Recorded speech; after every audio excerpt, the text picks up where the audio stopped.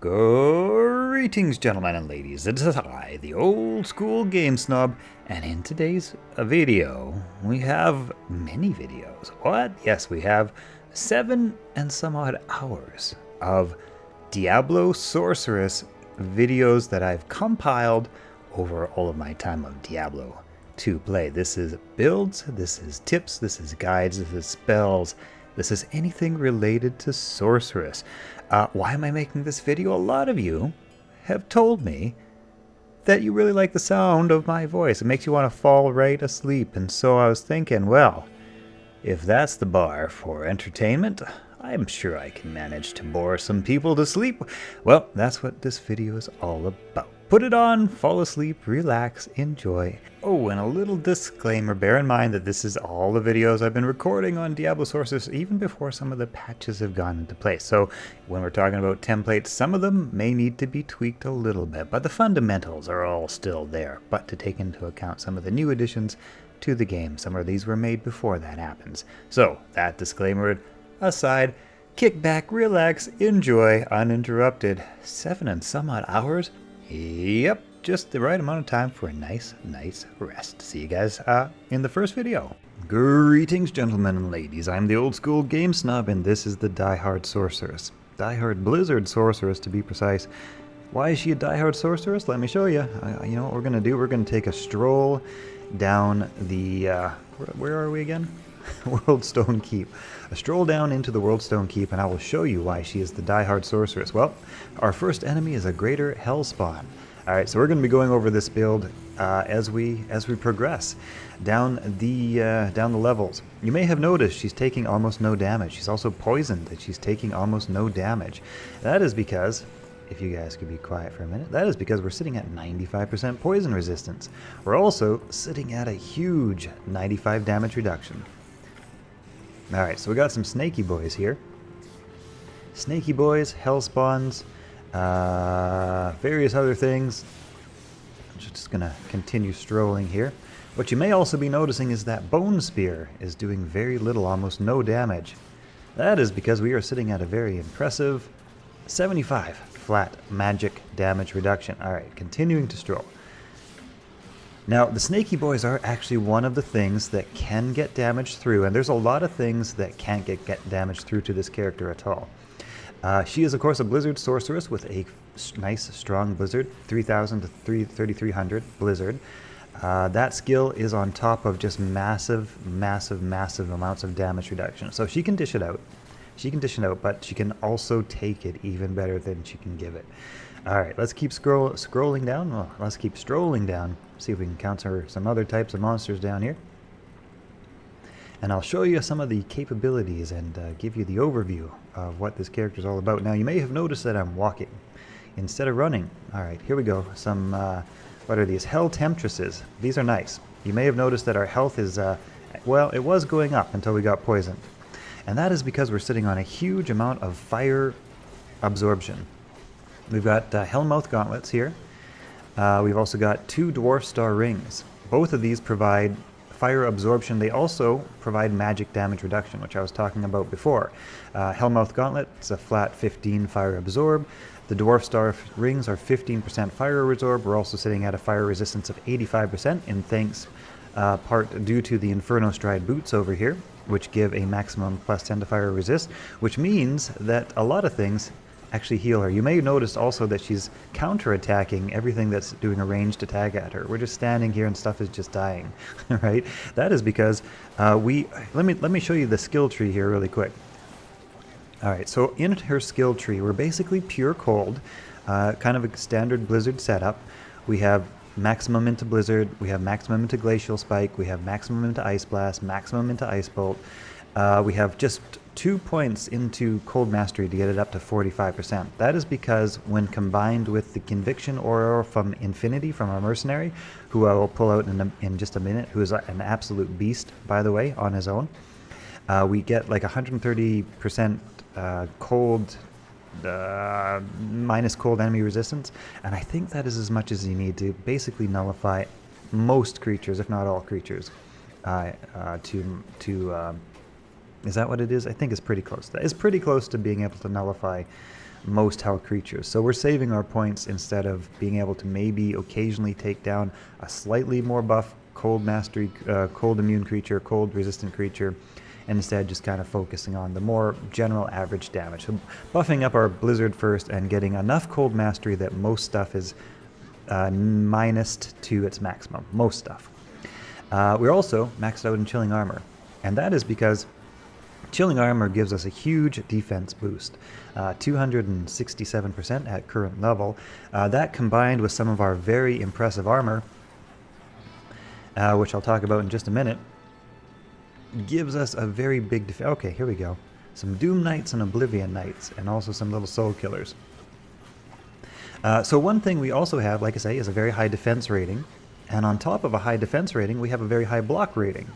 Right, so I have actually put 240 points into Dexterity. The Doom Knights are actually one of the monsters that is able to get some damage through as well, but you can see it's not too bad. You can also see that the Oblivion Knights are throwing those little, what are they called, spirit skulls, skull spirits? I forget what they're called. They do magical damage, but we're entirely absorbing and taking no damage from those magical attacks. That's because we have 75 magic damage reduction, 95 physical damage reduction, and let's say we even have a conviction or amplify, or did we have amplify? I don't know if we had amplify damage on or not, but she's able to survive even with amplified damage on pretty well, although it does amplify damage somewhat. Like I say, this is actually compounded even better once we get our Mercenary, and I'll show you that in just a minute. But in order to get that much armor and damage reduction, let's go somewhere a little bit quieter. Hell Temptresses. Let's see. We've already checked you guys. We've already seen you guys. You guys can't do much. All right. There we go. Is that enough bad guys to stand in the middle of? Now we actually do have amplified damage on. So amplified damage is something to sort of watch out for a little bit, because damage will start getting through all of our damage resistance a degree more. Like I say, Diehard Sorceress, not totally unkillable. But let's find a quiet spot so I can show you some of these things a little bit easier. We're sitting on the Jade Tando Chris. Like I told you before, we have 95% poison resistance, and that is thanks to this weapon. This gives us 95 poison resist plus 20 maximum poison resist. We're also sitting on Gladiator's Bane socketed with a Mal rune. This gives us a huge amount of both physical and magical damage reduction. A Mal rune adds 7 more damage reduction. I'm using a Jade Amulet of the Everlasting, Life Everlasting, and that is basically, this guy's making too much noise, that is basically to add some more physical damage reduction. On top of that, we are sitting on a Coronet of Life Everlasting, and this one's socketed with a Soul rune, again, to add more damage reduction. If you could find an artisan version of this and get 2 or 3 open sockets and throw even more in there. This is like a base 21. It can roll up to 25. This is base 21. It can roll up to 25. So you could even get more damage reduction than what I've got here. You could probably get another 10, maybe like 15 more damage reduction on magic or physical. So yeah, let's see what else. Okay, here we go. This is actually good. A good little example. Here we have Pit Lords. These are no problem. That is because they keep spitting fire. Ghoul Lords, no problem. Everything here is just healing us. So nothing here does any damage. Actually, it just helps. It just helps, it doesn't hurt. There we go. Our Blizzard, like I say, is nice and fast and efficient. She's got plenty of kill power, even though she is as defensive as she is. And when the Mercenary comes out, which I'll show you in a minute, oh, it just gets so much better. It gets, we've got him buffed up so nicely. She does not have much mana. And the reason for that is because she doesn't need much mana. She doesn't have much faster cast. And that is also because Blizzard is on a cast timer, so faster cast doesn't really help us. Instead of faster cast, we've focused on damage reduction gear. So that's, you know, kind of the unique and weird setup. I bet you've never seen a setup like this before. This took me about 2 days of testing to finally come up with a fairly workable version of it. I tried all sorts of variations. You could, swap on something like Crown of Ages in there. You could swap out something like Storm Shield for for 35% physical damage reduction, socket that with like a soul rune or something. I'm trying to figure out what I like better. I think this is the best version of it, and like I say, if you were able to find an artisan's or jeweler or artisan's 2 or 3 open socket version of this with maybe like some skills, or actually or with some skills, I guess, because magic will roll one or the other, man, this could get even sillier. So all in all, yeah, like I say, we've got huge defense, we've got huge block, we've got resistances and absorbs, we have huge poison reduction. We've just got it all. We just got it all. Let's grab our mercenary here, and let's stroll into. We'll stroll into Chaos Sanctuary, and I'll show you how she was an excellent performer in Chaos Sanctuary. Okay, so for our mercenary, oh yeah, I took his stuff off because I had to get him. He can't die. He basically doesn't die if I don't. Take off his gear. He's just too strong. He's got Infinity. You could swap that for Reaper's Toll, but Infinity combined with the amount of cold mastery that we have, like I say, minus 130% enemies resistance when you combine those two things, allows us to jam more points into the synergies of Blizzard and still maintain that pretty near maximum minus enemy cold resistance when you combine with Infinity. But if you didn't have Infinity, you could use Reaper's Toll instead and put less into something like Ice Bolt or Ice Blast and raise your own cold mastery up. Cold mastery does give you a better bang for your buck than additional damage, depending on which monster you're fighting, of course. So we've got Fortitude, Andariel's Visage socketed with a Cham Rune. And the reason we're socketing with a Cham Rune, let's go over into Travanco actually, I'll show you how she performs over there. The reason we're socketing with a Cham Rune is to prevent our mercenary from getting frozen. He can still get decrepified, of course, but he can't get frozen, which means that he'll constantly be putting out that damage and being able to stay alive a lot easier. That being said, wow, wow, wow, we're running into some issues with those guys. Oh, poor mercenary. Usually he doesn't have much issue. It probably helps once he gets his aura up. By the way, we have him running the Defiance aura, and you'll see just how quickly he takes stuff down here in a second. Yeah, one shot, one shot. Let's head back over here. I think we got our... No, we don't have Defiance aura up yet, but that will help quite a bit. Typically, most stuff can't hurt this mercenary. Most stuff. The Council seems to be an exception to that, but you may have noticed the Council can't really hurt our Sorceress. And that is because they're doing lightning damage and fire damage. Even with an amplified damage on her, she's basically just healing from all of this. This is all just lol, lol, lol, lol, lol. This is no problem. Alright. Alright, so I'm having some FPS issues. I'm just going to pause and reset. Alright, let's go for a walk into the River of Flame, and you can see just how well this build does. I'll let some things try to kill us for the fun. But, I mean, typically you'd just be running in, throwing down your Blizzard, and I'll show you like some of her kill power, because she's got excellent kill power. In addition to all of her defensiveness, she's just got excellent kill power. And that is where the Mercenary really comes into play. Because we've maximized one elemental damage type, when we do encounter those cold immunes, we want a Mercenary that can take care of it. Typically, I'd skip past all of this stuff if I was just farming, because it's not really worth killing. But the stuff we need to kill, the Mercenary is able to do that very, very well. Here we go. Let's see how these Doom Knights do. We've already tested Doom Knights, haven't we? Doom Knights are one of the things that can get some hits through. Most hits don't get through because of that block and defense. Man, my Mercenary still hasn't procced his aura. That's so strange. When he does, defense is going to go way, way up. Way, way, way up. Hopefully one day he'll actually proc his aura. It's been like an age since he's been fighting things so far. So yeah, basically the idea is to use Blizzard to clear out anything not cold immune pretty quick, pretty easy, and that basically also takes a lot of the heat off of our Mercenary, who is then able to mop up anything with cold immunities. And the Sorceress, for her part, just kind of stands where the Blizzard is, lets monsters kind of just be in the Blizzard, and because she's able to just stand there and tank it, yeah, we can just make sure all the monsters are exactly where we want them to be. Gotta drink those heal potions though, or those mana potions. with the Stormcasters, which drain mana, I believe. Something's draining a little bit of mana. I'm pretty sure it's those Stormcasters. These guys will just heal us, basically. All that fire will just heal us. Mercenary might need to be pulled back a little bit in regard when he gets surrounded. He's very, very strong, very, very tanky, but not totally immune. Like I say, Diehard Sorceress and her Diehard Mercenary friend, very hard to kill, not totally impossible.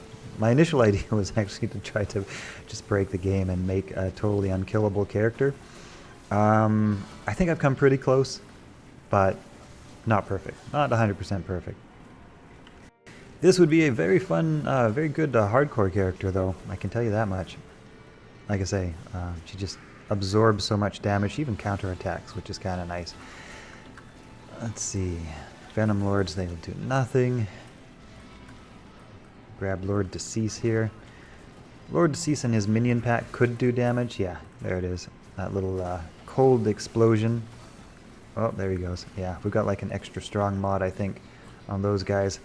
So there are some mods which can still get through, but yeah, typically when you're encountering elite packs, you're not just standing there and taking their best shot on the chin. That's typically not the best way to do things. But for the purpose of demonstration, that's mostly what I'm doing here. Let's see. We'll take out Diablo. And then we'll do some cows. And then that'll be a build video.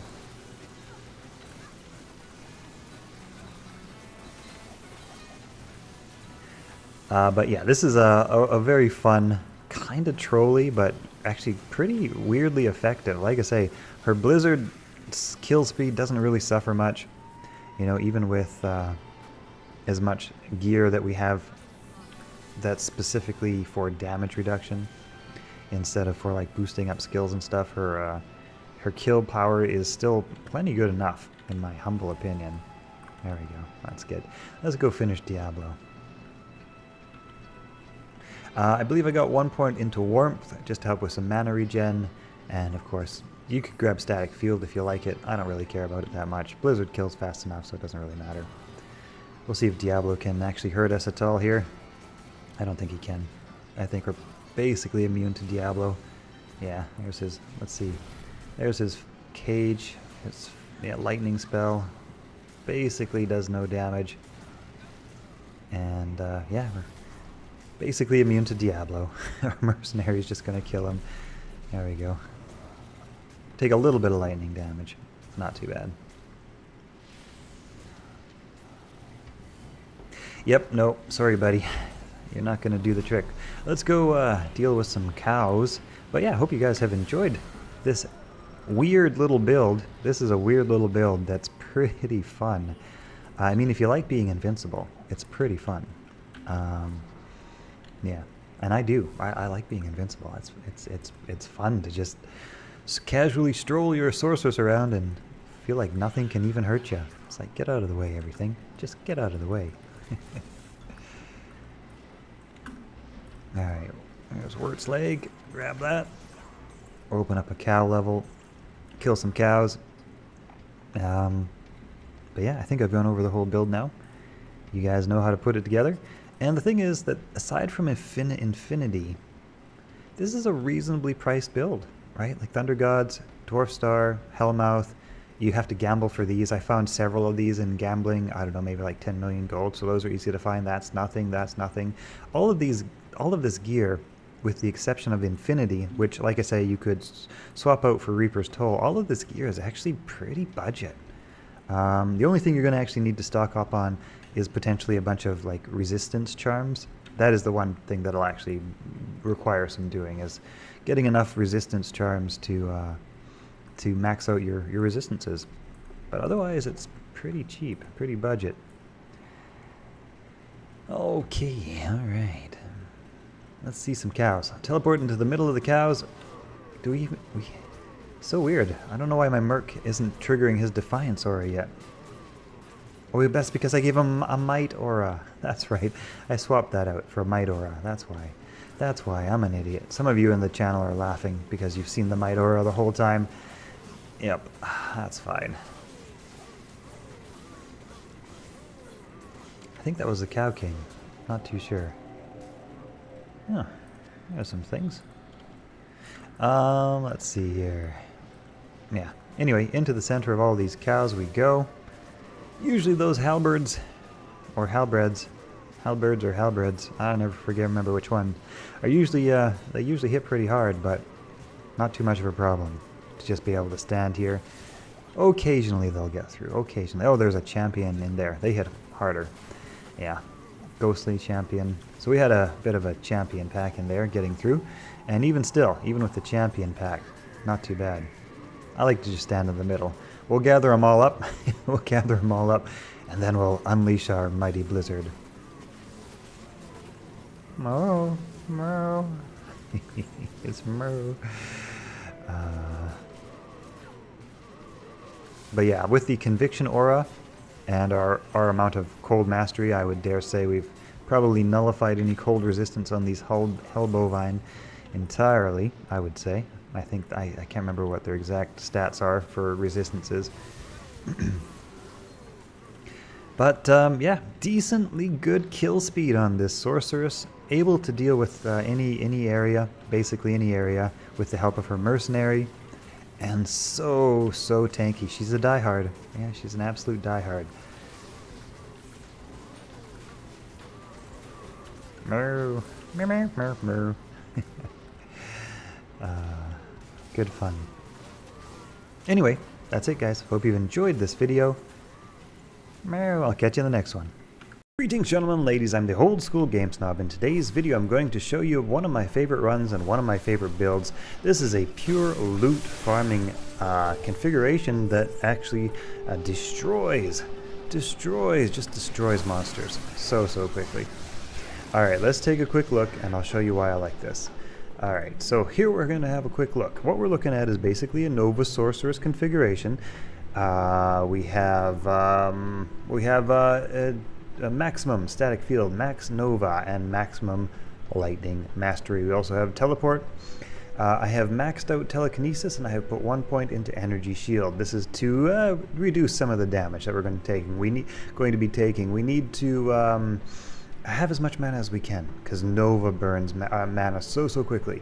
I have also maxed out warmth, and I put 1 point into frozen armor. Now none of that's necessary. You can get close to max, you can raise it up a bit. Basically, we just want to be able to have more mana, because the thing is, we're not going to be able to use things like Frostburn and other stuff like that. And why is that? That's because we are sitting at a whopping 388% better chance of finding magic items. That's about as high as you really would need to get. That's about top tier magic find right there. In order to get that magic find, we're looking at Geed's Fortune. We're also looking at Chansey Guards.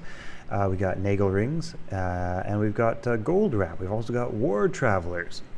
I have also got Tal Rasha's Lockered Plate, socketed with an Istrun. Alright, so that's basically our gold find gear. We've also, of course, got Tal Rasha's Amulet, which synergizes with Tal Rasha's armor in order to give us a little bit faster cast. We're sitting at over the 105% faster cast rate breakpoint, which means we have very fast Novas. And here's the rest of the gear. We've got Shoota's Temper, socketed with an Ist. We've got Griffin's Eye, socketed with an Ist. We've got Tal Rasha's socketed with an Ist. We've also got a Spirit Shield. And that's about it. We've got War Traveler's Mirrored Boots as well. Now, I have put everything into energy and just enough to where my shield actually upped these boots.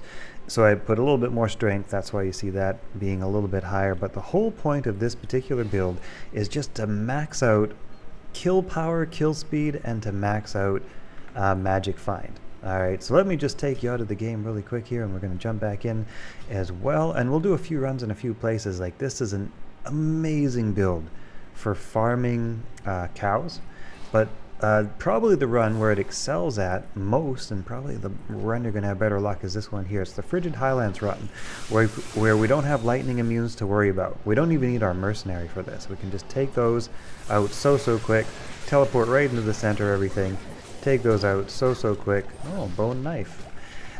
Pretty sure that's Wizard Spike. Pretty sure. Which is a cool knife. Then I'm going to quickly teleport down to Dak Farron, because Dak Farron can drop great items like Tal Rasha's armor. Now the problem with taking out Dak Farron is he does freeze us, and that slows down the run a little bit. Now what I would consider doing is socketing a Cham rune inside of my armor, and that would make it so I can't get frozen. You lose a little bit of magic fine, but not too much. It's not the end of the world to get frozen though either. Wow, Pimbleskin is a lightning immune. Now, that is a problem that will happen every now and then. If you have an infinity, you could fix that problem. Otherwise, well, those are not the Pimbleskin runs for you. But yeah, you want to do that run one more? Let's do that run one more time, guys. And this time we'll get a non-lightning immune Pimbleskin. Doesn't happen too often. I would guess maybe 1 in 10 or 1 in 8, something like that you get a lightning immune Pimbleskin. When it happens, yeah, you just forget them and move on to the next. And the other thing I look for is uniques on the battlefield when I'm teleporting around. If I see any uniques, unique packs, I will stop and make a point to take them down, because any unique pack in the frigid highland areas have potential to drop some pretty good high-level loot. So there's a nice example of that. Quickly take him out, but you can see just how fast that kill power is. And like I say, we still have so much magic fine. What we lack a little bit is survivability, but this character compensates for that lack of survivability by just killing so quickly. And the thing is, you wouldn't necessarily want to take this character into every place, like River of Flame. Might be a bit of a problem. She's not another lightning immune Pindle. Okay, that's just bad luck. Well, that's fine. Let's go do a bit of cow runs. And keep in mind, everything we kill has 382% better chance of finding magic items with diminishing returns. There we go, Wizard Spike. That's a cool ring. That's a cool knife, rather. But yeah, like I say, she would let's check out River of Flame here really quick. She would struggle a bit in River of Flame. She's not designed to be too tanky, right? Like, she could probably do it, but she's not designed to be too tanky, and she's probably going to have some problems. Also, this is only a lightning build, right? So yeah, like I say, this build is kind of specifically designed for the frigid highlands, and it could also work really well with cows, which we're going to go and do really quick here. Because we don't have lightning immunes on the Pimbleskin, Eldritch, Dak Farron, Schenk run. We don't have lightning immunes. And that is also true in the cows, with some small exceptions, of course. Like the Cow King, I think, or his buddy, I forget. There's a couple of elites that you might, or uniques rather, that you might run into that have lightning immunity, but pretty much you're okay. Pretty much you shouldn't have any problems. Alright. Oh, I like doing cows with Nova. Doing cows with Nova, it's so fun. It's just so good.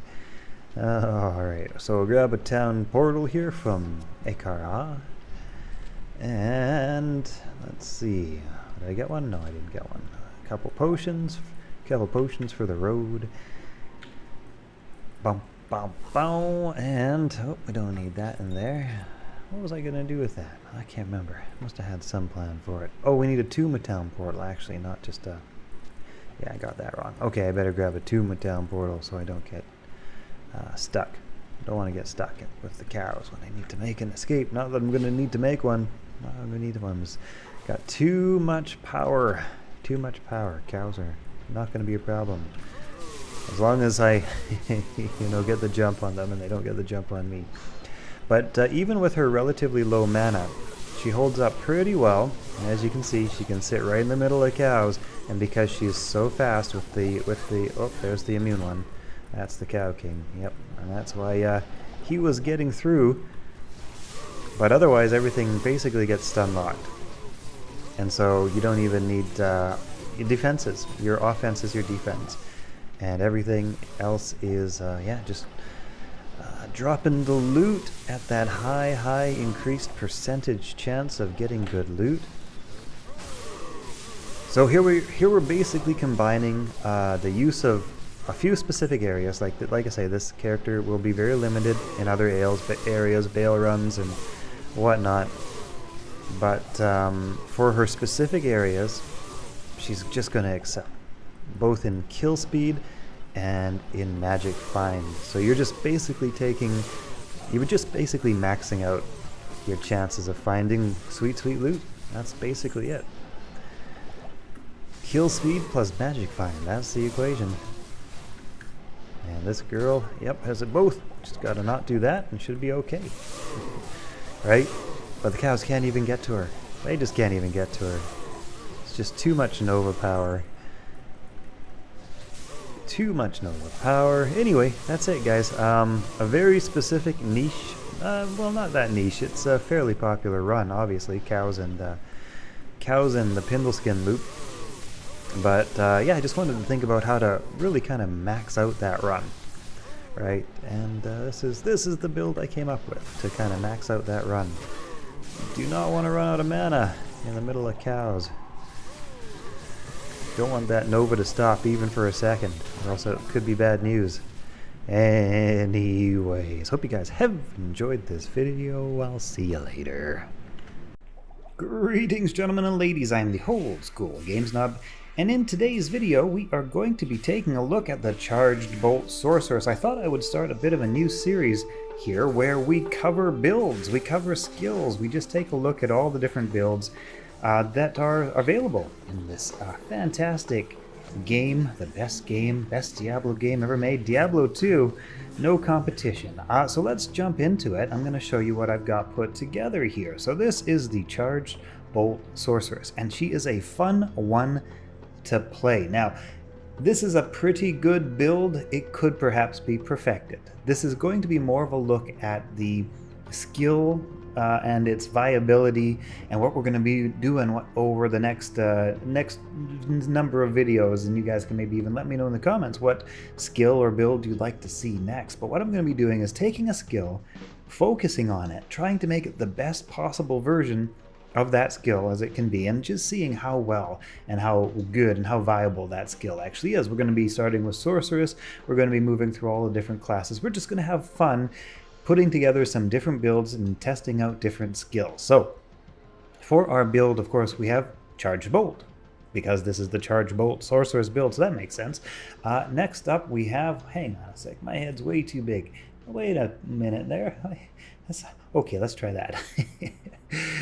We've also got the synergy for Charged Bolt, which is lightning. That has also got 20 points into it, and now this is going to also be an energy shield sorceress. So I've maxed out telekinesis and energy shield. I've also maxed out lightning mastery. 1 point into static field, 1 point into warmth, 1 point into frozen armor, all of those things just so she has a little bit more survivability. So let's jump into somewhere dangerous. Let's go somewhere dangerous and have some fun with Charged Bolt. Like I say, we're not going to take this too seriously, guys. This isn't going to necessarily be min and maxing and the best builds and everything like that. This is going to be taking a look at the viability of different skills. Oh, I forgot to mention, you're going to need an infinity or some lightning thunder charms to make this really work. We've stacked entirely for Charged Bolt and maxing out damage on Charged Bolt. I think I forgot to show you the gear, so we'll take a look at that in just a second. But in order to break immunities, we're going to need an infinity on Emilio's. So not a cheap build. Not a cheap build at all. We're also going to have some other pretty expensive pieces of gear. But yeah, like I say, this is not budget. This is build fun. Fun with builds. That's what the point of these next videos that I'm going to be releasing are all about. So, for the inventory, the main important pieces of gear that you need are Griffin's Eye. Ormus Robes also boosts up the lightning skill damage. Don't mind my Ormus Robes. This is a hero edited piece of gear, as is this. They're all perfect pieces of gear. Some of them are even a little bit buggy, so let's not worry about that too much. But Griffin's Eye, because of that lightning skill damage. We also have Ormus's Robe because of lightning skill damage, and we have Ashuta's Temper, again, because of lightning skill damage. Everything else is kind of whatever you want it to be, but those are the main damage improving skills. We also want to get our faster cast rate up above 105% to basically maximize our cast speed. We want to be putting out those Charged Bolts as fast as possible. Now, of course, 200 faster cast rate is possible, but 200 faster cast rate is way harder to get, and it hardly makes any difference when it comes to cast speed. I did a whole video essay on 105 FCR versus 200 FCR, so if you guys want to see just how little of a difference that makes, you can look up that video on my channel. In the meantime, just trust me that 105 and 200 are almost indistinguishable. Anyway, here we are, Chaos Sanctuary, melting demons with our charged bolt Sorceress. It is a lot of fun to throw out those charged bolts. That's for sure. It's pretty effective too. Like it clears the room pretty well.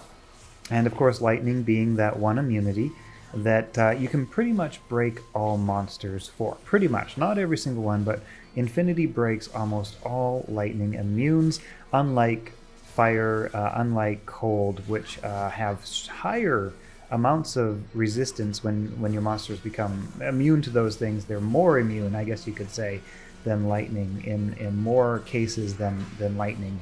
Fire and cold are more immune than lightning is.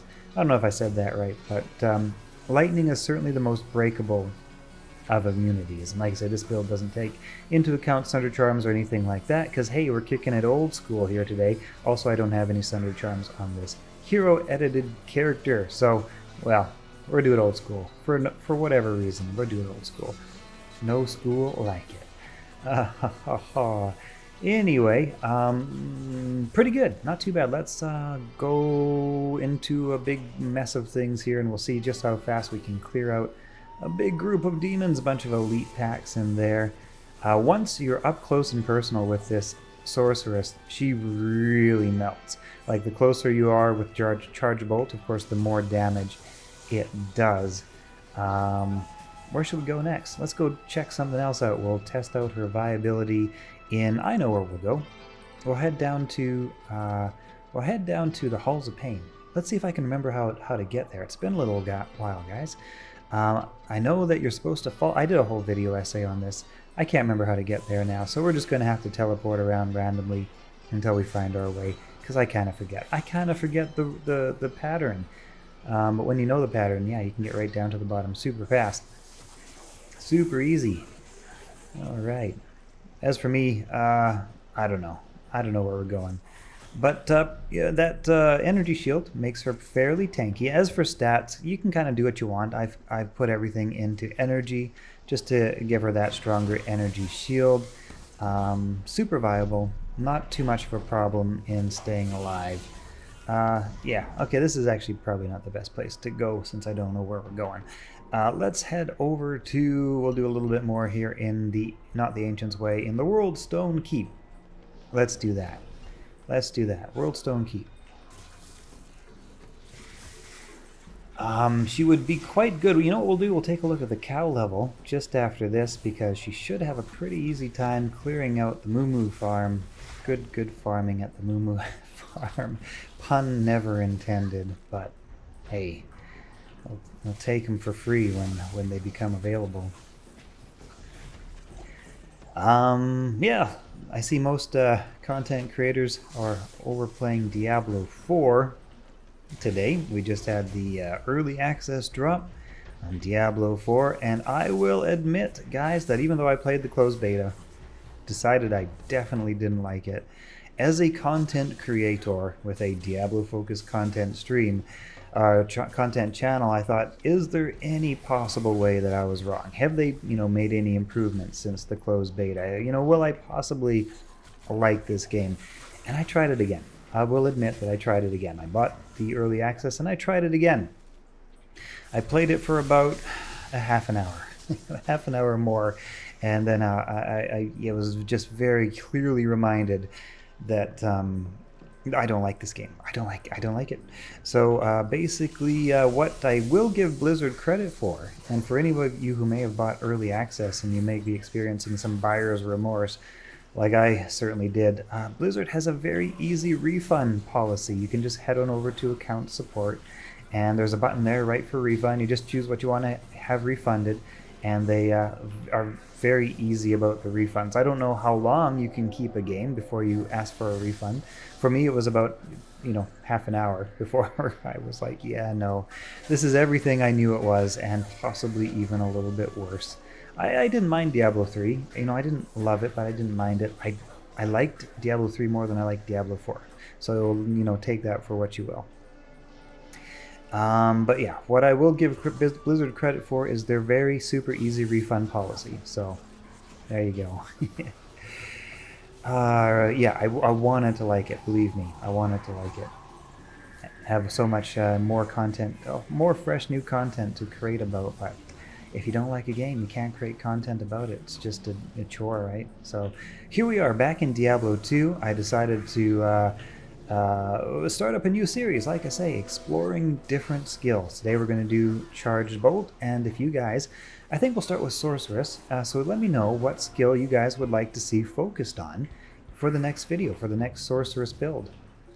And we will take a look at that. And yeah, we're just gonna go through them. We're gonna do Bear Sorceress. We're gonna do some, like, you know, Flame Fueled Sword. We're gonna do all the crazy builds. We're just gonna try all the skills, whether they're good or not. We're gonna try them all. We're gonna try to make the best out of them. We're gonna try to do the best we can, even with bad skills. We might even try something silly like a Thunderbolt Sorceress or something like that, right? Just, we're gonna have fun. We're gonna have fun. We're gonna explore the skills. We're gonna mess around and try to get as much fun out of Diablo 2 as we can, since I don't know about you guys, but I don't like Diablo 4. So what can we do? We can make the most fun we can out of the game that is actually good. Well, that's what we're gonna do. That's what I'm gonna do anyway. Gonna cry a little bit because oh, it would have been nice to have a brand new game, but yeah, well, that's all right. That's okay. What can you do? Oh, save Emilio, save Emilio, save Emilio. We need your lightning breaking infinity, buddy. You can't die. You can't die right now.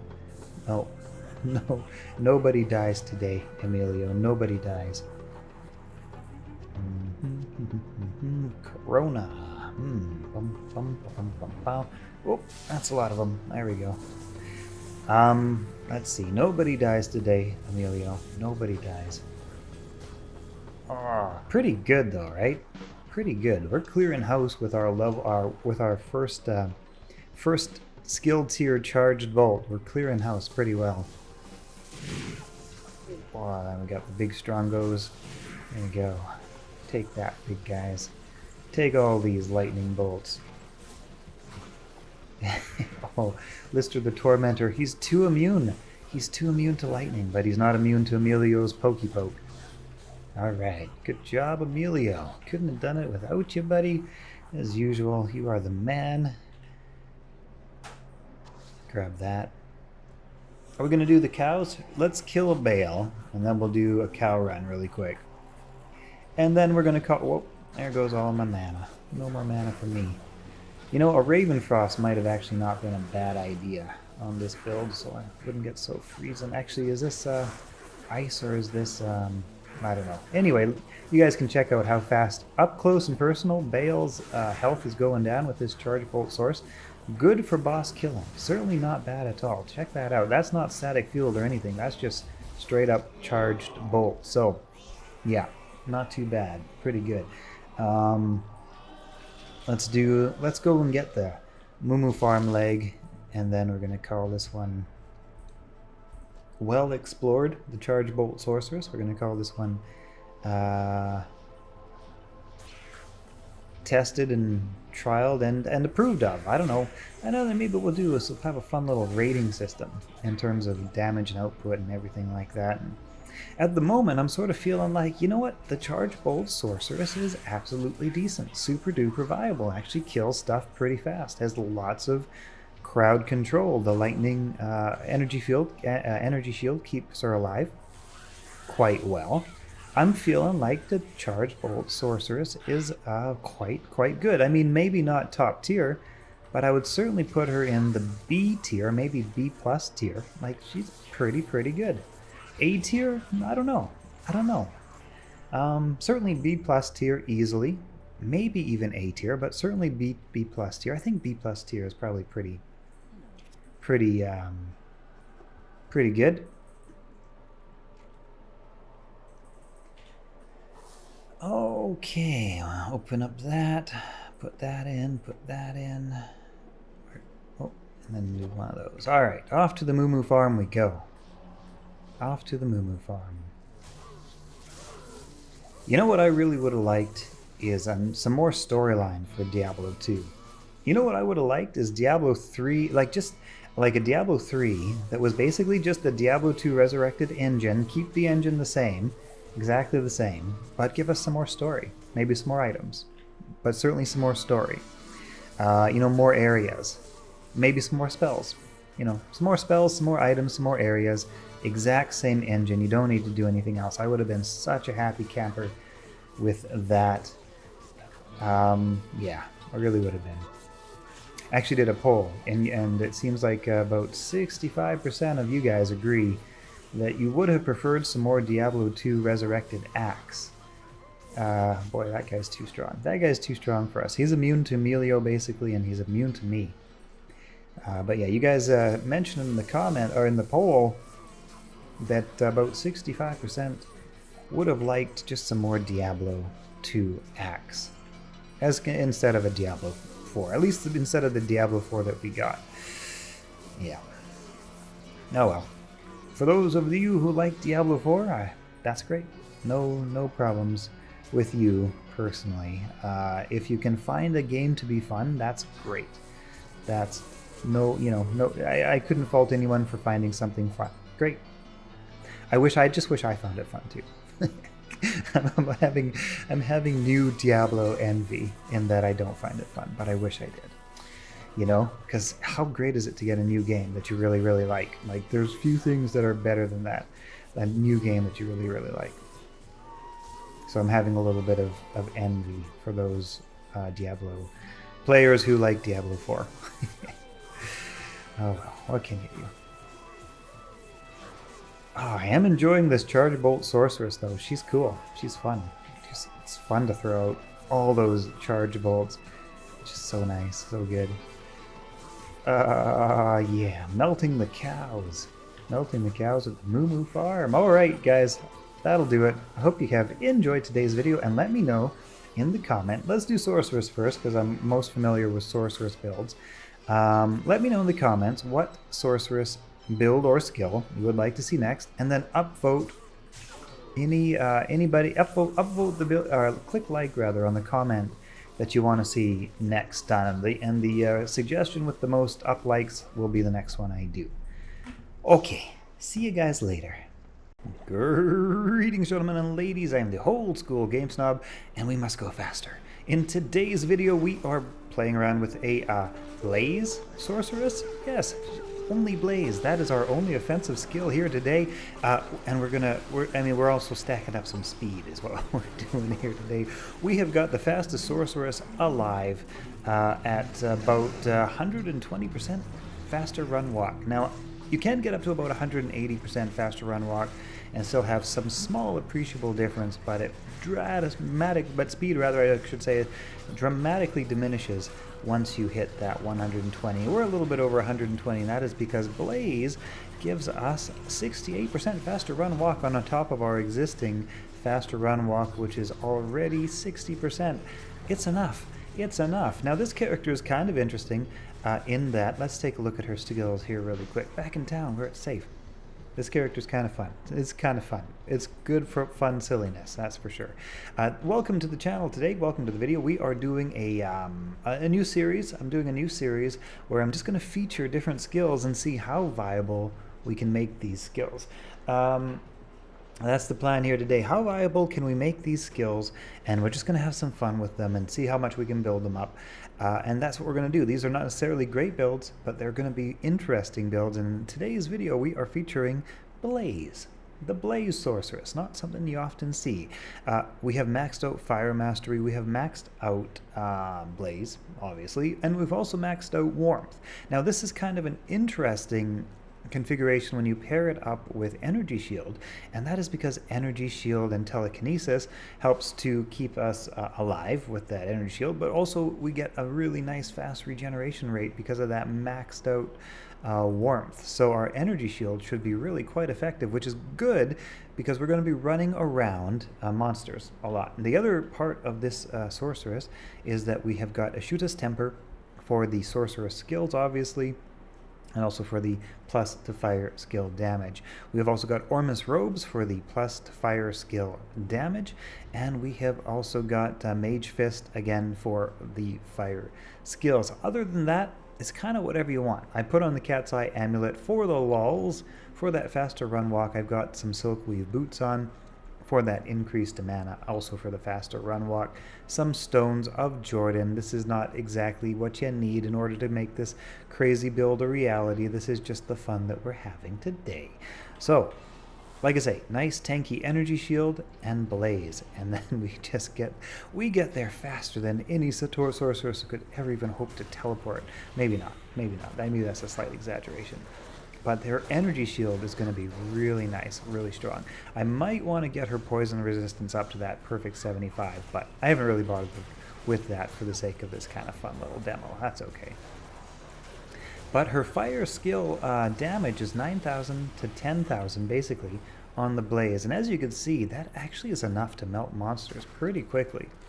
So there we go, the Maw-Fiend. You can see how fast their health actually goes down. It's pretty decent. It's actually pretty viable. The only problem is kind of like getting monsters to stand on your fire field. They don't always want to do that. So you have to kind of like finagle around. You have to sort of negotiate a little bit to get the monsters to stand on your fire field. Of course, different monsters like the Moo Farm, which I think we'll do next, are actually going to probably be pretty good for the Flame Field Sorceress here. Some of these other guys would just stand there and cast. I don't know. They're a little bit more tricky to get into the Flame Field. Let's go to the Moo Farm. Speaking of the Moo Farm, let's go over to the Moo Farm. Let's do that. Off to the Stony Field we go. Off to the gateway, which is, where is the gateway? Gateway, who's got the gateway? Dun-ka-dun-ka-dun. Did I see it? No, not there. Oh, there we go. There's the gateway. Into the gateway. We'll get poor old Wirt's leg. Then we'll go open up the portal to the Moo Farm, and we're going to blaze around. That's what we're going to do.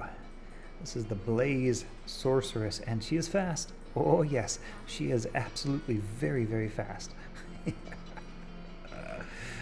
Alright. And like I say, nice strong energy shield. Let's actually, before we go and kill all these cows, actually that one's got a conviction aura. Let's not worry about him. We will just do our little thing here first. Emilio, of course, is equipped with Infinity, because if you encounter fire immunes, you might want that Infinity to deal with it, since fire is our only damage type here. Another nice little thing, you know what might actually be a nice little bonus to that? This is a little Nova. So I might actually toss that right in there. Where is it? Nova, there we go. Frost Nova on E. And what we could actually probably do there with that nice little Frost Nova on E is we could hold stuff still a little bit better. You guys all hold still and just run around in my fire field. Might actually be a nice helpful little stun. I don't know. It's okay. Maybe not the best. Oh, I just realized I was in walk mode. I was moving so fast, felt like I was in run mode, but I'm actually in walk mode. Okay, so with Emilio gone, this is actually probably going to be a lot better, because now they're actually going to chase me. Chase me through my fire field. And that right now I'm actually just running rings around them, and they're not actually coming into the fire field. So that doesn't work very well. So you gotta blaze a path. You gotta be a trailblazer with this sorceress. I feel like I want to write my name in the Moo Farm. So what we should do is write our name here, and then that'll be the thumbnail for the video. I don't know if I can zoom back far enough to make that really work though. Let's see. Call that an O. No, that'll never work. But let's see. Let's test how tanky that mana recovery is. Let's call it medium. It's maybe not as good as having an insight polearm equipped. That's okay though. Man, this character is fast though. I tell you what, ain't nothing gonna slow her down. Meep. Okay, so now the point of this, like I mentioned in my last video, if you guys saw that, we're gonna do a little bit of a grading once we're done with a particular skill and testing its viability. The problem with this skill, even though the damage is decent, right? I could kind of stand here and let stuff burn in the fire. Even though the damage is decent, the tricky thing is getting the mobs to go where you want them to go. That is the tricky thing. Yikes. And because of that, well, your damage output slows quite considerably. Maybe there's a nice little fire pattern I can create here, a little zigzag pattern that'll help. It's hypnotic. I tell you, it's a hypnotic character to play. But because of just like getting monsters to stand in the fire field is kind of tricky. I'm actually going to put this build at not terrible. It's certainly not terrible, but if I were to grade it, like and rank it, maybe like a C, like a C ranking. I don't even think it would deserve a C plus. Maybe a C plus. It's okay. Like it dishes out decent damage, but it's just so hard to get anything. I mean, then again, look at all these dead things here. It's a lot of dead. It's a lot of dead things. So I don't know. It's maybe a C, maybe C plus if I was feeling really, really generous. For crazy fun, it's probably like a B plus though, because look how fast I go. Oh, it's so great. So great to be fast. Yeah.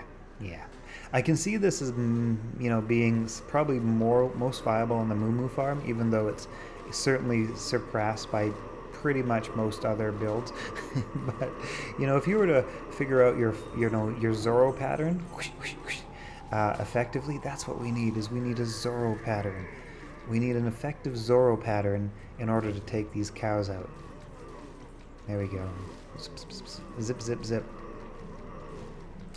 Yeah, anyway, this one has kind of been a silly one. Hope you guys have enjoyed this video. I'll see you in the next one. Let me know what you want to see for the next video in terms of skills, builds, etc. And that's going to be the point. For the next few weeks of videos, we're just going to pick a skill, we're going to focus it, we're going to see what it can do at its best case scenario, basically, right? Best case scenario. It's not too bad though. Like, stuff dies reasonably fast. Not too bad. Anyway, see you guys in the next video. Greetings, gentlemen and ladies. I am the old school game snob. Forgot who I was for a minute, but no, I am the old school game snob, and today we are taking a look at the Nova Stomp Sorceress. I can tell you that I was not expecting to have as much fun with this build as I'm having. I think it might be maybe even my new favorite Sorceress build. It is Teleport and it is Nova Stomp. It is so much fun. Let me show you a little bit around how this build performs in the field, and then we'll take a look at how she's put together.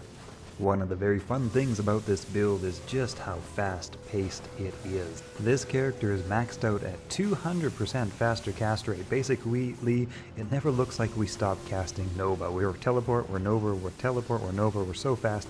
This is such a fast-paced and fun build to play. I think you're going to like this. Okay, so here's what we're looking like in the skill tree. We have a maxed out 20 into Nova. We also have a maxed out 20 into Lightning Mastery. That is because Nova has no synergies. It stands alone. And for that reason, we have a lot of points to put into some other things. For example, we're going to max out Warmth at 20. That is because Nova casts a lot, and 200% faster cast rate really burns mana, so we want to get our mana regeneration happening as fast as possible. I'm going to put also one hard point into Frozen Armor just because, hey, less hits for 1 point, 15 boosted with skills, that's great. Why not? I'm also putting 20 points into Energy Shield and 20 points into Telekinesis. That is to help our little Nova Sorceress stay alive a little bit better because she has pretty low health and we need a lot of mana to cast that Nova spell really, really quickly and actually have a mana pool to pull from without it draining too quickly.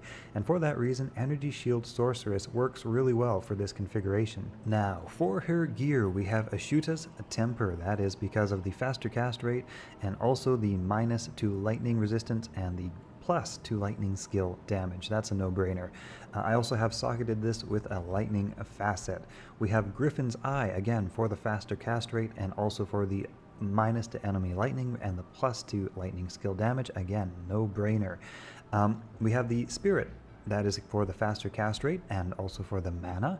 We have a Shadow Eye crafted amulet here. This gives us a 10% faster cast rate and 2 to Sorceress skills in this case. You need at least 10% faster cast rate on your amulet. That is non-negotiable if you want to hit the 200% FCR breakpoint, which I very much recommend for this build. This build is so fast-paced that that 200 FCR is very nice. You could do it a notch lower and it would probably still be quite good, but I like that 200%. We've also got 2 faster cast rings with a nice amount of mana on them. Now that extra amount of mana is really helpful because it gives you a bigger mana pool, and with all of our warmth regeneration, this just helps to keep our mana up a lot. You can see if I'm casting Nova, my mana drain is actually fairly significant, but it's fairly, it's not too bad, right around 1700 mana.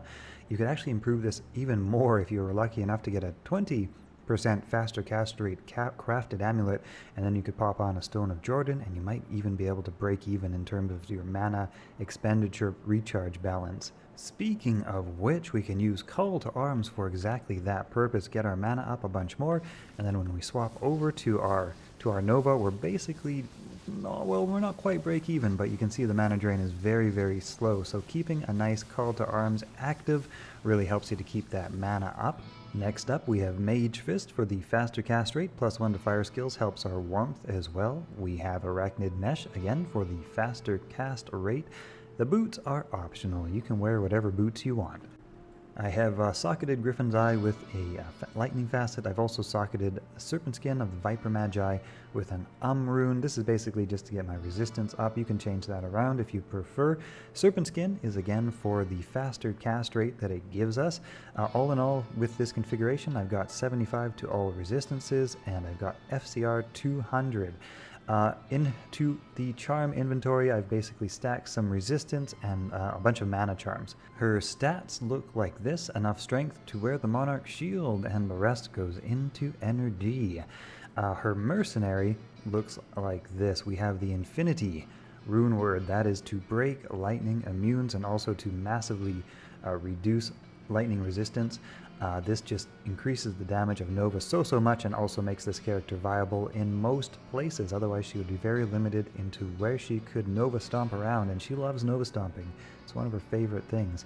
We have Andariel's for the for the increased attack speed and also for the lifesteal and treachery. You could also put in fortitude, just your kind of standard mercenary setup with infinity. Oh, and I have also opted on this says defiance, but I've opted on the Holy Freeze aura. That is just to slow down anything trying to attack this little lady while she's standing in the middle of everything, shooting off her Nova. It's just kind of helpful. You could also try defiance. You could also, well, yeah, defiance maybe would be a good option. Then less is hitting her.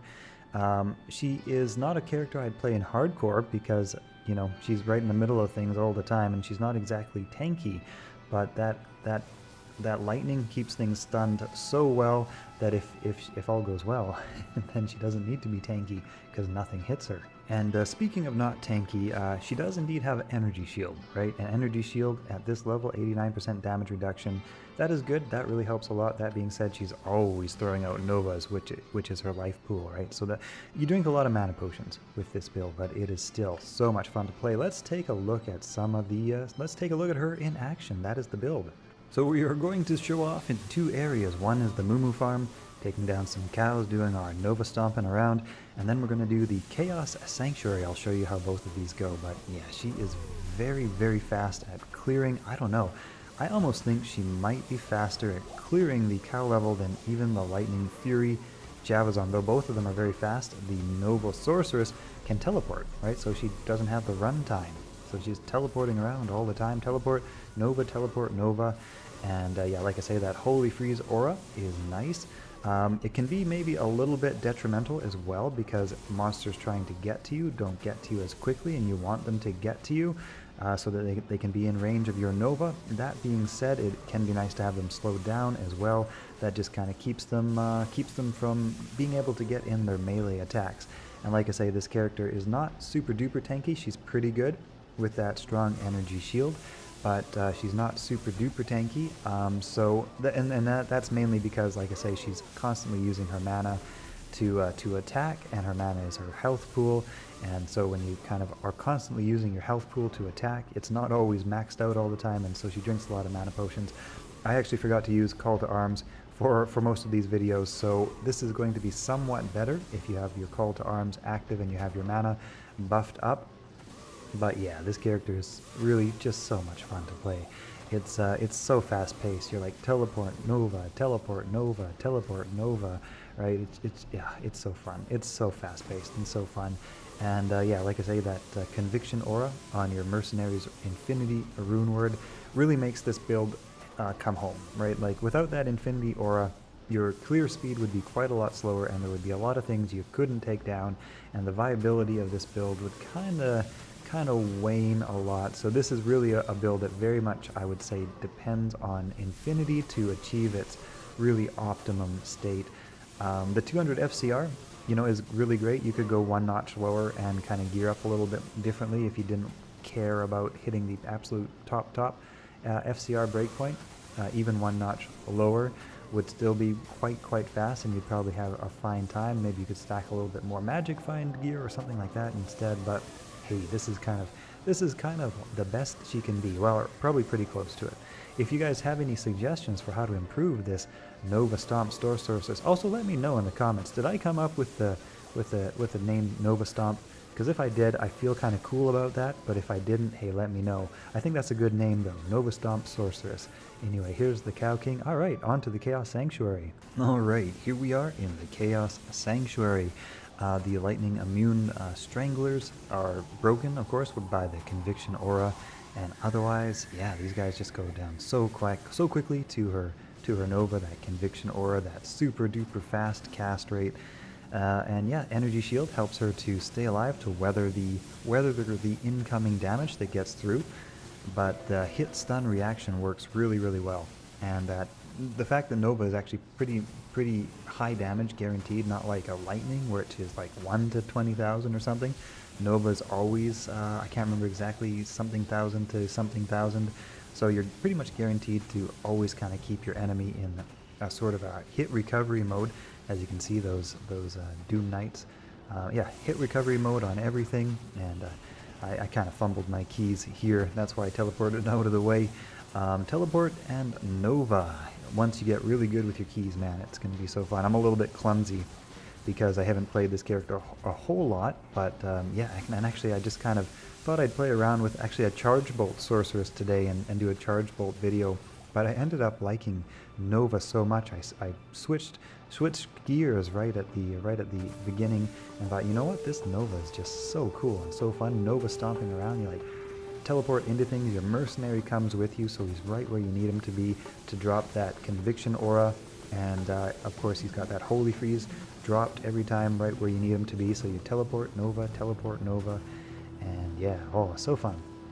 Anyway, here we are about to finish off the Chaos Sanctuary. I'm going to summon up Lord Decease, and yeah, basically nothing in the Chaos Sanctuary can slow her down, because pretty much all the immunities are broken. You might encounter something with like a unique that has a lightning aura that can't be broken, but hey, your Mercenary will be there to help you when the time comes. Not even death can save you from me. All right, here we go with Diablo, a little bit of Charge Bolt. Oh, I forgot to mention, not Charge Bolt, but Static Field. 1 point in the Static Field is also a part of this build. Hey, I hope you guys have enjoyed this video.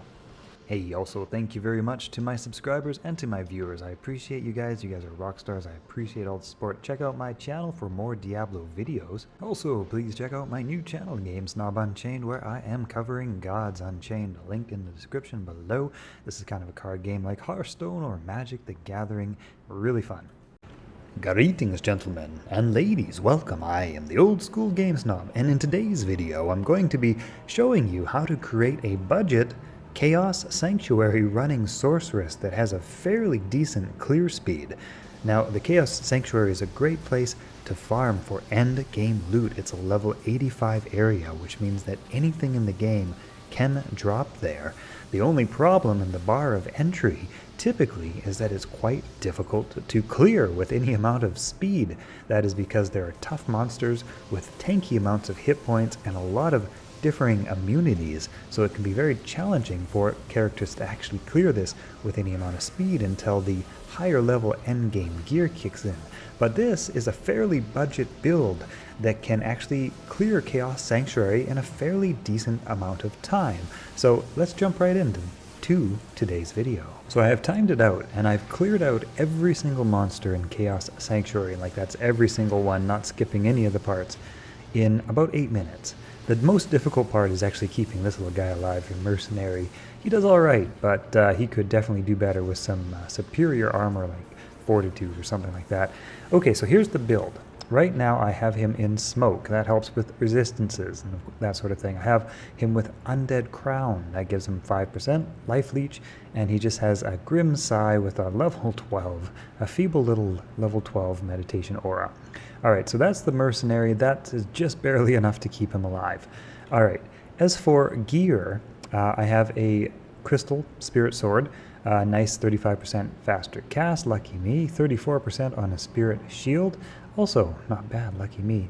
I have a Shaco. Now you could replace this with a Peasant Crown for +1 to all skills. That would also work. The Shaco is nice because it does get your health up and your mana up. And having a reasonably high mana is important to make sure that your mana supply is plentiful even when teleporting around and like spamming lightning and that sort of thing. So try to get your mana up to around 700, 750. That's my recommendation. For the rings, all I've got here is this simple little +96 to mana. I have also got this one here, 10% faster cast rate, and that's about it. I could probably swap that out for something better, actually. For a belt, I have Gloom Strap, just an increase to mana. Again, that mana sort of balance point where you don't run out of mana when spamming Lightning Bolt and Teleport. Seems to be right around 650, 750, so I recommend no less mana than that. For my gloves, all I have is this, like 25% better chance of getting magic items, and for my boots, all I have is this. It gives me a little bit of resistances, but as you can see, I'm actually running this with pathetic resistances. I've maxed out Vitality, I've put enough strength to wear a Monarch Shield, but yeah, no, my resistances are absolutely pathetic. Let's take a look at the build, because this is where, there's one more important thing, and actually this makes quite a big difference. And these are fairly easy to find, but it's a +3 to lightning skills. Just a regular blue amulet, but gives +3 to lightning skills. Now you could probably swap that out for a +2, something if you have Tal Rashas, or if you have Maras, or if you have a better caster amulet, but that +3 helps quite a lot to really get that lightning skill up. And doing a good amount of damage. For lightning damage, my lightning skill itself has 6,700 and my chain lightning has 3,720. So here's the build. Presently, I have 1 hard point in Charge Bolt. It's boosted up to 10 by my +9 skills. I have 20 in Lightning, I have 20 in Chain Lightning, and I have 20 in Lightning Mastery. I have also put 1 point into Energy Shield. You would be surprised how effective that is. That actually really helps this character from dying hard, and she dies hard without this. She just takes so much damage, considering my lack of armor or anything like that. By the way, I think I forgot to mention I'm using Stealth as my breastplate. Right now my faster cast is a total of 104. It actually doesn't even need to be that high. I could swap this out for something else. There's so many better options you could get, but like I say, this is a very budget build, but capable of running Chaos Sanctuary fairly decently. Like I say, about 8 minutes to clear it out, which is certainly not insane speed, but that's stocking the entire Chaos Sanctuary from top to bottom, and in a minute we'll do this run together. On the cold side of things, I have 20 into Frozen Orb, and I have, that's it, I have 20 into Frozen Orb. The rest of this is boosted up by skill bonuses, but still that gives me a fairly decent Frozen Orb, certainly enough, as you'll see, to deal with what we encounter in Chaos Sanctuary quickly enough. So yeah, that's the build. It could absolutely be improved in any number of ways, but it is very budget, and like I say, it's capable of running Chaos Sanctuary. So let's jump in. I'll do a run with you, and you can gauge for yourself what you think of this build. Oops, almost forgot to mention the default 1 point in warmth, obviously. Okay, let's take this lovely lady out for a spin. Here we go. So the most challenging part of this is actually keeping your poor little mercenary alive in his extremely budget gear. He is challenging at the best of times, but he holds up just well enough, I would say. You have to teleport him quite a lot out of danger and keep some rejuvenation potions handy. Those really help a lot because healing potions are just too slow to kind of save him from a dangerous situation. And when he goes, the Insight Meditation aura also goes, and suddenly mana becomes extremely problematic. So he's kind of gotta stay alive, and that's just one of the challenges of this. Like I say, very, very budget build. I mean, what do we got? We got no boots. We got like -2 resistances. We got no gloves. We got barely anything in terms of rings. We got just like. Yeah, we got a very budget gear. The only nice thing we have is a nice Shaco, which is really very nice. By the way, if you're looking for a Shaco, check out Mephisto. That's where I got this one. And he actually has, I would say, the best chance of dropping a Shaco. Mephisto in hell difficulty. Just hang left and go counterclockwise. Find your way to level 3. Yeah, anyway, as you can see, this character, this build, is capable. I think capable is a fairly fair word in this particular description. She is able to handle it. She's able to clear it. She does struggle. It's not exactly a walk in the park, but she's able to kind of push through and deal with what comes for the most part. You have to really stay on your toes. It's not kind of a, like I say, you close your eyes and click things and they're dead type build. Obviously, it's way too budget to have your way with some of the toughest monsters in the game, without really kind of being on your game and paying attention. The Lord Decease part, if he happens to be lightning and cold immune, what I like to do is what you see here: just pin him against a wall, spam him with telekinesis. That makes it so he has much harder time attacking your mercenary back, and kind of just keeps them off balance, and then your mercenary is able to more easily put those hits in without him himself getting hit, interrupted, and then getting stun locked. Yeah. I don't know. What do you guys think? Let me know in the comments what you think of this build, this very, very, like I say, very budget but capable Chaos Sanctuary clearing build. I thought that skill charm was nice. That'll help a little bit. The Infector of Souls is kind of, I would say, the hardest part, and that it's not actually dangerous, but it's hard to kind of keep your mercenary alive.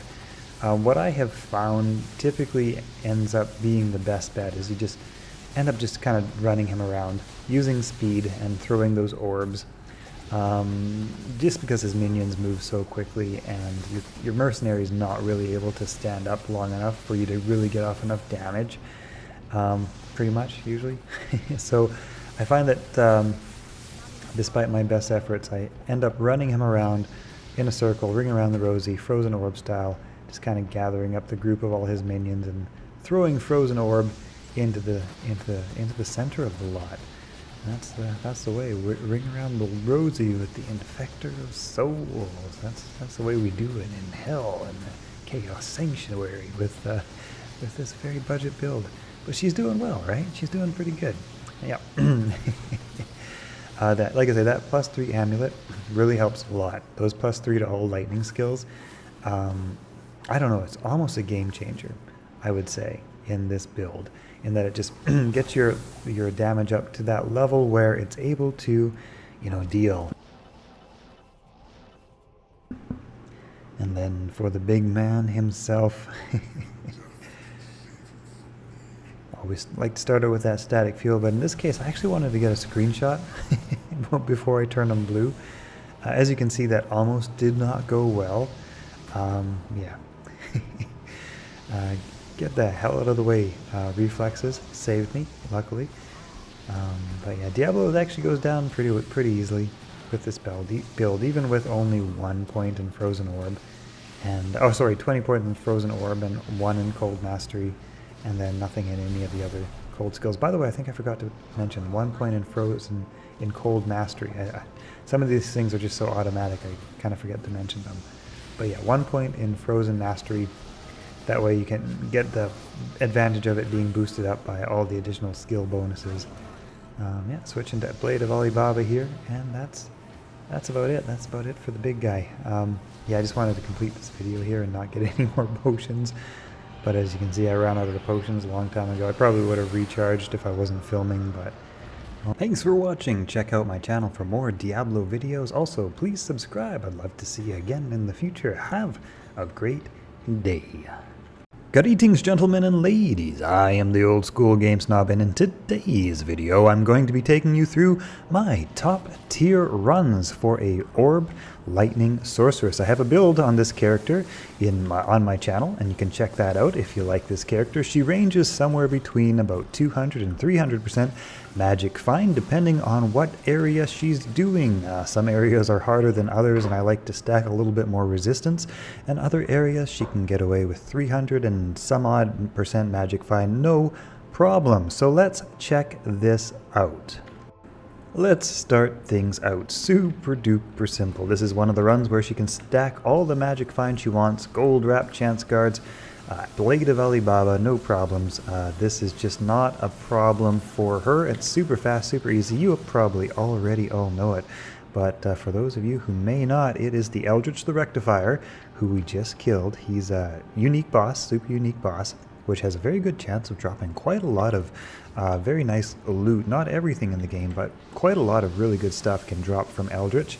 And then, of course, the classic Pindleskin run. And that's it. That's run number 1.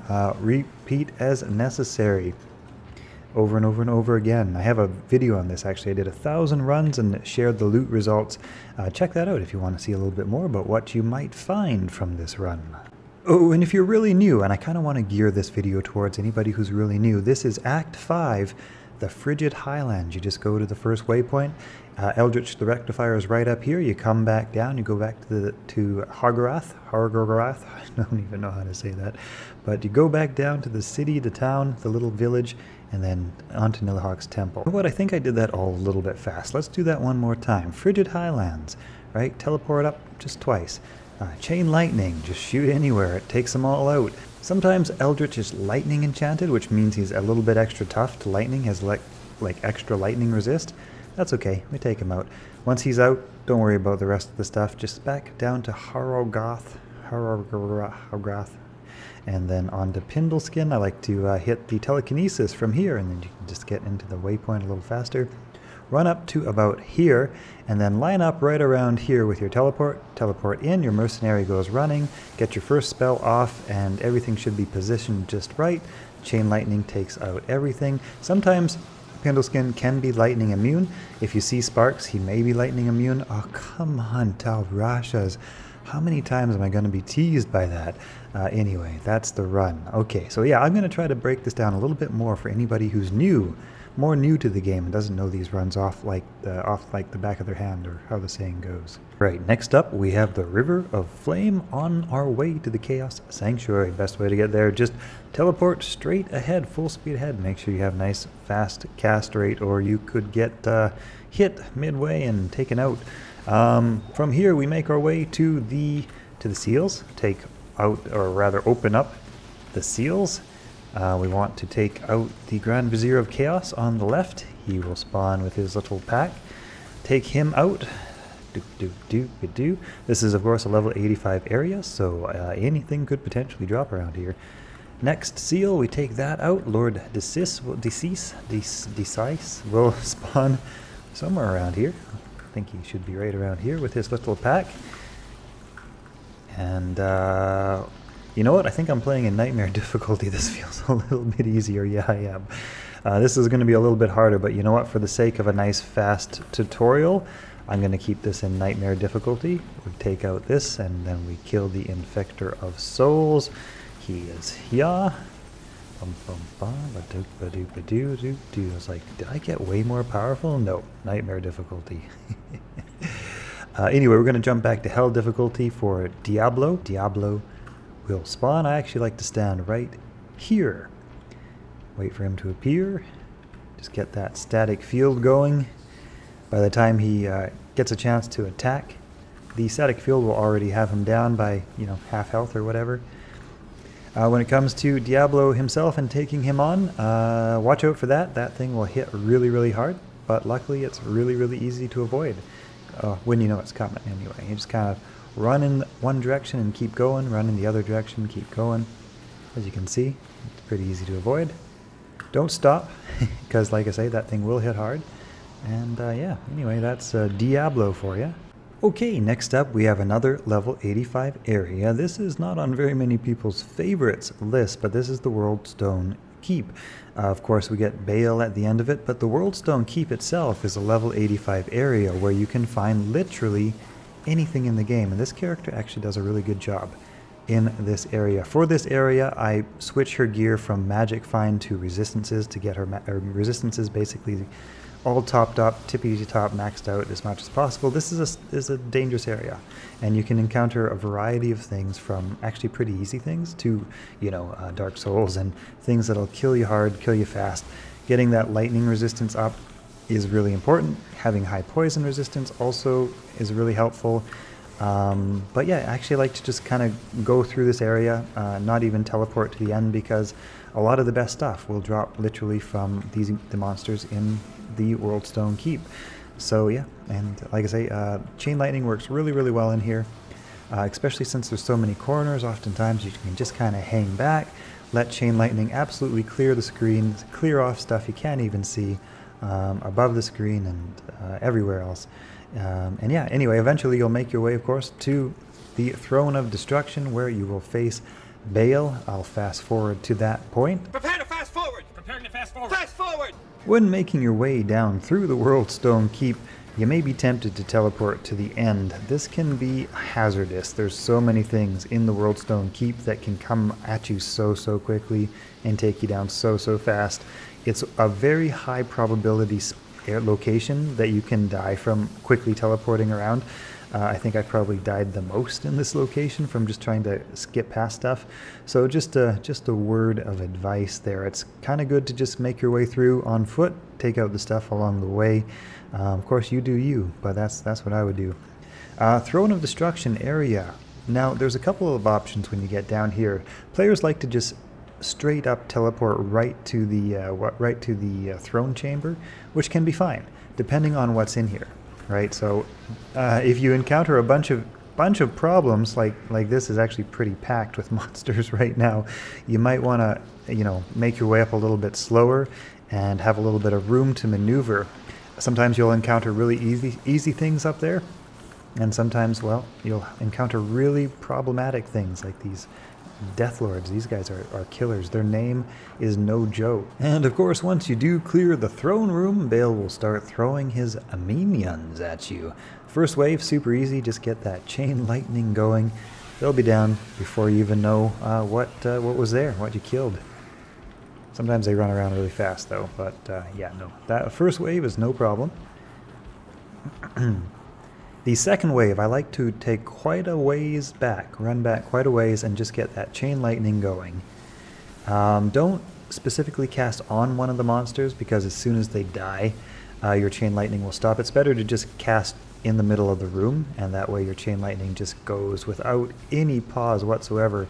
No pause is always good. Don't give them a chance to, don't give them a chance to recover from the hit recovery. The more locked up they are in that, generally the better. Yeah, I like I say, standing far back works pretty well against that group. The next group I find the most tedious, the Council group. Again, similar strategy, just standing back, get the Chain Lightning going. The problem here is keeping your Mercenary alive, and to do that, it's a game of teleport, and we kind of just need to stop them from focus firing on our poor Mercenary here. I like to keep him around a little bit longer. I actually like to keep him alive for helping with Baal. It helps quite a bit, and he's down. Wow, that was a tough group. Usually they're not that bad, but this group seems to have some mods on it that is especially nasty. So, yeah. In which case, you know, you can do the whole thing without your mercenary. That's okay. I wouldn't resurrect him for this part, but I will resurrect him for taking on Baal. Just, it seems to help. This next bit is, once again, same strategy. The pit lords are pretty good. They come at a pretty straight line, so instead of chain lightning, I just like to use regular lightning. And yeah, but they go down real fast. This part's usually pretty easy. That's one of the easier parts. So chain lightning in the case of the, or sorry, not pit lords, the venom lords. Those ones, yeah, that's a nice part for this character. No problem with those ones. And then last but not least, we have the minions of destruction. I kind of like to do the same thing. Start out with regular lightning, but depending on how they flank, can switch over to chain lightning. It's nice to have the mercenary for this part because they kind of all line up around him, and then you can just kind of spam that lightning in a nice line. But if they all, you know, fan out, then chain lightning can often be better. Anyway, mix it up, figure out what works. Yeah, this can go really quickly sometimes a little bit longer, and sometimes if you get like super fast-moving mana burn version of these, just, you know, just don't bother. You're probably gonna die a bunch. Yeah, these guys are taking quite a while this time. They're just not really cooperating in terms of positioning. That's why the mercenary can be really nice in this part. Once the mercenary is there to help, things are quite a lot easier. As for the Baal component, good to just teleport directly over to where he's standing, hit him with a bunch of static fields, just stay right on top of him, knock his health down with static field, and then from there I find that Frozen Orb is pretty much the best way to go. Lightning he seems pretty resistant to, but you know, you can kind of do both if you got the timing right. The problem is all those mana burns just keep coming, and I kind of find it helps to just run back and forth, hopefully stay out of those mana burn fiery things that don't seem to do any damage, or maybe they do, I don't know, but they burn all your mana away. So yep, back and forth, it seems to be the best.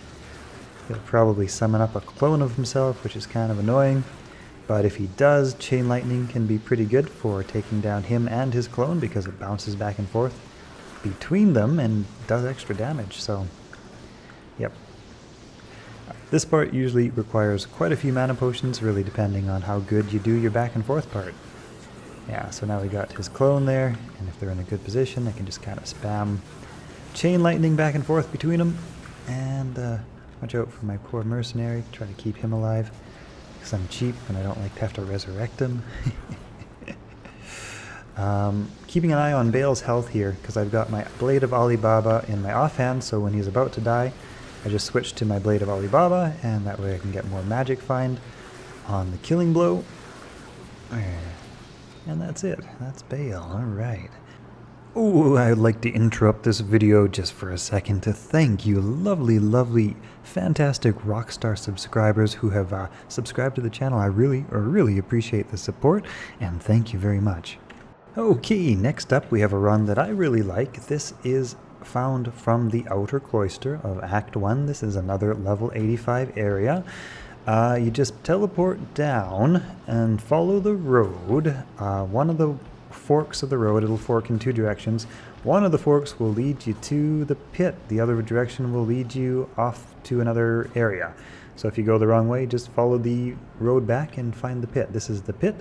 In the pit, I'll have no problem with my Blade of Alibaba. There will be lightning and there will be cold immunities. There will be the Dark Stalkers and the Dark Archers and some fire immunes and stuff, but basically the Archers need to be killed with cold, and the swords, well, I don't actually know if they're using swords. The melee version of them needs to be killed with lightning. They kind of look similar, so they're a little bit hard to tell apart. So that's how I kind of tell them apart. If they have a melee weapon, kill them with lightning. If they have a bow, kill them with the cold. Not with kindness. No, got to kill them with actual devastating elemental force. Anyway, the pit's good. Like I say, it's another level 85 area. So anything can actually drop from these, you know, Act 1 monsters, which seems kind of weird, but hey, that's the way the game is. There's a few level 85 areas in the game, and we're going to take a look at a couple of them in this video, but I actually have another video which covers all of the level 85 areas, and you can decide which one you like best for yourself. But what I like about the pit, number one, is that all the monsters in it are really low on hit points, and so they will die quick. They will die super quick, and there will be a lot of the either champion or unique spawn packs. I think somewhere like 6 to 8 unique spawn packs, something like that. And of course, unique spawn packs are higher level than regular monsters by 2 to 3 levels, and that basically means that's what makes it possible for them to drop some of the most well, difficult to find items in the game, the highest level items in the game, I guess you could say. So yeah, like I say, anything can drop from this area, from either the champion or the unique spawn packs. Yeah, anyway, so this is it. It's not a very big area. That's also another nice thing about it. And there is a second level to it. Maybe we'll just skip forward to the second level. And the second level has a super chest in it as well. Let's just skip to that part. Well, actually no, we'll take out this unique pack here, because you just never know when something good is going to drop. And that's kind of the fun part about farming these end game areas, because yeah, you could get like an absolutely amazing drop. Yeah, just like anything at all could happen. That's pretty fun. But this is level 2. It's always exactly the same configuration, which is also nice. Ooh, an Etanax. That's a good thing. And a Colossus Blade, really? He almost dropped a Grandfather. Oh, that would have been a cool find for this video. The Etanax, though, I believe if it rolls 5 sockets, it was really quite good, even with 3 sockets, but we'll see in just a minute what that's all about. But down here, it's a very small area, but it has like 2 to 3, and I think even 4 unique or champion packs. So just like in a really quick and short amount of time, you have all of these draws. This area can be a bit dangerous, though. If you get the unique archer packs, they are the most dangerous of what you'll find down here, just because they have sometimes some mods that can do a lot of damage quickly, so you really got to watch out for those guys. But otherwise, nothing down here is really too dangerous. It's just those archers that spawn with some nasty affixes. But then down here there is always the super chest. So we grab that super chest, and let's see what that axe was all about. That Etten axe with 4 open sockets. Okay, well, I guess it can spawn with 3 to 5 open sockets. So now I found a 3 and a 4, and I haven't yet found a 5 open socket. Anyway, this is the pit, and that's a nice, fun, fast area. Super easy to find each time, and there's, like I say, very low hit point monsters in it, as long as you watch out for the occasional nasty surprise from those unique dark archers. You should be pretty good. Alrighty, let's go to the Lost City in Act 2. In the Lost City area of Act 2, there will be a hatchway. You've just got to teleport around the map until you see a little purple spot appear on your mini-map, your not quite mini-map, but let's say maxi-map. The Ancient Tunnels is where we're headed. In the Ancient Tunnels, very much like the pit, you will encounter level 85 monsters. Champion packs spawn 2 levels higher. Unique packs spawn 3 levels higher. And it is from the unique packs that you can get any item in the game. Of course, the champion packs can drop almost any item in the game. And the Ancient Tunnels is nice because it actually doesn't have any cold immune monsters, and so I think a lot of people like it because it's fairly easy to farm, fairly safe to farm. There are, I would say, less nasty surprises than the pit, although I honestly think the pit is usually pretty easy. It's just those, like I say, those occasional dark archers that spawn with some nasty surprises. But yeah, this is the Ancient Tunnels, also a very good spot with I think 6 to 8, something like that, unique or champion spawn packs. Not a very big area, just a single level, so you can just kind of clear it out pretty fast. The only part that slows it down a tiny bit is in finding the ancient tunnels each time, though that doesn't usually take too long. It's not in a fixed location, kind of like the pit. You can always follow the road to the pit. The ancient tunnels is kind of in a random spot, so yeah.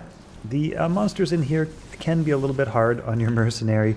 I do find myself pulling him back quite frequently and feeding him a lot of health potions to keep him alive. But overall, if you kind of just play it safe down here, you're pretty good. Let's not spend forever down here. Let's instead check out another area. So that is the ancient tunnels, also a very good spot. The thoroughness part of me couldn't neglect mentioning the super chest, which is also always somewhere in the ancient tunnels. Okay, now we'll check out the next spot. Okay, next on this list we have the Durance of Hate. This is a Mephisto boss run, Act 3. Durance of Hate is the waypoint. To find level 3 of the Durance, basically what you want to do is look at where your entrance exits. And if the exit point, as you can see on the map, is here, you just kind of want to head character left, stage left, and just kind of teleport along the wall until you find the entrance to Durance level 3, of course. There it is. And from here, you just kind of go straight ahead past the portal, and Mephisto will be right there, as usual. We take him down with some static field, and then we do the Mephisto dance. A little bit left, and a little bit right, and a little bit left. He's quite resistant to lightning, so if you are running the lightning orb source, the orb is the way to go here. Switching, of course, to the Alibaba Blade for the killing blow, and that's Mephisto. Do not forget to check the super chest in the back. That can sometimes drop some good stuff. And when you're done that, let me just grab that one. And when you're done that, head on over to the portal, and that way when you exit and come back into the game, you'll be immediately beside a waypoint, and you can go right back to Durance level 2. If you end up at the Curist docks, you have to run a little bit further, and that adds, 10 seconds onto your run time. So just a quick little trick there. Alright, next up we have the Andariel run. Now, if it's not too late for you already, I highly recommend quest bugging Andariel. She'll drop much better loot. The way to quest bug Andariel is basically this. In a nutshell, after you kill her, your first playthrough, and you portal back to town, don't talk to anybody, only talk to Warov. Go east after you talk to Warov, and then as soon as you get to Act 2, again, don't talk to anybody, just save and exit right there. And that will quest bug Andariel. The way you can tell if Andariel's quest bugged or not is if she's quest bugged, she'll never drop gold. And if you notice that she's never dropping gold, then yeah, you've probably got her quest bugged. The way I like to do the Catacombs level 2 is basically kind of similar to Mephisto. I pick a wall and I just kind of stick to that wall and I follow the wall until I hit to level 3, and then I again just kind of pick a wall, follow the wall. It's kind of the low thought way, the brainless way of doing it. I think there are some map hack techniques. I don't know them. So there you go. I confess I do not know how to map hack Andariel's run in my mind, so I just pick a wall and I follow it, and it gets me there pretty darn quick, so I don't worry about it too very much. Let's see here. Alright, okay, there we go, not too bad. Andariel just straight through the wall, of course. Her minions can be a little bit problematic, and otherwise just, the usual static field, take her down, and then run around and, yeah. Watch out for those minions, because actually those are the guys that kind of can be a little bit dangerous in this area. All those little lightning-y things, and if they get like a nasty epic spawned with them. But yeah, for the most part, Andariel is pretty not too difficult. Especially once her guards are down. She does have a pretty good poison attack, so if you get your poison resistance up, that's helpful. If you don't have good poison resistance and you're having any trouble with her poison, just get some antidote potions from what the hell's her name now? I forget. One of the nice things about, what could that be? Unique ring. Could that be something good? I don't know. Do I dare to hope for a Stone of Jordan? I do dare to hope. I hope every single time. Wouldn't that be a fun thing to find? Ravenfrost is also pretty cool. Okay. Andariel is a cool run, and like I say, she's a cool run because you can quest bug her, and she drops better items than well, without quest bugging her. And also, she is the best place to find Stone of Jordan Ring. Not in Hell difficulty, of course. The best place to find that is in Nightmare difficulty. But yep, that's where you would go to look for the Stone of Jordan. Not in my case this time, but oh well. Okay, what else? Now, this is not a run I usually do, but it is a run which has a level 85 area, quick to access. You, of course, head to Travancore, and then you can just teleport straight down, and there will be two stairways, one here and one right here every single time, so they're easy to find. These are also level 85 areas. They can be a little bit dangerous depending on what greets you right at the door, but these are level 85 areas. And they may have one or two, I think, unique champions or unique spawns or champion packs within. I don't really like to go to this area. It's kind of dangerous. So yeah, no, maybe not a top tier area, but easy to find. The River of Flame is also a level 85 area. If you have any trouble in the Chaos Sanctuary, you can also kill around the just around the River of Flame. It's actually a lot friendlier usually. Random monsters spawn. You don't always get exactly the same thing, and some things might be easier to take down. Some things might be more difficult. So if you don't like what you get, you can exit the game, reset your area, and maybe you'll get like an easier run. This is a pretty good area actually. There's quite a few unique or champion spawns that appear here. I don't know exactly how many, but it seems like there's quite a few. And yeah, it's not too difficult to handle for the most part. Oh yeah. Okay, last on this list that I would recommend for this build of character, like I say, this is the guide for the Lightning Orb source, is the Moo Farm. And actually the Moo Farm has a nice little... Actually, you know what? Yeah, no, I think this will be it. This will be the last one. The nice thing about this run is that also actually on your way to the Moo Farm, you can take out Griswold, you can also take out Rakinishu, and these guys actually have some decent chances of dropping some pretty good items. Not obviously end game highest level stuff, but still some pretty good items, and there's lots of champions and unique spawns in Tristram here, so yeah, you can just kind of take these things out on the way, and Griswold actually has a really good chance of dropping all sorts of good stuff. I don't remember exactly what, not the highest level stuff, but still all sorts of good stuff. And he has actually a really good chance of... What is killing me right now? I don't even know.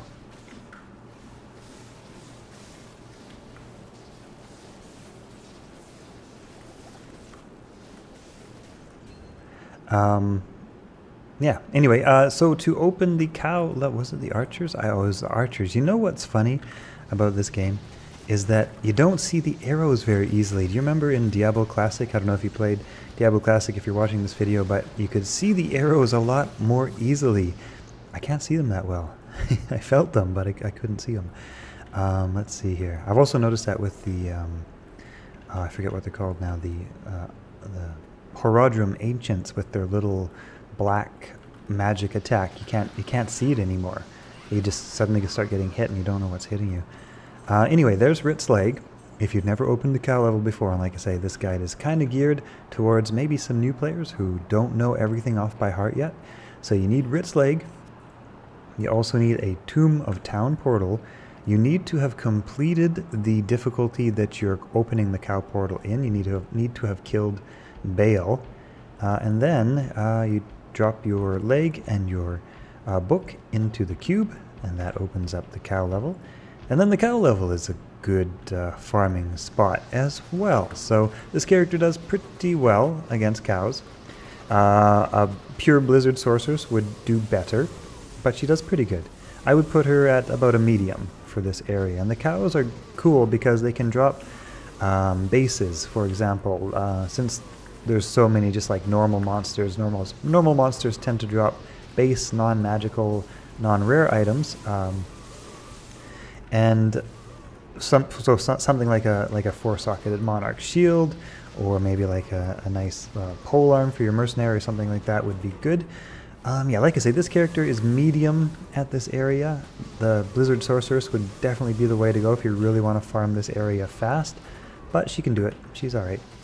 Anyway, I think that concludes my list here of the top tier farming areas for Frozen Orb Lightning Sorceress. I hope you have all enjoyed this video, and I'll see you all hopefully in the next one. All right, have a great day.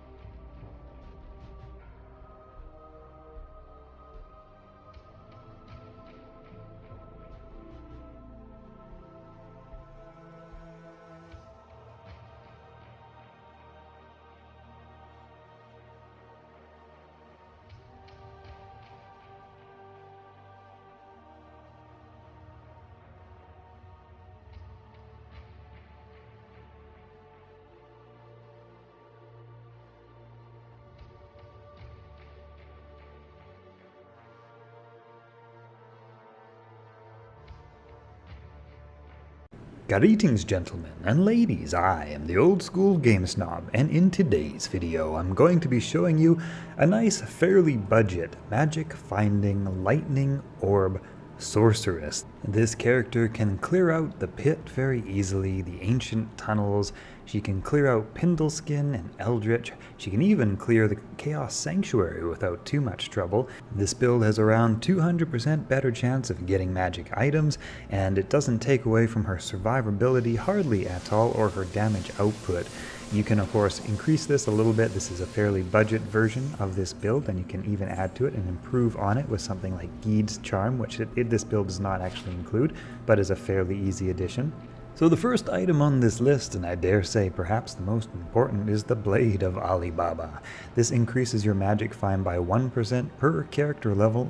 It also comes with 2 open sockets, so the more expensive version of this would see 2 Ist runes socketed in there for an additional 60% magic find. The Blade of Alibaba can be found on Diablo most commonly. You can also find it in Act 5 in the Frigid Highlands on Eldritch the Rectifier, also on Shank and Pindleskin, all in Nightmare difficulty. That's probably the best place to farm it, because in Nightmare difficulty it can drop, but also it has a better chance to drop than in Hell difficulty, because there's just more things that can drop in Hell difficulty and less things that can drop in Nightmare. So the Blade of Alibaba. Next up on this list, we have the Harlequin Crest, the Shaco, the legendary famous Shaco, socketed with a perfect topaz. This is great to tell skills, life, mana, and a 74% better chance of getting magic items. If you do not have a Shaco, you could substitute this for a 3 perfect topaz socketed helm. You'll suffer a little bit in terms of power level output, but it would still be feasible. These two items alone give us a fairly good magic finding percentage. I've also socketed Skin of the Viper Magi with a perfect topaz for an additional 24%. You could roll something like Chance Guards or some rare gloves with some additional magic find on them. You could also potentially find some boots with magic find. In my case, I do not have that. You could also find some rings and there's just a lot of ways to improve upon this already kind of base 200% magic find. You could potentially use gold wrap. All of those things would factor into this build and be fine, and they would not affect your clear speed or your survivability hardly at all. So those are all good options to boost up your magic find even more. I don't have those things yet, so I'm not showing them, but I probably would. That is basically it for the magic find component. As for the damage output, of course we have Skin of the Viper Magi. I also have a +3 to lightning skills amulet. You could also do a +2 caster amulet, or Tal Rashas, or Maras if you're lucky enough to find one. For rings, all I have is faster cast rate. The faster cast rate that you're aiming for is of course 78% to hit that faster cast rate breakpoint. And yeah, like I say, the gear is a little bit swappable, customizable. You can kind of change stuff around. Spirit Monarch Shield, of course, is very helpful. And then I basically just got some health and mana charms, and yeah, nothing really too fancy here. You do, of course, have the option of a Spirit Sword with your Monarch Shield, and then you can swap to your Blade of Alibaba and use something like Milibregas. All right, I think I said that right. Shield for an additional bonus to magic find. Of course, you have to get the timing right and kill the things in the right time. I usually just kind of leave it like that. Just keep it simple. Focus on clearing and not worry too much about the swap. But that is an option if you like to play that way. So I have actually talked about this build in a previous guide, but just to touch upon it briefly, I've maxed out Lightning Mastery, maxed out Chain Lightning, maxed out Lightning. I've also put a point into Energy Shield. This really helps you to stay alive. You would be surprised how much that 1 point in Energy Shield helps you to stay alive. Even if you're taking a ton of damage to your mana, it really actually just helps you to stay alive. So 1 point in Energy Shield. If you don't like that, you can leave that out. I've also put 1 into Static Field to help bring down bosses, and 1 point into Warmth just because of the extra value you get out of that.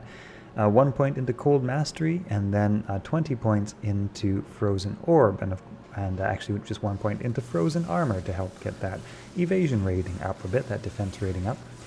So that's basically the skill layout.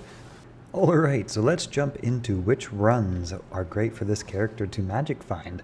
The outer cloister will be the waypoint that leads you down to the pit. Now the pit is easy to find because you can just follow the road. The road will at some point fork, and one of the forks will lead you to the pit, and the other fork will lead you to the next area. So if you take the wrong fork, you just go back and you'll find the pit on the other fork.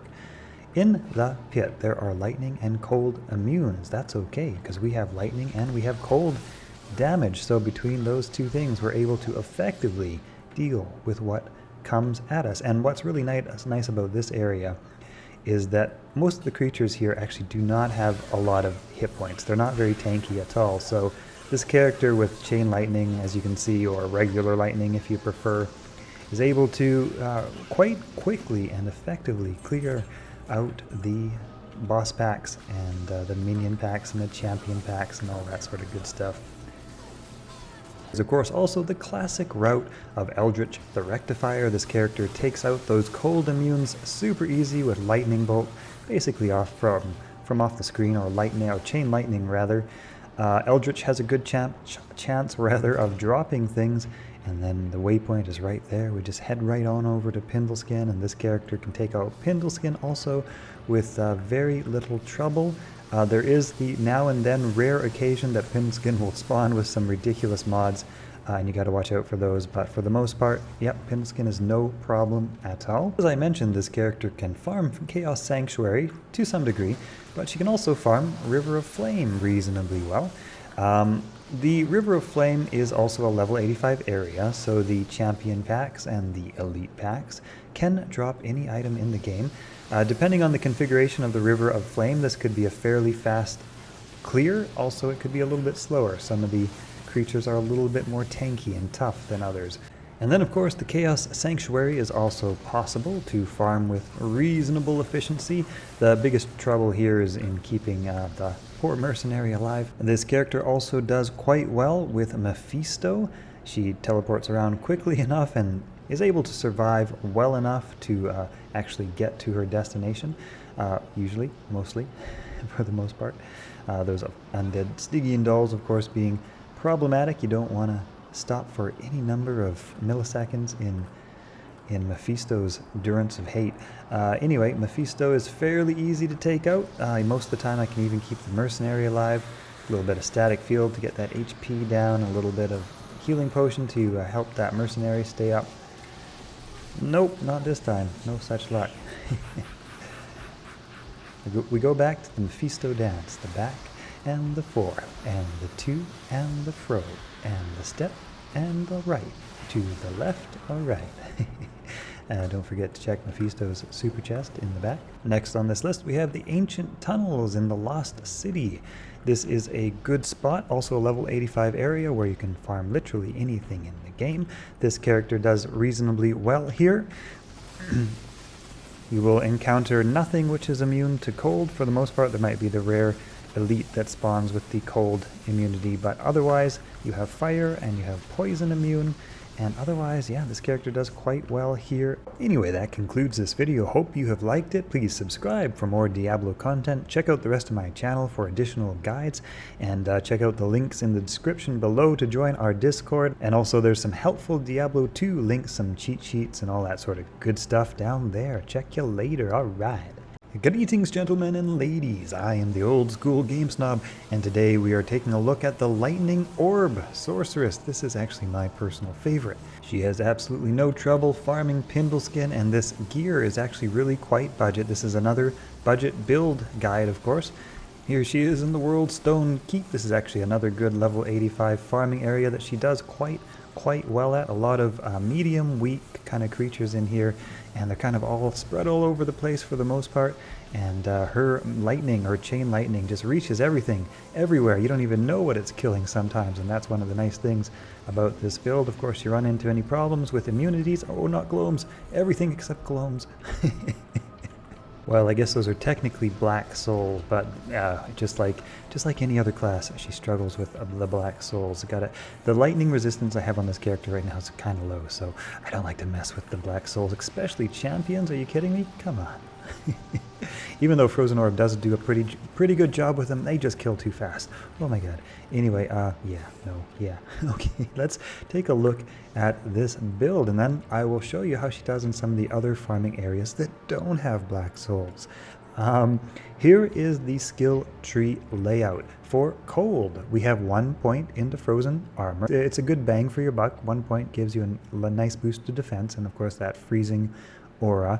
Then we have 1 point into everything until we get to Frozen Orb, and then we've maxed out Frozen Orb at 20 hard points, and we've dropped 1 point into Cold Mastery. In the Lightning skill tree, this is where we have invested most of our points.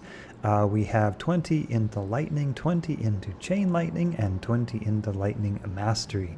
Now this effectively gives her, with gear, a 6,700 Lightning and a 3,700 Chain Lightning, and this is increasing slowly as I level up. I'm putting more points into Charged Bolt, since Charged Bolt has a synergy with Lightning and Chain Lightning, or is it just, yeah, no, Lightning and Chain Lightning. If I had more points to spend, I would put them in Nova, but I will run out of points long before that. And since this is a hybrid build, we can't 100% max out Lightning, but that's okay. As you'll see, it is enough. I have also optioned to put 1 point into Energy Shield. This can sometimes help with survivability a bit, although it does drain the mana super duper fast. You can decide whether you want that or not. The 1 point into Static Field helps take down bosses, obviously, and 1 point into Warmth, just because of the bang for your buck that you get out of that one. As for stats, it's pretty standard, 156 strength, a little bit boosted here. This is not perfectly optimized. I could probably take that down a little bit and use gear, but that's okay. I'm still in progression of leveling this character up. And as for vitality, well, that's where the rest of her points go. Let's take a look at her budget gear. Like I say, this is the very budget version. There are better versions. I'm going to be doing a budget version and a best version guide. The best versions will come later. These are going to be the budget guides to get everybody up and running and slaying and finding magic loot and good stuff like that. Anyway, the obligatory Crystal Spirit Sword. I've got a Harlequin Crest Shako. You could also swap this for a Peasant Crown. That would be okay, although the crest, the Shako is really nice because of that big life and mana boost. We have the Spirit Shield, of course, just nice skills and faster cast rate. This is a character that really enjoys faster cast rate. Right now her faster cast rate is 124, and we do need that 117 to hit that faster cast rate breakpoint for lightning and chain lightning. You don't need to have 117. You could also be fine at the 78% breakpoint. I think it's 78%, and still cast fast enough. Right now I'm just enjoying that faster cast rate, but this can kind of be swapped around a little bit and still works.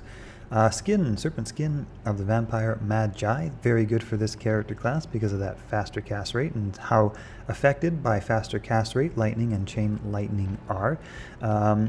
And for boots, I've actually just got some nice Magic Find boots here. I've got some a Magic Find belt, Magic Find gloves. Here's one thing though, she does like to have the faster cast rate on the rings. Right now I've only got like a nice mana ring here, and that's just to kind of get her mana up around 700. I find when it's up around 700 that when I use Insight on my Mercenary's pole axe, that she's able to cast basically without any sort of mana issue. If it's lower than that, if it's around 500 mana, I find that she drains that mana even with the Insight aura up. So I like to get the mana up around 700 just to balance that out. But otherwise, yeah, she's a lot of Magic Find gear. Actually, what I usually do is I usually have the Blade of Alibaba over here, and that's still perfectly viable. That's what you saw at the beginning of this video with. And she actually has 310% better chance of getting magic items. So this character is extremely viable with a nice high magic find. Like I say, you can swap around the belt, swap around the rings, swap around the boot. Those things are all pretty optional. For her amulet, I've just got this nice faster cast rate amulet to break that 117 point. This could be improved, you know, with a nice caster amulet with +2 skills and faster cast on it, and her power level would go up quite a bit with a nice amulet. But this is kind of my budget configuration at the moment. You could, you know, take something like a lightning skills amulet and swap that out and have a slightly slower cast rate and also do quite well. That works pretty well as well, pretty similar actually. So there are some options in how you configure her gear, and she still works really well. Alright, so you already saw the Pindleskin and Eldritch the Rectifier run. Let's head on over to the pit. The pit is a good run for this character. She's able to deal with everything in it. If you've never made your way to the pit before, head to the outer cloister, follow the road until the road forks, and one of the roads will lead you to the pit. In the pit, of course, you have the level 85 monsters, which are capable of dropping anything. Well, the champion packs are, and the unique packs are. She has no problem dealing with the possessed stalkers, and the dark rangers. She can take out with Frozen Orb pretty easily. The little guys, of course, are no problem at all. The one thing that she does kind of occasionally have problems with are the champion and unique ranger packs, the dark ranger packs. They can kind of surprise her and add up quite a bit of damage. But for the most part, she does pretty darn well down here. One of the nice things, though, about the Frozen Orb and Lightning combination is that where the Frozen Orb and something like Blizzard or something like Meteor, they all share the same timer and the cooldown.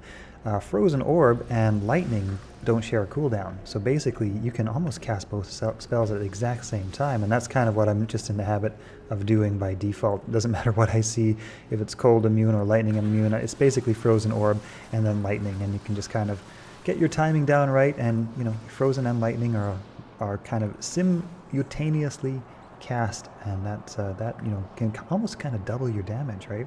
So if you don't have anything lightning or cold immune, you can almost basically double your damage if you get the timing of that right. So that's a pretty nice synergy between these two spells for the orb and lightning sorceress. Let's check out some other areas. Oh, and by the way, I'm doing this with the Blade of Alibaba just to show you that she doesn't even need to be at her max power to be very effective. Like I said, she can farm anywhere. Some places she struggles with a little bit, other places she does really well at, but she is viable anywhere.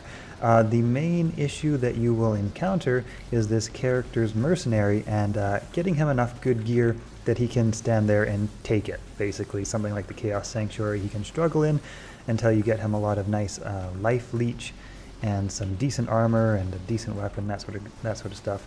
I actually have a guide specifically on how to gear your Mercenary up.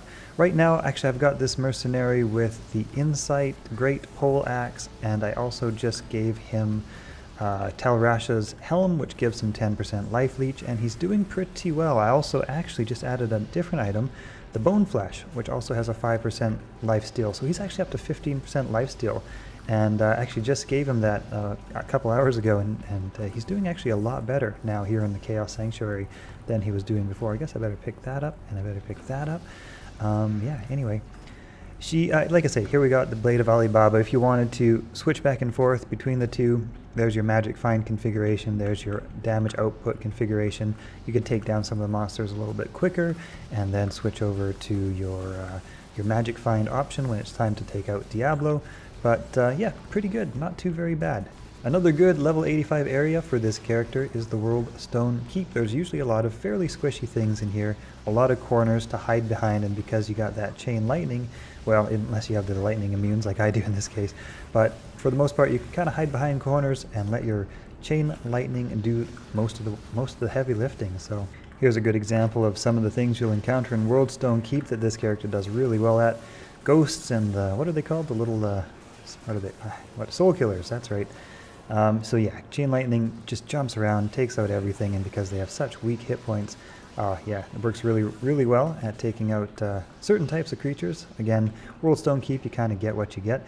But let's head on down to the throne room, and I'll show you how she does against Bale's minions. Of the builds that I've shown so far, I think this one is probably the most viable at taking down Bale's assorted array of minions. The other ones sort of struggle. This one also struggles because, you know, Bale's minions are pretty tough. But this character does a pretty good job and has an answer for most of the problems that come. Sometimes it goes better, sometimes it goes worse. It really depends on what you get when it comes to the affixes that spawn with the various Bale minions, but it's not too bad for the most part. I would say that she probably struggles the most with the council member pack, and this really depends on how well that Mercenary holds up. If he can hold up for just a minute or two, it's okay. If not, well, it's going to be teleport around and kite, and run back to the to Mala for more healing potions and break him up and just kind of take him down one by one. It's not too bad, not too bad. Like I say, it's at least doable with this character as compared to some of the other builds that we've taken a look at. She has a pretty easy time with the Venom Lords. For some reason, they just go down pretty quick and pretty easy with her combination of lightning and orb. They never really seem to be able to catch up and be very threatening. So she just kind of runs and kites. Well, don't teleport into them, and it helps. But run, kite, lightning bolt, and yeah, those guys go down pretty good. And she usually has a pretty okay time also with the Minions of Destruction. Same strategy as before. Like I say, you double up the damage by basically casting 2 spells at once, that orb and that lightning combination. And yeah, even the Minions of Destruction are not usually a problem. Sometimes they can spawn with like speed buffs and stuff, which make them a little bit more challenging, but she handles herself, even without her Mercenary. She handles herself pretty not too very bad. As for Bale himself, I like to get the Mercenary back. Then it's, of course, a quick lightning static field, rather. Take him down as much as he can, and then cast. I find if you stay a bit closer, he can actually it's easier, because he casts certain spells when you're kind of mid-range compared to when you're further away. It just seems to work better. I don't know, that mid-range seems to help. The Ancient Tunnels are pretty much what you would expect. If she can handle the pit, she can definitely handle the Ancient Tunnels. I would say they're the easier of the two areas. Now, she may not take down monsters quite as quickly as the Blizzard Sorceress, but she takes them down pretty quickly. And the nice thing about this character is there's really nowhere that she can't go and nowhere that she can't handle. And so you kind of sacrifice some of that damage output and specific farming for a wider variety. As I'm sure you might expect, she has no trouble taking down Mephisto. And as usual, the last place I like to look at is the Moo farm. How does she handle the cows? Well, I would say solid medium plus. She takes them down pretty fast, certainly not as fast as a pure Blizzard Sorceress, but if you can get them lined up just right and fire off that regular lightning instead of that chain lightning, that seems to kind of work better. Chain lightning can be a little bit slow because the Hell Bovine, even though they don't have resistances, do have a fairly tanky amount of hit points, so they don't go down super duper fast. But solid. She's solid. She's solid everywhere, and that's what I really like about this build, is she's just solid everywhere. Hope you have all enjoyed this video. I have more sorceresses guides coming out real soon. So subscribe for those, and check out some of the other videos on my channel. Many more Diablo guides to be found. Alright. Oh, what's that? What's that? What's that? What is that? What is it? Oh, God. Is it 4 sockets? Oh my God, it's 4 sockets. Oh, well, that's a good lucky find. Alright, have a great day, everybody. Good evenings, gentlemen and ladies. I am the Old School Game Snob, and in today's video we are taking a look at the Immortal Infinity Lightning Sorceress. This is the sorceress that little sorceresses dream about becoming one day when they grow up. This is by no stretch of the imagination a budget build, but this I think is probably the most powerful sorceress build in the game, and she is just so fun to play. There is really nothing that can stand up to her. There is really nothing that can slow her down. She is extremely tanky with her energy shield, and she clears areas so quickly. Sort of like the Blizzard Sorceress is able to clear areas quickly, the Immortal Infinity Sorceress can clear areas quickly and also not be slowed down by cold immunities or immunities of any sorts. She is just so powerful, and yeah, so fun to play. This is my favorite sorceress. I don't know what else to tell you. Let's take a look at her build. So right off the bat, we are using the Infinity rune word. This is Bur, Bearer, Mal, and Ist. This makes this build extremely expensive if it were only for this. And for this reason, this is going to be in no way a budget build. This is going to be a top tier end game, best gear build, and kind of the best case scenario and the most powerful sorceress sort of theme. So what the Infinity rune word does is it gives that level 12 conviction aura. That level 12 conviction aura is able to break immunities. It is especially good at breaking lightning immunities, which is why we are focused on lightning damage. For some reason, for whatever reason, lightning immunities tend to be less difficult to break than other immunities in Diablo, so that is why we are focusing on the Lightning Sorceress in this case, because almost every monster in Hell difficulty with lightning immunity can be broken.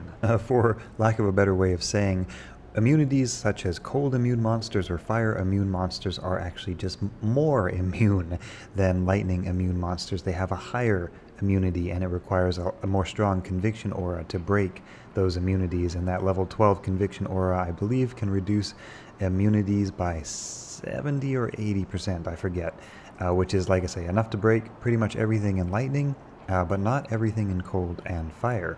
Anyway, her Mercenary is also wearing a Fortitude rune word. This is great because of that 300% enhanced damage. That really helps your Mercenary to stay alive, and well, yeah, your Mercenary is your way of breaking immunities, so we absolutely need him to stay alive on the front line, taking things down. Andariel's Visage is also his choice of helm for that big 10% life stolen per hit, and also that big 20% increased attack speed. Your Mercenary stays alive based on how much life he can steal, and the faster his attack, the better. The harder he hits, the better. That's why Fortitude, and that's why increased attack speed. I have also socketed his helmet with a Ral rune. Normally Andariel's Visage gives a minus 30 to fire resistance, but with that plus 30 from the Ral rune, it breaks out about even. As for our stunning and powerful sorceress, We have 20 hard points into lightning, 20 hard into chain lightning, and 20 hard into cold mastery. We also have 20 hard into energy shield and 20 hard into telekinesis, 1 into teleport, 1 into static field. We have also got 1 into warmth to help with mana recovery, and we've got 1 into frozen armor because that gets our armor up, and well, the less damage we take to our energy shield, the more easy it is to stay up, and that's an easy 1 point into frozen armor to help quite a bit. And so there we have 70% without our frozen armor and 57%, so that's getting hit a whole lot less. That's definitely worth a point. I should probably also explain that the reason we have all these hard points into telekinesis is because this synergizes with our energy shield. Basically what happens is that when you have only 1 point into telekinesis, you take 200 points of damage to your, or 200% rather, damage to your energy shield for every 1 point of damage that you take. So if you take 1 point of damage from an enemy, you actually take 2 points of damage to your energy shield. The more you raise your telekinesis up, the more this is reduced. At level 16, you basically take 1-to-1. So 1 point of damage to your energy shield from a monster will inflict 1 point of damage to your mana. At level 20 hard points into telekinesis, this is actually reduced by 25%. So if you take 1 point of damage to your mana, you would actually reduce that by 25%. So you're only taking, well, 0.75% damage, or let's use 100 for easier math. So if you take 100 points of damage, you would only take 75 points of damage to your mana. Then of course our energy shield is currently sitting at 88% damage reduction, so we are actually only taking 12% damage, and only 75% of damage is getting through. And then from that remaining 12% of damage that gets through, what we are also going to now do is stack a little bit of gear that has damage reduction on top of it. So I have Skin of the Vampire Magi, and Skin of the Vampire Magi is nice for so many reasons. One of those reasons is its magic damage reduction, socketed with a soul rune. I've also got Griffin's Eye, socketed with a soul rune. And the reason that we have these socketed with a soul rune is that they get our damage reduction up. And in this case it's only up to 14, and our magic damage reduction is 13, but since we're only reducing damage from 12% of the damage that is actually getting through, for the most part that 14 and 13 damage reduction leaves us with like 1 point of damage or 2 points of damage that we're actually taking to our health pool. Now on my weapon swap, I actually like to keep Gurk's Sanctuary because of its natural damage reduction and magical damage reduction. I've also got this socketed with a soul rune. When you swap over to Gurk's Sanctuary with this configuration, you don't lose any of your faster cast rate breakpoint speed, so you can still cast just as fast. But you also get 37 damage reduction, or pretty near it, and pretty near 30 magic damage reduction. So if you're hitting, if you're facing monsters that are hitting somewhat harder, you can swap over to the Gurk's Sanctuary option and then start to take basically no damage to your life pool at all. Okay, so basically how it works is this. When you take damage with energy shield on, first that damage is reduced by that 25% from your telekinesis bonus, and then the remaining damage is applied to your mana pool.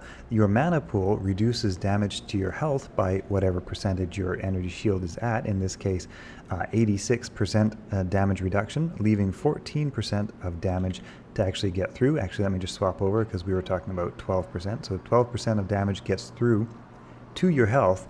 Now that damage is resisted depending on what your resistances are. So if using 100 damage that gets through, and 75% of that actually gets through to your mana, from that 75%, 12% of that gets through to your health, and of that 12%, if it's like fire damage or something, it is then resisted by 75%, and then of the damage that is actually still actual damage, it is then reduced by your damage reduction or your magic damage deduction, depending on what type of damage is getting through. But long story short, with all of these resistances and damage reductions and various things working for you, not to forget defense, which means, you know, like I say, melee and can even miss you a lot of the time, you are very, very tanky. In a nutshell, that's what I'm trying to get to, is that you are very tanky with this Immortal Sorceress. in so many ways. Oh, I just love this character. We will talk about the rest of this build in just a second, but let me show you an example. These Prowling Dead are notorious for their hard-hitting attacks. Look at that. As long as this character has mana, she's alright. Of course, you know, keeping mana up is one thing, but now I've switched over to my bigger shield with increased damage reduction, and as you can see, hardly any of these hits are getting through. And like I say, these, when you don't have a lot of damage reduction, these hits usually can take you out for like, what, 500, 600 damage in a hit? So yeah, these are really hard-hitting melee attack monsters, and as long as her mana is okay, yeah, that health pool is barely moving. It's actually recharging at the moment. Well, a little bit. It's pretty darn close. So yeah, pretty fun. Meanwhile, the Mercenary's mopping up over here. I won't get too much into the Immortal part of this, but there are some interesting options. You might consider even using an Insight Aura for your own weapon, and then tanking up with like Gladiator's Bane or something, and getting your mana recharging so fast, and no damage gets through. Of course, your damage output suffers, but it's kind of fun to just take no damage. Anyway, let's carry on with the rest of this build. For her gear, like I say, this is a top tier build, and there's nothing budget about it. I have Arachnid's Mesh for her faster cast rate, mostly, and that +1 skills, obviously, very nice. Increase to maximum mana is very good. The higher our mana pool, the faster our recharge rate, and since her health is her mana, the faster we can get that recharging, the better, especially since, unfortunately, we can't take advantage of the Insight Aura on our Mercenary's polearm because he's got to use Infinity. Some sorceresses, some Infinity sorceresses like to use Infinity in their own hands as their own weapon, and that is an option you might look at, but this guide will talk not about that technique. Instead, we will just focus on, like I say, sword and shield style. Well, wand and shield, I guess I should say. We have 2 Stones of Jordan. These increase maximum mana, obviously. They give a bonus to mana, they give a bonus to skills, but again, that increase to maximum mana is what really helps us to stay alive. We have Frostburn Gauntlets for that very reason, increase 40% to maximum mana. For her boots, I've just got War Traveler boots on at the moment. The boots are kind of the one thing that you can optionally swap out for whatever boots you like the best. For her weapon, I have Shoota's Temper, and that is because this gives a up to 20% lightning skill damage increase and 3 sorceress skills, and 40% faster cast rate, and some mana also in form of 30 energy. So that's really great. For her headpiece, we have Griffin's Eye, and that is also for the faster cast rate and the minus up to 20 enemy lightning resistance, and also the 20 lightning skill. I mean, this is just exactly what a lightning sorceress would need.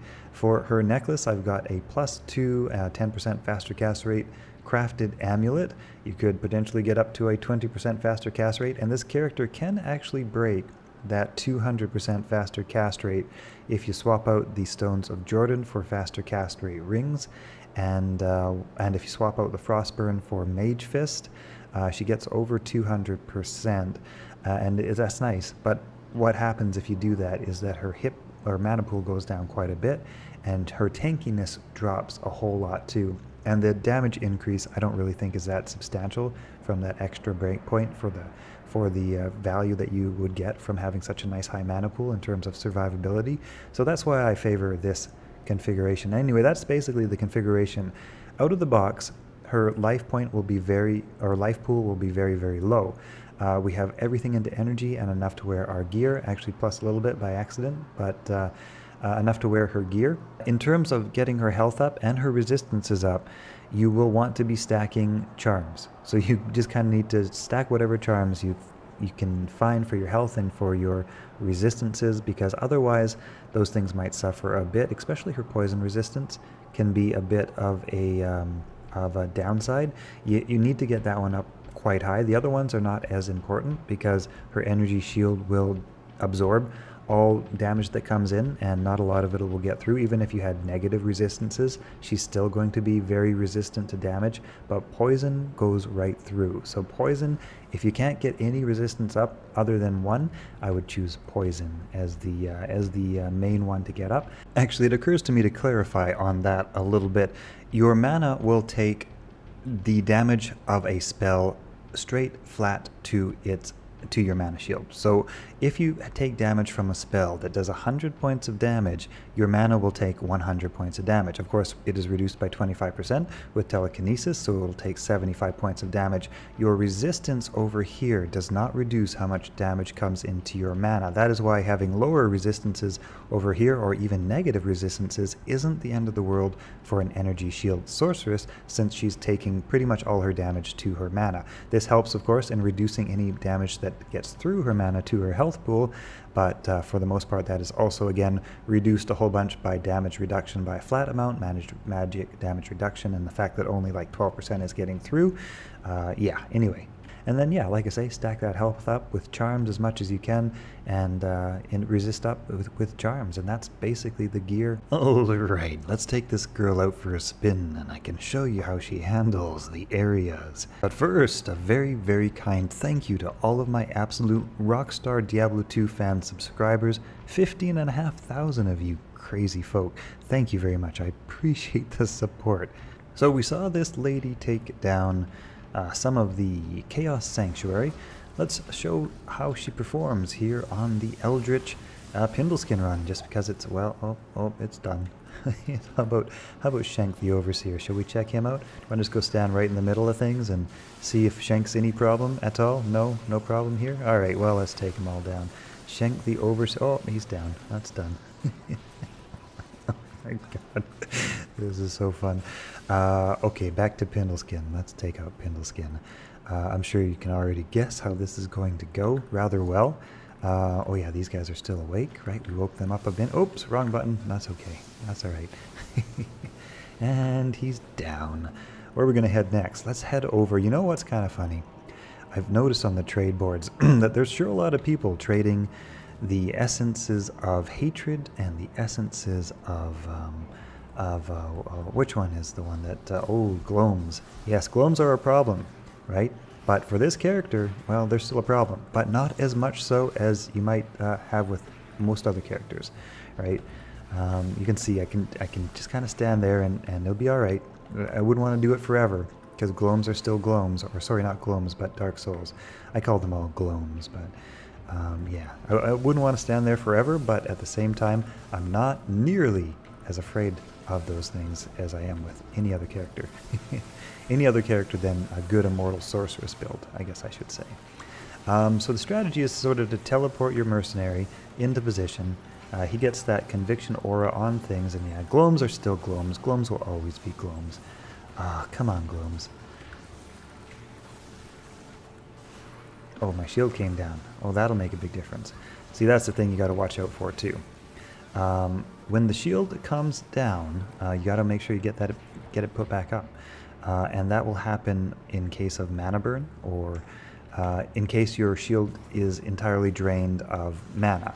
When your shield is drained of mana, the energy shield comes off, and you need to recast it to put it back up.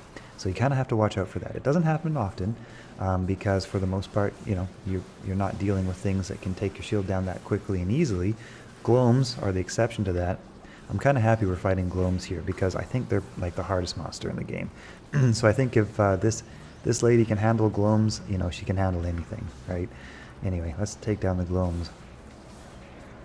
What button am I pressing? I think I'm pressing the wrong damn button. Anyway, keep teleporting when I mean to cast a lightning spell. Anyway, that was a little bit dangerous and a little bit rough, but like I say, you know, gloams are gloams. Or not gloams, Dark Souls, as they were. One of the nice things, though, about this character, though, is that when things are hot, she can be back over here, right? Casting off the screen, kind of like how the Dark Souls like to do. They like to cast from far, far away. Yeah. Anyway, taking things down bit by bit.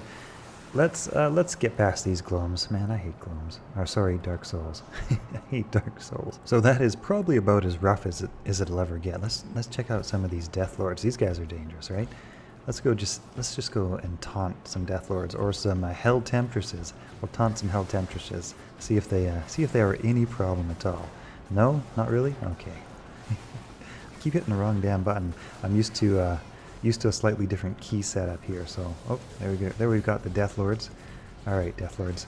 Let's see. Are you dangerous? Are you threatening? Well, that poison is getting through. Let's just take them down. got some elite pack here or unique pack. Yeah, anyway, I just kind of want to highlight how nice that energy shield is, but you probably get the point. But what was kind of funny, what I was saying before, is that when you head on over to the trade boards, everybody wants to trade for the Diablo essence or the Baal essence, and there's just a ton of Andariel and a ton of Mephisto essences, and I dare say that's because nobody really likes to do the World Stone Keep or even the Chaos Sanctuary all that much, right? Because they're hard. Man, I don't like that little thing on top though. That's a little. When you cast mana, whatever that is, it takes down your health, so that's kind of annoying.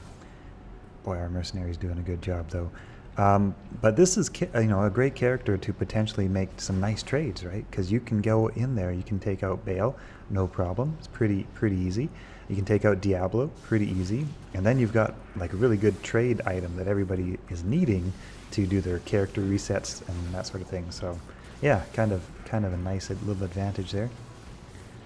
But yeah, I mean, I'm hardly even working here. This is like the most comfortable character to play in the World Stone Keep. This place is dangerous, man. Like there's things in here that want to kill you and kill you good. To feel relaxed in this place is a sure sign that your character is very, very nice.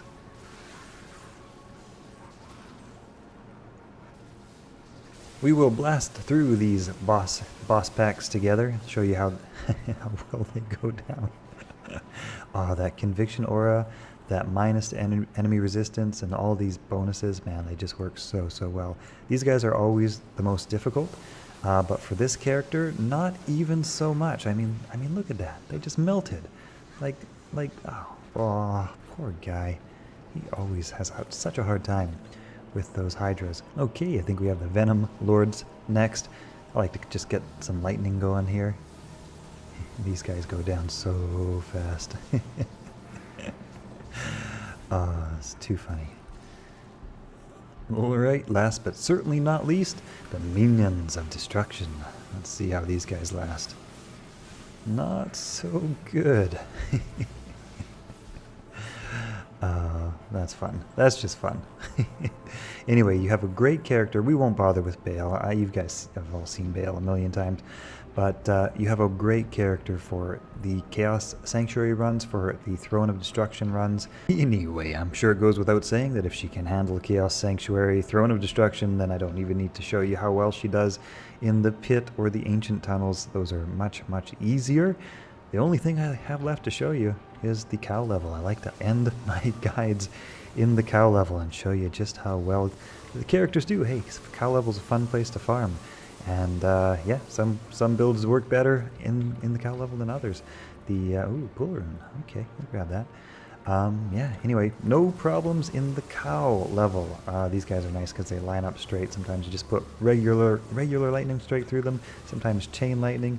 Yeah, I don't know. I think she even does better than my all-time favorite for the cow level, which is the Blizzard Sorceress. I showed you a little bit about how well she does in the cow level, but I dare say our Infinity Lightning Source is at least on par, maybe even better, maybe even faster, just because that lightning is so fast and it goes exactly where you want it to go. Well, which is where all the monsters are. Blizzard kind of can sometimes hit a little bit randomly, so it might be a little bit slower, but yeah, lightning, chain lightning, they just go straight to target, kill all the things. So fun. so fun. Oh yeah, right, and I even didn't even show you how well she holds up against cows and their halberds. No problem. Like, oops, I accidentally teleported into a bunch of cows. That's okay. No problem. I hope you guys have enjoyed today's video on the Immortal Infinity Lightning Sorceress. Like I say, this is the sorceress that young sorceresses dream about growing up and becoming one day. I can't think of a more powerful sorceress than this. If you can think of one, let me know in the comments. I'd be very curious.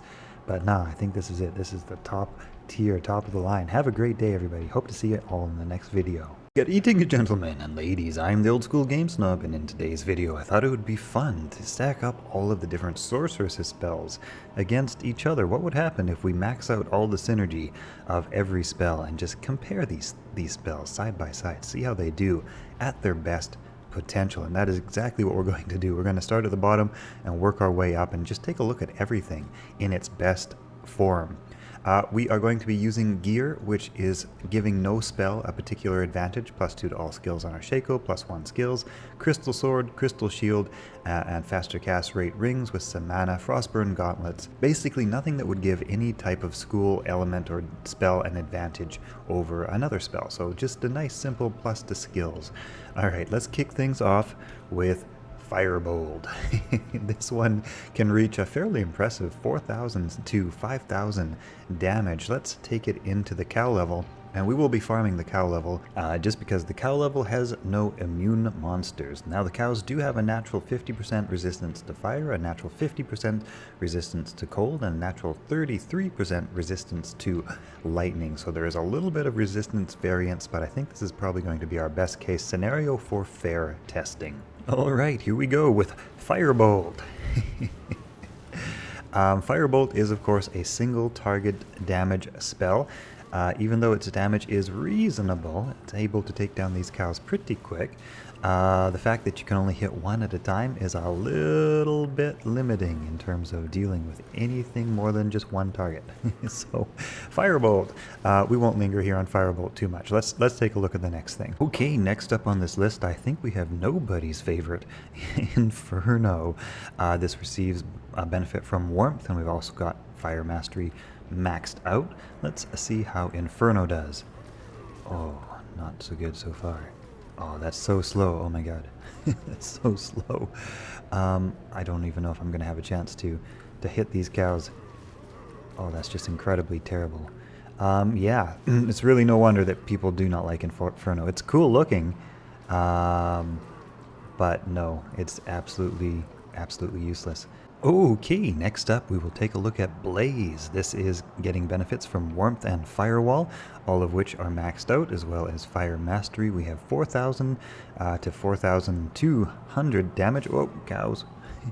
And this is kind of cool because it's almost like a passive attack, right? So you just get things to follow you around. The damage output itself compared to something like Firewall is not nearly as high. As a supplementary skill to a main skill like Firewall, this might find some value. It's not terrible though. I mean, you can see it's not terrible. It's actually doing a reasonable job of taking down these cows. It would certainly be the best for writing an SOS symbol in case you needed rescue. But yeah, that's actually not terrible. Cows are falling down pretty good. Yeah, solid. I mean, solid. Yeah, kind of weird in terms of how to use it, but solid in terms of how damaging it is. Look at all that nice design. That's pretty cool. All right, next up on this list we have Fireball. This has 8,600 to 9,400 damage. It gets synergies from Firebolt, gets synergies from Meteor, and of course we've maxed out Fire Mastery. Let's take a look at how this one performs. I have a feeling this one's going to do pretty well. That cow is almost dead, so ignore him. Anyway, let's see. The nice thing about Fireball is, of course, that it's got a bit of an AoE. Also seems to have a pretty good time at stunning monsters, so that always helps a lot when you're trying to take down large groups of monsters. Having a high enough damage output that your hit actually puts them into a stun recovery. That way, yeah, you can actually have more time to cast. That's big. That's a very big advantage. Fireball is having no trouble here, though, taking out these cows. Not too bad at all, not too bad at all. I think there will be faster options, but this is very, very solid. It's no wonder that people like the... Whoa, those guys are fast. It's no wonder that people like the Fireball Sorceress. It's, yeah, a very solid spell. Alright, let's try something else. That was pretty good, though. Pretty good. Okay, next up we have Firewall. This is an extremely high damaging spell, 16,000 damage straight up. It gets its synergies from Warmth and Inferno, and I have of course maxed out Fire Mastery. Let's see how this one stacks up. Alright, where are you, cows? There's one. Oh, that guy's running. See, that's kind of the issue with Inferno, is that getting your enemies to hold still and be in the right spot is kind of a pain, but when you can get them in your fire field for even just like a fraction of a second, man, it hits so hard, it kills so fast, that you really only need them to be in your fire field for a fraction of a second. And of course, you know, if you can get that fire field cast in the right direction, and that is always helpful. Yeah, let's take out another pack here. Where's a good big pack? Let's see, a good big pack of cows. Where are we? Cows, where are you, cows? I got a video to shoot here. Come on, I need some volunteers. Who wants to be an extra in my video? These guys are so fast. I don't want these guys. Anybody else? Not these guys. Yeah, it is not a huge duration on Firefield. It burns out pretty quick, unlike the Blaze, which lasts for quite a long time. Oh no, too many cows. It's more difficult, I would say, to use Firefield than perhaps some other spell options. It seems like, yeah, no, never mind. It's just somewhat more difficult to use, let's say. But still, it's definitely a very powerful spell and solid. I would say it's a very solid spell. There are definitely some good builds that you can use with the Firewall spell, and you don't need to max out Inferno. You can actually get this spell up to quite a high level of damage, even without maxing it out totally, so it can be a very nice supplementary skill. Anyway, very solid. Let's look at something else. Okay, next on this list we have Meteor. Meteor requires a lot of synergies: Firebolt, Fireball, Inferno, and of course Fire Mastery, but it gets up to a very impressive 17,000, 18,000, 19,000 damage, with burn damage also of 2,000 per second. Let's take this one up. Now this one can be a little bit difficult to land on your target. You kind of got to run things around and make sure they're going to be in the right spot. That initial hit is, yeah, like I said, the initial hit is where most of the damage comes from, so you do want this spell to hit its target. And yeah, like I say, it can be a little bit difficult to target on moving targets, basically, but yeah, it does hit very hard. And let's see, I'm just gonna start throwing down faster meteors and see if I can actually hit something here. Just lead the cows a little bit, and I guess that would be a better strategy than throwing it on top of them. Not bad though. I don't know if this one's my favorite. For a high level spell that requires so many synergies, I don't know if I like this better than Fireball. You know, I think Fireball was faster, easier, more solid. Whereas Meteor is more difficult to use. Pretty cool. It's like cooler looking, that's for sure. But I don't know if it's like the more viable between like the Fireball versus the Meteor. But you know, that being said, if you have Meteor, you can use both Meteor and Fireball. The Meteor seems to share a bit of a cooldown with Fireball, but not exactly. So you can kind of do one and then the other, and then one and the other, and the Fireball will actually kind of knock the cow back and keep him in position, and kind of, you know, you can kind of cycle between those two, because if you're using a Meteor, you probably want to max out Fireball. So the two of them actually synergize decently well together. Yeah, okay, let's check out something else. All right, let's see, what else we got here? All right, next on this list we have Hydra, a very rarely used spell. Hydra damage 2,000 to 2,300. It requires synergies from Firebolt, Fireball, and I of course have maxed out Fire Mastery. Let's see how Hydra does. Bigger group of cows. See how that Hydra does. This is one I rarely use. I have, you know, tested it a bit here and there, but not lately. The last time I tested this was ages ago, so I don't even remember too well. Compared to other, so far I can say that compared to other spells which, you know, are maxed out with this many points, this is pretty slow. This is a pretty slow effort at killing these cows. Yeah, really quite slow for how many points it requires. I actually can't really even see a build. Oh my god, I didn't even take out that group. Wow, yeah, no. I'm just gonna put this into the bad category for being a high-level spell that requires like 2 additional synergies and Fire Mastery to bring up to its best. I just don't see how this could be viable in any way. Anyway, Hydra. So I think that concludes our fire tier. We will not be looking at enchant, since it's kind of different in how it functions, so much so that you kind of need some gear for that. So we will be ignoring enchant. for this video. I'll do a video on an enchant build in the future, but for now we'll just ignore that. Overall, I can say that our best case scenario here is the Fireball spell. It cleared things out quickly, it stunned them, it had no problem knocking groups down super fast. Fireball, really good. Meteor was okay. I give that a solid rating, especially when combined with Fireball. Not too bad, the two of those together. Our Firewall was also very impressive in terms of damage output and just how quickly you could apply damage to a location. That being said, it was difficult to also get enemies to stay in that fire field. So for that reason, it's certainly not the top of our ranking, but yeah, Fireball, Meteor, and Firewall. These are definitely our top tier, with honorable mention to Blaze. Blaze was pretty good as well. Okay, moving on over into the Lightning skill tree. Let's kick things off with Charged Bolt, which takes synergies from Lightning, and of course we have Lightning Mastery maxed out. The actual damage on Charged Bolt is only 340 to 360, give or take. So let's see how this actually performs in the field, on the cow fields, on the farm. It's certainly one of the cooler looking spells. Definitely a lot of fun to see all those charged bolts just go everywhere.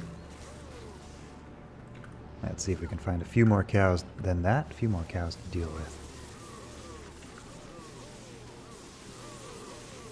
It's a little bit problematic in that it hits so lightly that the cows are not getting stunned at all, so they have no movement impediment to their movement, which means that we got to stay out of the way, and we don't have as much time to just keep casting Charge Bolt over and over and over again. So it's kind of hard to get that damage to stack up. Take use of teleport a little bit here. Oops, that was lightning. Didn't mean to do that. Ignore that. That never happened.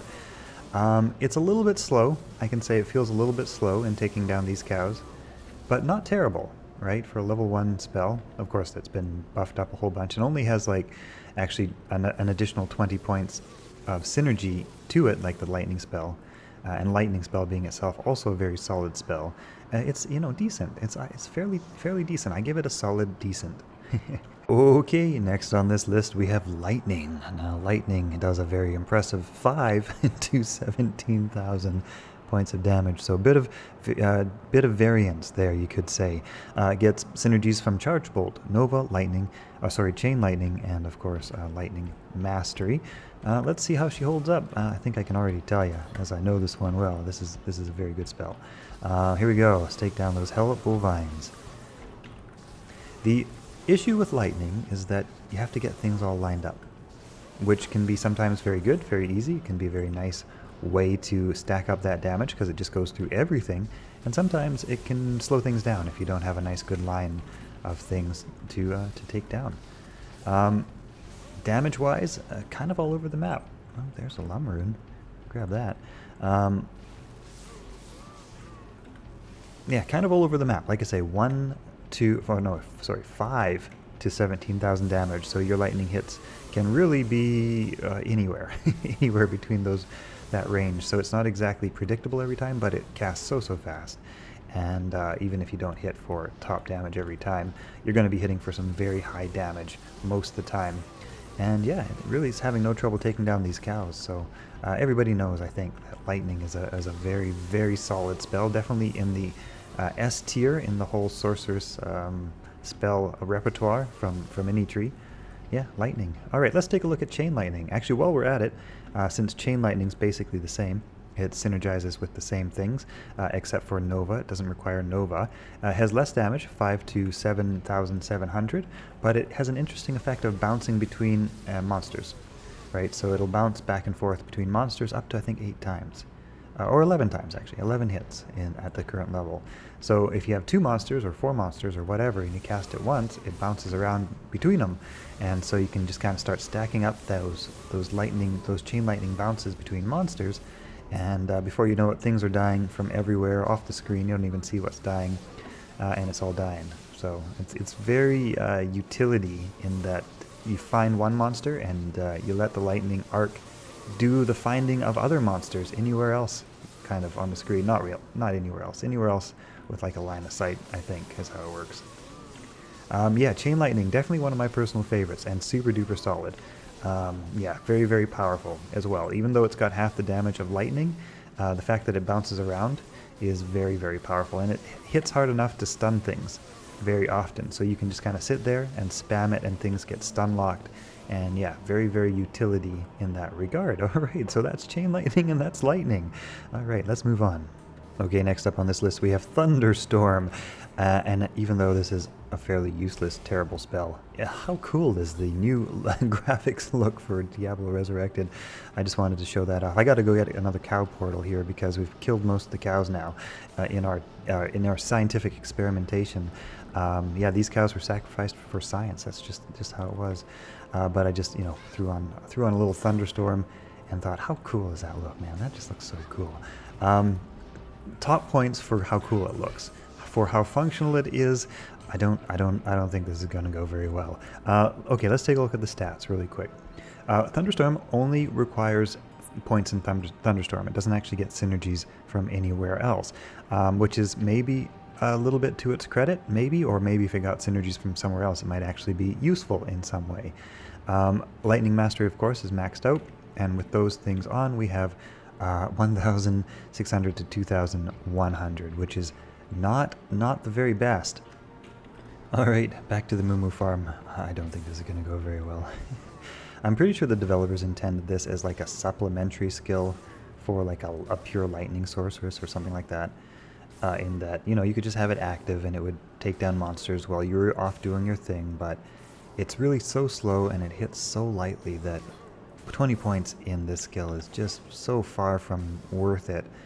Yeah, this is one I would honestly like to see reworked a bit, and there's actually a few that would probably be reworked quite nicely. Inferno, I think, is another one that the community would like to see reworked, because there's some that are just entirely useless. Like, what do you even do with this? I don't know. Anyway, there's our Thunderstorm. Now, it occurs to me that I missed Nova. I forgot about little Nova here, but isn't that kind of the way of things? I think that's kind of par for course. People just kind of forget about Nova. It's not terrible, though. We'll take a look at this in just a second. To the credit of Nova, it gets all of its damage simply from its own merit, and of course, Lightning Mastery doesn't rely on any other synergies. To its detriment, however, it doesn't get much damage from that. So let's check out Nova and see how we do. Like I say, it's not terrible. It's not terrible.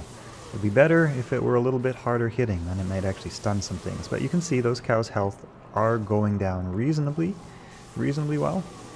But you kind of have to get pretty close to them for it to actually work. This might work better with like a sorceress that had a high armor level or an energy shield or something like that, so that it would be okay to stand up close to the enemy and just spam that Nova away. Matter of fact, since our little Nova only requires so few points, I'm going to do that. I'm going to give our character an energy shield. Oh no, I think those guys have mana burn or something. That was way too fast. So I'm going to give our character an energy shield and a bit of frost armor and see how she... What, does everything have a mana burn? Or do I just not have much mana? Okay, anyway, well, no, okay, Nova. There we go. Let's try something else. That's not working so well. I'm sure there is a way to do it that I haven't really set up properly here, but we've got like 20 hard, and maybe some more mana, and an Insight Aura would help with that. And there might be a way to make this viable, but out of the gate on its own merit, not so much, not so good. Anyway, I think that about rounds up our lightning tier. We won't take a look at static field since it's very simple and it doesn't actually deliver any killing blow. Everybody knows a static field is very good for taking down bosses, but on its own merit, it's not really an offensive spell per se, not kind of like how we've been looking at. Otherwise, yeah, lightning, chain lightning, those are definitely the S tier of this group. Charged Bolt was okay, it wasn't too terrible. Thunderstorm was terrible. Nova might be viable with very certain configurations, but on its own merit, not very good. Okay, so that's the lightning tree. Let's move on to the cold tree. Okay, let's kick things off with Ice Bolt. Kind of a strange spell. It takes synergies from Frost Nova, Ice Blast, Glacial Spike, Blizzard, Frozen Orb, not to mention Cold Mastery, so you couldn't possibly actually even max this out because you can't get that many points. That's well beyond the maximum of a level 99 character. So I've maxed this out as much as I can, but that's all I can do. Even maxed out, we've got 1,000 to 1,400 points of damage. Which means this is a very weird little spell. I don't know why anybody would ever want to synergize this or use this or anything. Like, what is the point of this spell? I don't know. This is just a spell that you can use at level 1. I think that's the point of it. Otherwise, why do you even do with it? I don't know. This is a stupid spell. Let's move on to something else. Next up, we have Ice Blast, kind of a strange spell as well, in that its synergies are more than you can actually achieve.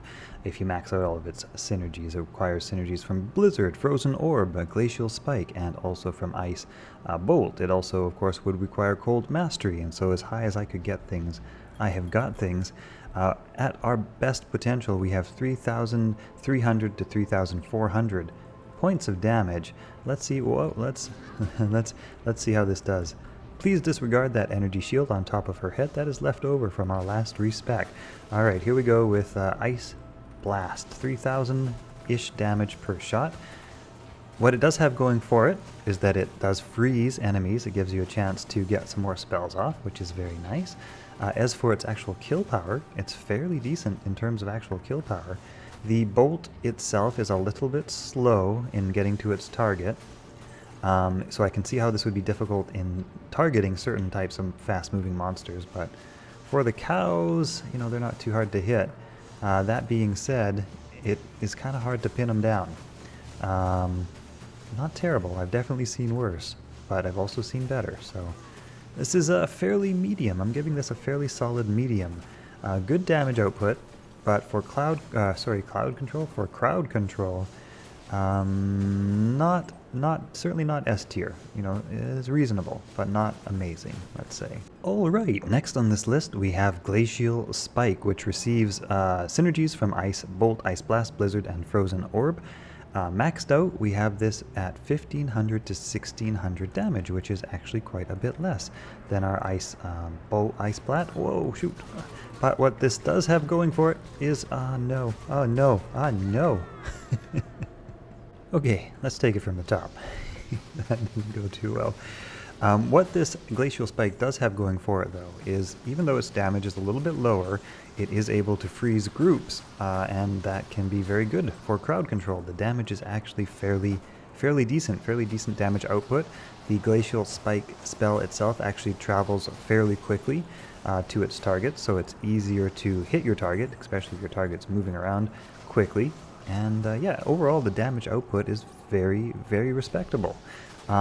It's a good supplementary spell for Blizzard, just in that you can cast your Blizzard, and then you can spam some Ice or Glacial Spikes, and then you can cast your Blizzard again, and then you can spam some more Glacial Spikes. And yeah, it's just pretty good overall, not too bad as a sort of secondary supplementary skill. So there it is, Glacial Spike is solid. You know, not amazing, but solid. Okay, next up on this list we have the Granddaddy, the spell which was named after the company. I don't know, that's got to tell you something, right? Blizzard, with all of its synergies, Ice Bolt, Ice Blast, Glacial Spike, we have 4,700 to almost 5,000 damage. Cold Mastery, of course. Let's take this into the cow level and see how it does. I can tell you from experience this does very well, but it just takes down cow groups so quickly. And cows are really well designed for this particular spell because they like to just follow you around in circles. They don't throw projectiles, they don't do anything, they just follow you in circles, which is exactly what the Blizzard spell likes. It likes to make monsters run around through it. But yeah, as you can see, this spell just kills so quickly. I would say probably this is maybe the most powerful spell without gear. I think maybe Lightning Chain Lightning could be more powerful when you're all geared up, but without gear, I think that Blizzard probably takes the cake. Yeah, as you can see, pretty darn good. This would be the way to farm the cow level. Pun absolutely intended. I've used it before, I will use it again. Alright, okay, let's move on to something else. Let's see, we'll save some cows for the next spell, which happens to be my personal favorite. I interrupt this video to thank the almost 16,000 of you who have subscribed to the Old School Game Snob channel. You guys are absolute rock stars. Really, thank you. I appreciate the support. Next up on this list, we have the famous Frozen Orb. I did a poll on what the most popular sorceress spell is, Frozen Orb takes the cake, even over Blizzard, by a very close ratio, but Frozen Orb takes the cake. And that is not actually because of its extreme damage, although its damage is great. I think it's because of its functionality, its utility, how it works is really, really enjoyable and really nice to target monsters with, really nice to use. Overall, it only requires synergies from Ice Bolt, and it doesn't even require that. You could put 20 points into Frozen Orb and 1 into Cold Mastery, and have a perfectly viable Hell difficulty Frozen Orb as a supplementary skill. So that's a really nice advantage about Frozen Orb. Something like Blizzard requires so many additional synergies to become powerful. Frozen Orb only requires 20 in itself, plus 1. That being said, we can take it up even to another level by putting Ice Bolt and maxing out our Cold Mastery. Anyway, let's take her for a spin, as we like to do here on the cow level. Just a lot of fun and really good in terms of crowd control. And the reason for that is because you can put it wherever it needs to be. You can also do a lot of damage to cows, which keeps them in hit recovery. It also slows them down because, you know, it's got that chilling effect. So overall, this is wonderful for crowd control. That being said, as you can see, it's definitely killing more slowly than Blizzard. So raw damage output, Blizzard takes the cake. In terms of functionality and convenience of use, the Frozen Orb is really, really nice. Yeah, we'll kill a few more cows here. I do believe, honestly, that Frozen Orb could stand a little bit of buffing, you know, like just a little bit, to make it a little bit more viable in terms of comparable with the Blizzard spell. Not a lot, because I like its functionality so much more, but in terms of, you know, raw damage output, it does feel like it's leaving a little bit to be desired. Still, not bad, super duper solid, and an absolute joy to use. So that's our Frozen Orb, and I think that also concludes our list. Does that conclude our list of all spells? Yes, because we're not going to do the armors. We'll do another video, I think, which talks about some of the non-offensive spells. But that concludes all of our... Oh, no, no, no. Oh, no, no, no. One more to go. Last on this list, and probably in last place as well, we have the Humble Frost Nova. Maxed out with Blizzard and Frozen Orb, we have a total of 560 to 645 damage. Let's test this out, because we gotta be thorough, but yeah, no, I don't think this is gonna go all that well. Alright. So yeah, like I say, slows the cows down, has a bit of a stun hit, which does actually allow you to get off more spells. Is this, I would say, already more viable than Nova? Because Nova sure didn't seem to have anything like that. This is not terrible. You know what? This is a surprising. This is kind of the dark horse, right? That comes in. What's I don't remember this. This is the underdog, I would say. This is the spell that you would not expect to be anyway decent. Actually, looking pretty not too terrible, right? Solid. Look at that. That's actually not too terrible. It really burns through the mana like nobody's business, though. If you could get this spell up a little bit higher with some skillers and stuff, I would almost call this even good. I might have to do a video which talks about this particular spell all maxed out with like top skillers and stuff, just to see what kind of effect we could achieve. That being said, those fast guys are no good. Okay, alright, let's get out of here. I hope you guys have enjoyed this video, and I'll catch you all in the next one. Have a great day. Greetings, gentlemen and ladies. I am the old school game snob, and this is the Firewall Frozen Orb Sorceress. It seems only fitting to start this video out in the River of Flame, though I doubt that Diablo himself has experienced the fire intensity that this sorceress brings. Have you ever experienced that problem where things are running around in your firewall and you can't even get them to die? Well, what we are going to do today is dial up that firewall to 11. 14,000 to 14,000. That is some 14 karat fire. Gold is what that is. Now when you cast Firewall, things die. They just die. They just die immediately. That's how we do Firewall. We just cast the Firewall, and things. Well, you gotta cast it right on the guy. But when you do that, things just die. Oh, What happens when you have something that's immune to fire? Oh, did I mention that she comes with an extremely viable frozen orb secondary skill? She sure does. No problem taking out the other things that are immune to cold and fire. What about Shank the Overseer? Let's give him a fire field. What about all his buddies? Oh man, he's dead. What? Where'd he go? He's already dead. And what's cool about this build is it's actually really quite budget. You will not have a hard time getting the gear. It's not the cheapest dirt cheap gear or anything like that, but it is really quite cheap. So let's take a look at that really quick. Let's take a look at the build here, and then we'll talk about the gear. And of course there are upgrades. There's a pro version to all the gear, and I'm actually going to separate the videos, right? I'm going to do a budget version of builds, and then later I'll come and I'll do like a pro version, right? Like a maxed out version. But the point of these videos is to kind of get people up and running with a budget build of some powerful characters, character specifications, classes, layouts, build. I'm just going to say builds. Yeah, get you off to the races, get you up and running. Okay, so here's how the skill tree looks. All right, so we've got 20 points into Frozen Orb. We've got 1 point into Cold Mastery. I've actually got 7 additional skill points remaining here at level 88, so this build is, you know, basically good by 81, 82. You know, you could even do this at level 75, 70, 75, and it would be pretty viable even still. We've got 1 point into Frozen Armor. It's just handy to have that. We've got 30 points into Warmth. That is because Warmth has a synergy with Firewall, which is our main damage spell. We, of course, have 20 points into Firewall. Did I say 30 points? I meant 20 points, plus my skill bonuses. So 20 into Warmth, 20 into Firewall, and then 20 into Fire Mastery. And as you can see, that absolutely takes Firewall up to an insane amount of damage, 14 to 14k. That basically means that the problem of monsters running around within your Firewall and running out of your Firewall is no longer an issue, because for the most part things just drop immediately. And we'll run around. I'll show you some good places to hunt and farm with this character after we've looked at the build, but that's about it. Pretty simple. We got, of course, the standard static field, telekinesis, teleport. You know, you can continue to invest points into Cold Mastery if you like. You could put some into Ice Bolt to get your Frozen Orb up a bit more as well. But that's kind of how you would spend your remaining skill points. Okay, let's look at the gear that I'm using right now. So obviously Mage Fists makes sense, plus 1 more to fire skills, right? You could use a variety of gloves. That plus 1 is not going to make or break anything. All I've got right now for my budget gear is a crystal sword.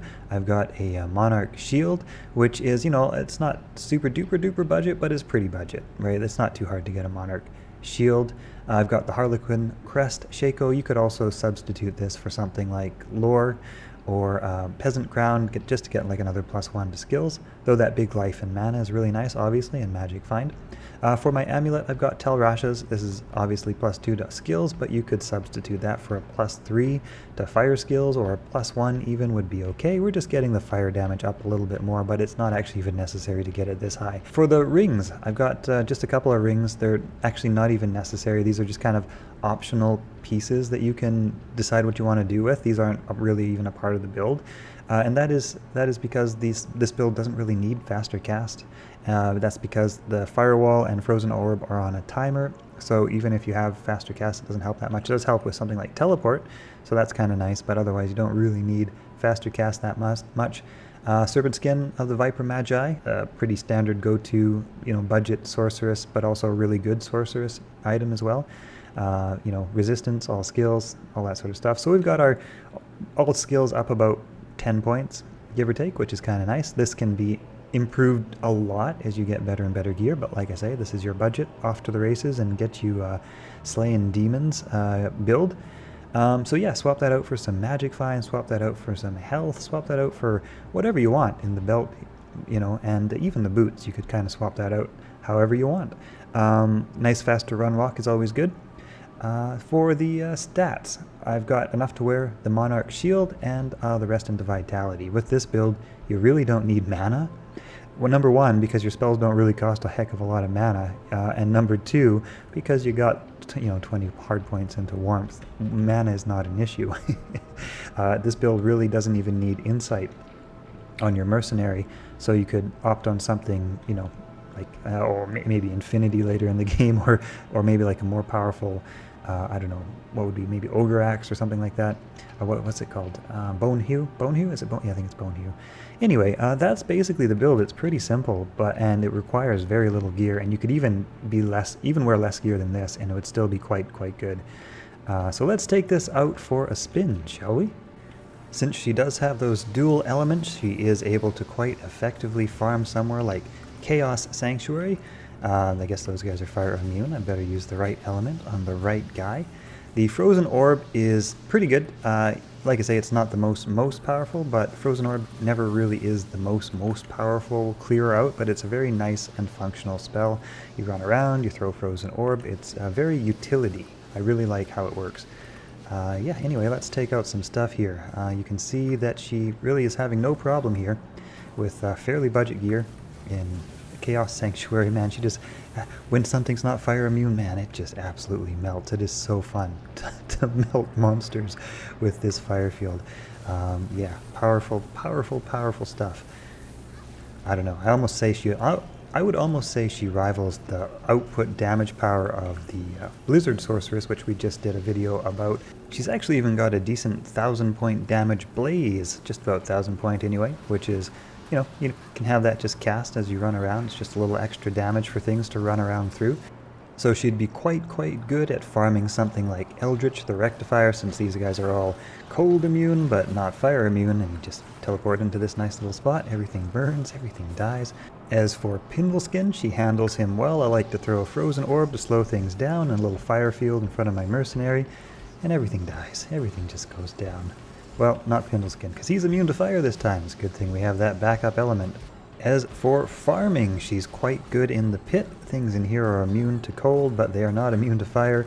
And yeah, that fire field is just so strong. And the the monsters rather, in this area are pretty light on hit points. So as you can see, they just melt. They melt like everything else. Everything just goes down. In the pit, of course, things are lightning and cold and fire immune too. But the things which are fire immune are the little devilkin, and they're just weak and ineffective, so you don't have to worry about them too much. Otherwise, fire field for the win. In the Ancient Tunnels, it's a similar story. She goes around and she melts things. Anything that's fire immune gets handled with a Frozen Orb. The Frozen Orb is actually kind of nice because it slows things down, and then you can drop fire on those things, and they burn a little faster, a little easier. Melt. Melting monsters all day long. One of the problems for farming Mephisto for the Sorceress is that teleport spell usually makes you drink a lot of potions, unless you have your Mercenary or your Insight with you, and then the Mercenary often dies to Mephisto. But because of this Sorceress's high warmth skill, even if she does start to run a little bit low on mana, it just comes back so fast. She doesn't really need to chug potions. As for Mephisto himself, static field, little Frozen Orb to slow him down, and then we melt all day long. There we go. Watch my own health. That poison, I need a little bit of poison resist on this build, but as you can see, no problem. Now, I'm not a huge fan of bail runs with this character. It can be a little bit frantic and a little bit tricky to get the minions locked down. The Venom Lords seem especially resistant to fire, so they take a little while. Some kiting, some Frozen Orbs, some running around in circles. But how does she do, I bet you're all wondering, at the Moo Moo farm? How does she do handling the cows? Well, the fast ones are kind of fast. The minions are a little bit hard to deal with. As for the regular cows, well, not too bad. You run them around through the flame. Is it the fastest clear for cows? I don't know if it's my favorite way to clear cows. The Blizzard Sorceress, I think, would handle this better. But she can do it. Anyway, that's the build. I hope you have enjoyed this video. It's a fun class to play, or a fun build, rather, to play. Check you all for the next one. I'm going to be releasing more build videos over the next couple of weeks and really exploring the Sorceress class and then getting into some other classes as well. Alright, catch you all in the next one. Please subscribe for more Diablo content. Greetings, gentlemen and ladies. I am the Old School Game Snob, and in today's video we are taking a look at the pure Blizzard Sorceress. People really like this character for her raw damage output. I find her a little bit limited into what she can actually farm, because like you can see, anywhere that you encounter cold immunes, you're going to have difficulty. I'll be doing sort of a hybrid video a little bit later on, but one of the problems with the Blizzard Sorceress is that she's got so many synergy requirements to really get that Blizzard up to its maximum possible power. Now, do you need to play at maximum possible Blizzard power? No, but a lot of where the appeal comes from for the Blizzard Sorceress is from just how quickly the Blizzard kills, well, let's say anything but immune creatures. And obviously the problem with that is that she doesn't have a lot of points left over for any sort of secondary skill. Like I say, we'll do a hybrid build a little bit later on, try to create some viable Blizzard hybrid. But she does what she does well. She really does what she does well. The basic strategy behind the Blizzard Sorceress is to run around in circles with a nice fast amount of movement speed. Like I say, we'll talk about what kind of boots to wear in a minute. Make things chase you and make them run around through your Blizzard. That's the whole strategy. That's where they seem to take the most damage. Things that are standing still for some reason oftentimes seem to get missed by the Blizzard a lot. So yeah, you run around, you make stuff chase you, so you stay nice and mobile, and that's kind of the strategy. You pop in, you drop Blizzards, you run around, you make stuff run through it, and it just takes a massive amount of damage. Anything that's not cold immune drops hard and drops fast. Anything that is cold immune will only look at you and wonder, hey, why are you running around like a chicken with your head cut off? So here we go. Let's take a closer look at this build. The build is very, very simple. We drop 1 point into warmth to give us a bit of mana recovery. Sure, that's value right there, bang for your buck. We drop a point into teleport, obviously, telekinesis. That's just, status quo, why not? I like to put a point into frozen armor. That helps to get my defense up, and it also slows down anything that hits me, so it can give you a chance to get the heck out of dodge if you're being attacked up close. That's, nice, very worthy of the 1 point for the nice big defense bonus. And other than that, we max out Blizzard, we max out Glacial Spike, we max out Ice Blast, and we would max out Ice Bolt, and then we can potentially pump the rest of our points into Cold Mastery. I kind of did it a little bit backwards here. But you don't necessarily need a maxed out Cold Mastery, because I'm not exactly sure where the breakpoint is per se, like exactly. Somewhere maybe around 20, 26, I'm not really sure. But when you hit a certain amount of Cold Mastery, you've already taken down as much resistance as an enemy has available. So I would first put Ice Bolt and Ice Blast and Glacial Spike and Blizzard, and then you can put whatever you have left into Cold Mastery. This character is level 88. I've chosen level 88 because it's fairly quick to level to 88. Once you get to 89, 90, 91, things start to slow down quite a bit, but 88 is not too hard to get to. 87, 86, it's all viable. 85, even 80, you could do this with, it's pretty close. Points and whatnot, we want enough strength to wear our Monarch Spirit Shield. Obviously, that's the only reason a Sorceress pumps up her strength for the most part, to wear her shield, and of course whatever armor we're going to put on. And other than that, it's all vitality. We really don't need a lot of mana, so we're all vitality. And yeah, that's the basic layout of skills and configurations. Let's take a quick look at gear. Now we're going to do the budget build here. There are better options than this, but as you can see, even with the budget build, she still takes things down quickly. For her gear, I've just got a nice Spirit Sword here. That's great. For her, shield, she's also just got a nice Spirit Shield. You could also put in something like Ancient's Pledge if you don't have a Spirit Monarch yet. That will work pretty well, just as fine. You'll have a little less damage, but not too much less. At the moment, I've got a +2 skills. You could find any +2 skills, or +3 cold skills, or even +1 skills, any sort of amulet, just to get your skills up and just increase the damage a little bit more. That's all we're doing, is getting the plus skills to increase the damage. As for her headpiece, I've got the Harlequin crest, the Shaco, for the nice big +2 to skills and big life and mana. You don't need it. You could do even like a peasant crown or a lore rune word or something like that gives you another +1 to all skills. And there are some other more interesting higher options as well, like I can't remember the name of it, but one particular helm which increases your cold damage. I wish I could remember the name of it. And you can also swap in obviously some better wands that add to cold damage and that sort of thing. What is it now? I forget. Again, Death's Fathom. I think it was Death's Fathom. Yes, that increases your cold damage. So you have some definite great upgrades that you can do. But like I say, we're talking about the budget build here. For your gloves, you do Frostburn, you can do Tranks, you can do Mage Fist, you can do a variety of different things.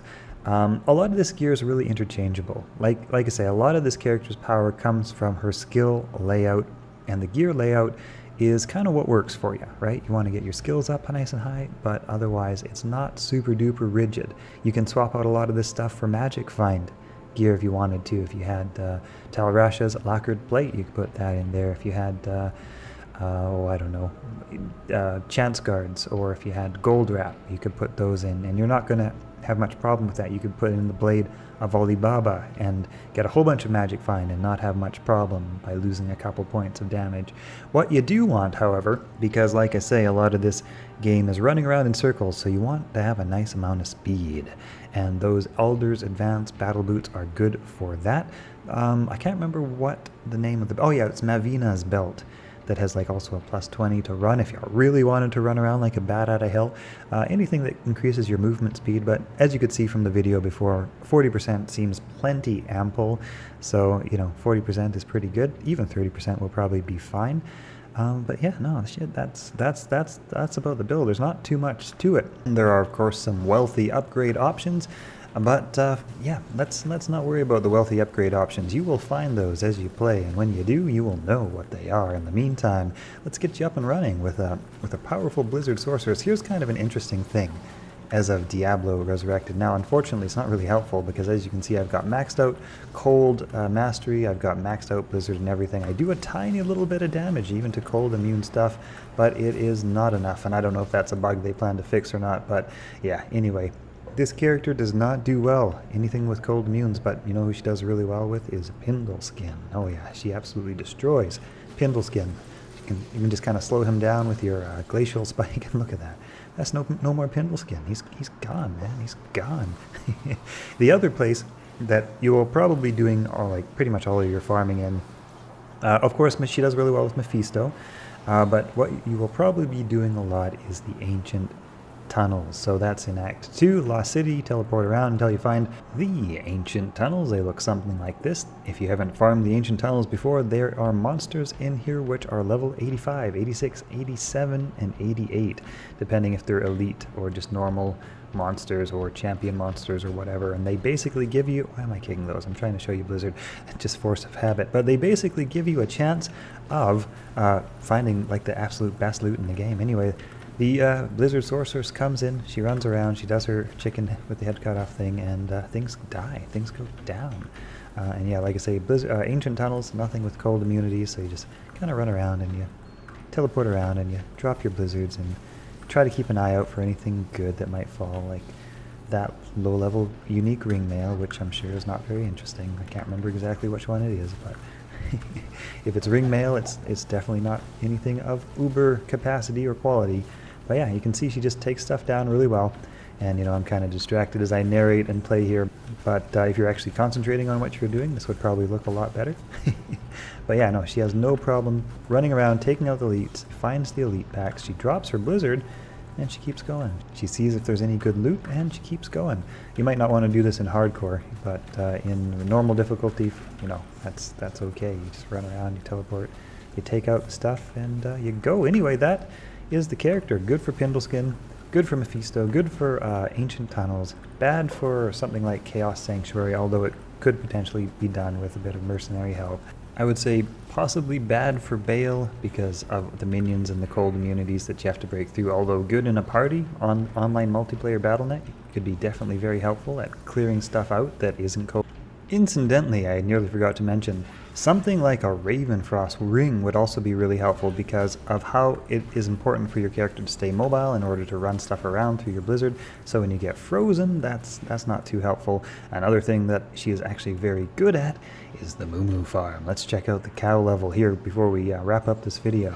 Moo, moo, moo, moo, moo, moo. If there were one area that I would say that the Blizzard Sorceress it was born for, the one area that she will absolutely probably dominate, maybe even all other classes, the Moo farm. These cows, man, they just have no resistance, and they do exactly what a Blizzard Sorceress wants them to do. They run around slowly, but not too slow, and they huddle together in large groups. Like, how great is that for a Blizzard Sorceress? Like, oh yeah, no, the Moo farm.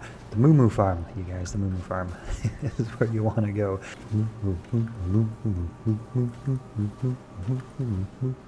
Alright, I think that wraps up this video. I hope you guys have enjoyed it. Hope to see you all in the next one. Subscribe for more Diablo content. And join our Discord. Lots of friendly, helpful folk in our Discord. Link to that in the description below. Alright, see y'all later. Greetings, gentlemen and ladies. I am the old school game snob, and in today's video we are matching up Frozen Orb against Blizzard. We are starting today in the Glacial Trail, of an appropriate setting for such a showdown between absolute giants, mega titans, and impressive spells in the Sorceress arsenal. Let's kick things off. We're going to do some considerations and evaluate which of these two spells is the better. For our testing and evaluation, we will be using the working man's setup. This is nothing too super expensive, but nothing too super cheap.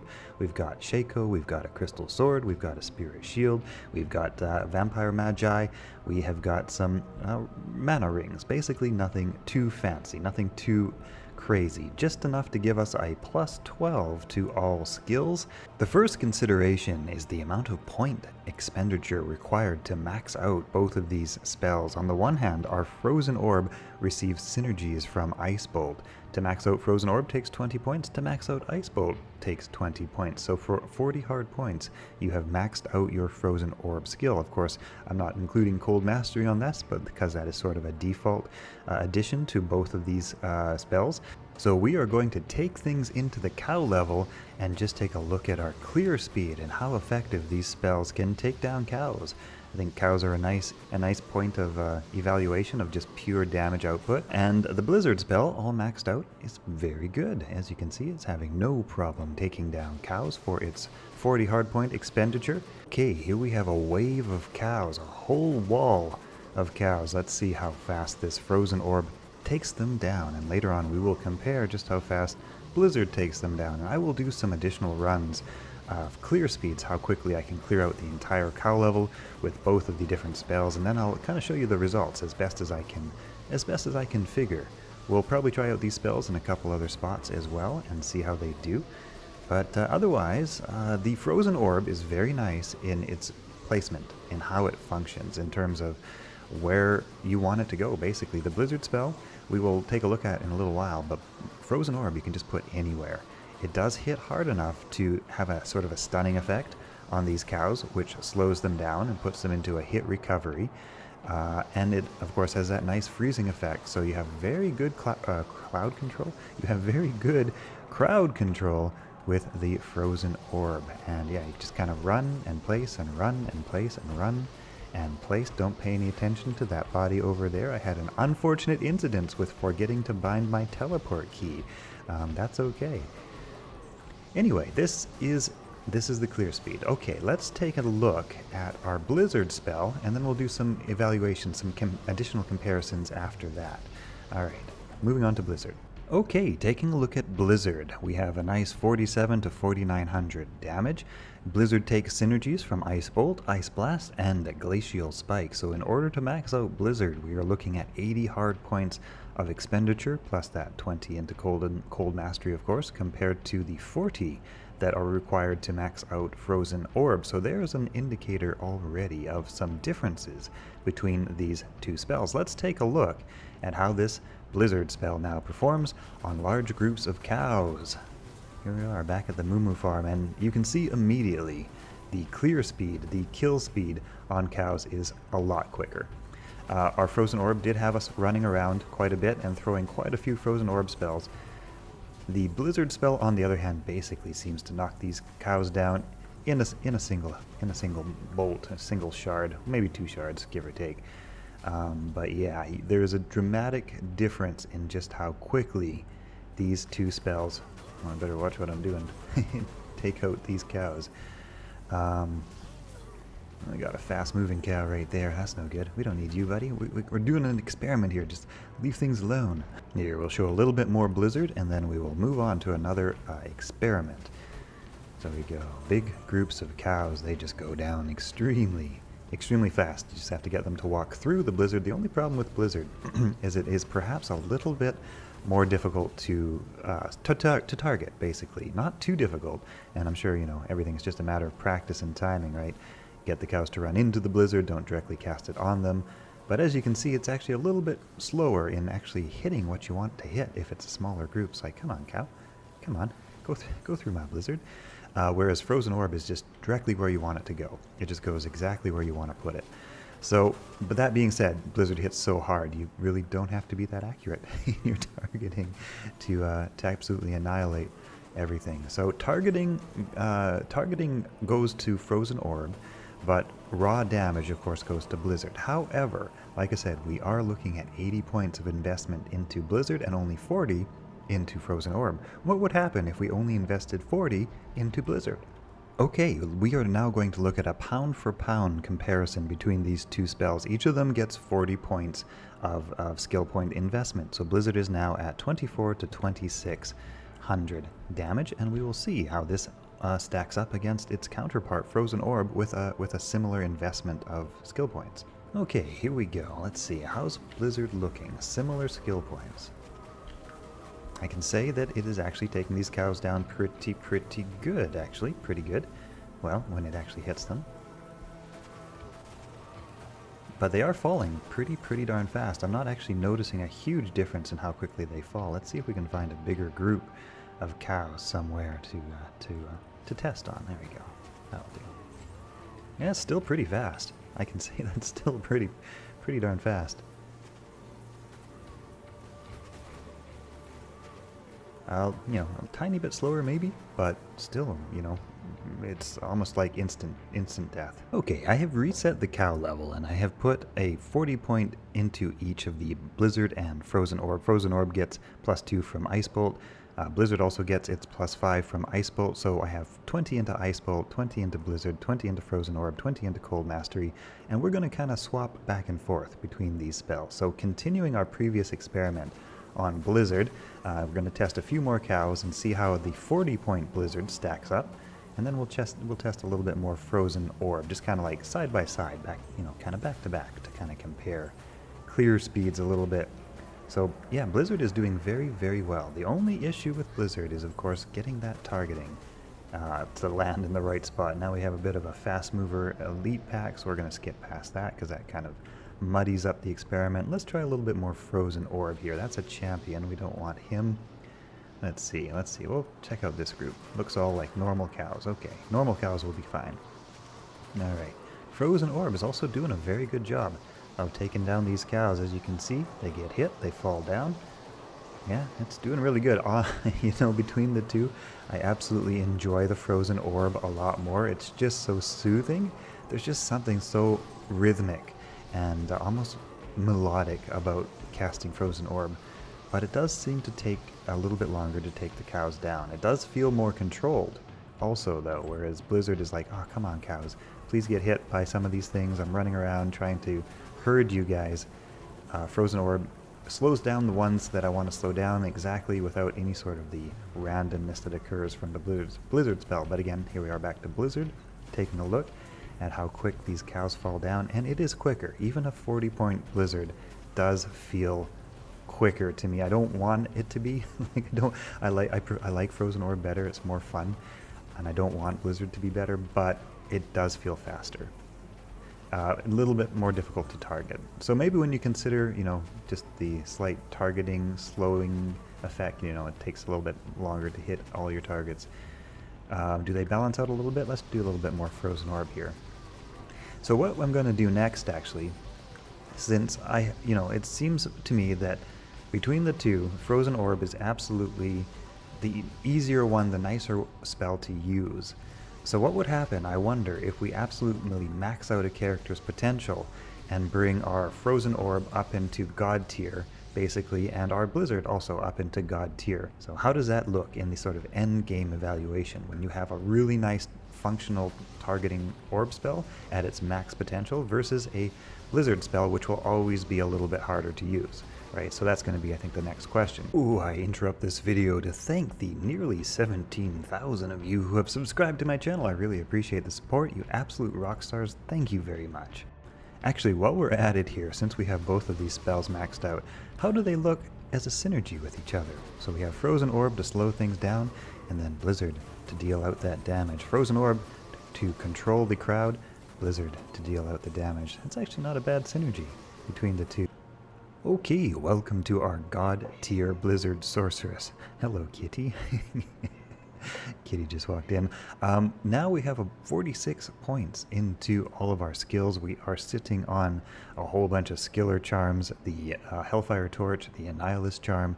Our Blizzard damage is 11 to 12,000. So let's go and see if this improves how we do in the Moo farm, our clear speed.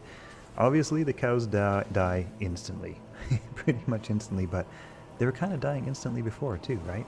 Like our previous setup, our previous working man's budget of gear was also killing cows really, really quickly. So I don't know. Let's see if we can find a nice big group of them here. There's a little group as usual. The kind of targeting issue does apply. They do seem to be dying a little harder, like they're exploding into little ice shards a little bit more frequently by the looks of it. I think that happens when you overkill something, but I'm not entirely sure about that actually. Yeah, let's see. Where's a good big group? This character would love a nice big group of cows all together, all at once.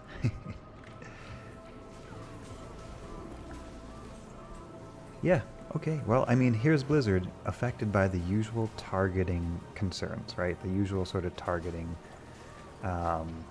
problems. It's not a big problem, but it is definitely a little bit less precise than Frozen Orb. So now the big question is going to be, how good does Frozen Orb get at maximum level? Okay, I'm pretty curious to test this out. Okay, welcome to the God tier Frozen Orb Sorceress. 46 points into Frozen Orb, Synergy, Cold Mastery, 1,177 to 1,200 points of Frozen Orb damage. Let's see how she does at the Moo farm. No, we're not going to start with those fast cows. We're just looking for normal cows. Here we go. Pretty fast, pretty good. Not too very bad. Let's see. Let's find a bigger group and see how she does. Well, the clear speed is pretty good.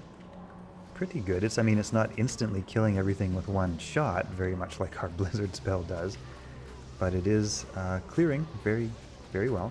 Oh, I mean, I would expect it to clear very well with 46 points into it. Honestly, I'm a little bit underwhelmed, actually, with 46 points, with perfect skillers, with perfect everything.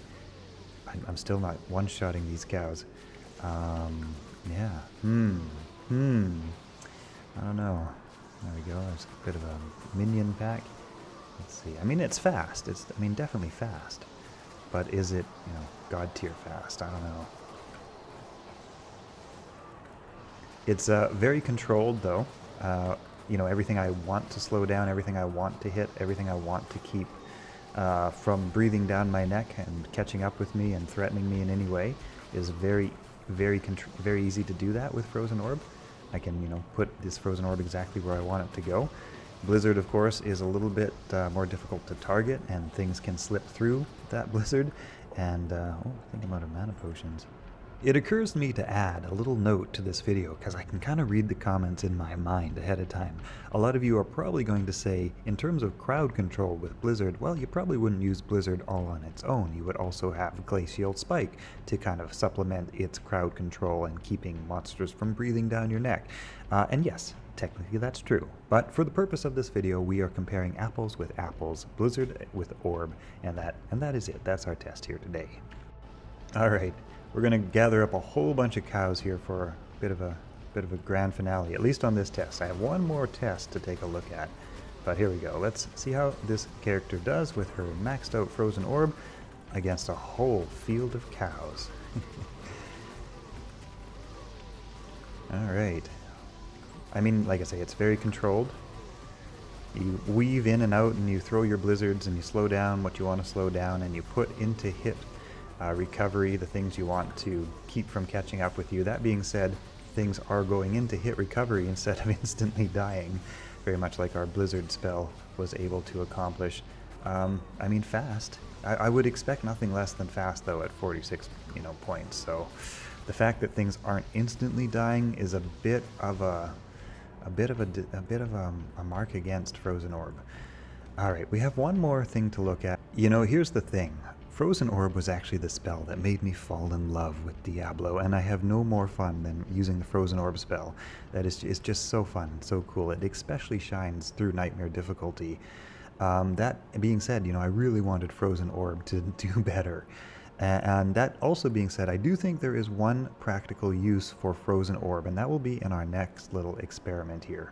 And here's the other thing too, right? Like, sure, Blizzard does have more kill power, but not every monster you're going to deal with has sort of the tanky hit points of cows, which are quite tanky. In a lot of cases, the Frozen Orb might be a faster clear spell if you're dealing with monsters that have a lower hit pool, right? Because you have more control over where those Frozen Orbs go, and just that precision could potentially make certain areas more viable in terms of farming with Blizzard versus Frozen Orb. So just because Frozen Orb didn't win the cow level, it doesn't mean that it wouldn't necessarily be the better spell in certain areas. So I just want to kind of put that little asterisk point on this video. Okay, here is our last test for this video. This is going to test how viable either of these two spells is as a supplementary secondary spell for, let's say, something like a lightning sorceress or a fireball sorceress, right? If you want to get another element type in order to deal with immunities in hell, you need another spell, and in this case, between the two, Blizzard and Frozen Orb, which of these two spells is most viable? So these spells have both got 20 points each, and that is it. They get one in Cold Mastery, and they get 20 points each. No synergies at all. Whoops, I forgot teleport. Oh no. Okay, hang on a sec. Emergency. Alright, let's try that again. Starting with Frozen Orb. See how well Frozen Orb takes down these cow packs. Whoa. Alright. Not bad. I can say already not bad. For 20 points hard and no synergies or anything like that, it's not too bad. Their cows are going down pretty good. You would expect to have to run around a little bit and do some kiting and stuff, and that is exactly what I'm doing. But yeah, they're going down pretty good. Not too bad. Okay, so there's 20 hard points into Frozen Orb. Let's do 20 hard into Blizzard down here, this next pack. Let's see how this does. They are not now dying instantly like they usually do. Oh, cows. So many cows. Okay, yeah, like they're no longer dying instantly, so that is slowing down the Blizzard spell, certainly. Still not too bad. Not too bad. And it's clearing them pretty well as well. Let's see here. I mean, that's... Whoa. Whoa, whoa, whoa, whoa, whoa. Yeah. We got a fast-moving minion there. Oh no, oh no. Let's just go. No. Okay, alright. Are all of these fast-moving minions? They just all seem to be moving really fast to me. Oh my god. Oh my god. Okay, alright, okay. Yeah, like I say, Blizzard, the functionality of Blizzard with Orb, and if those guys move too fast, I just throw an Orb and slow stuff down, and the frantic pace of fast-moving cows or whatever's coming after you is a lot more manageable, right? And that's where Frozen Orb really shines, in that crowd control. Blizzard, on the other hand, yeah, I don't know. These are both pretty good as far as a secondary skill goes. They are both pretty good in terms of clear speed, but I would say probably the Frozen Orb spell, just for its functionality, for its ability to target more specifically, is an easier spell to make use of. Blizzard really shines when you get a lot of damage, so stuff dies instantly. But when stuff isn't dying instantly and you have to keep targeting and run things around and things start to build up in frenzy and there's more and more things to have to avoid, it starts to become more difficult to function with Blizzard. Whereas a weaker Frozen Orb is just a little bit more usable, even when stuff doesn't die right away. Yeah, I don't know. I mean, I'm missing all these cows somehow, but how am I missing these cows so well? I don't know. There we go. Yep. I mean, clear speed looks almost comparable when you take in the sort of janky targeting of Blizzard. versus the sort of less damage of Frozen Orb but good targeting. As a secondary skill, I can say finally, hopefully, I believe, at least in my humble opinion, that Frozen Orb is probably a better secondary skill for just 20 hard points of investment in terms of, yeah, taking out those cold, or those immunities which are not cold, basically. Yeah.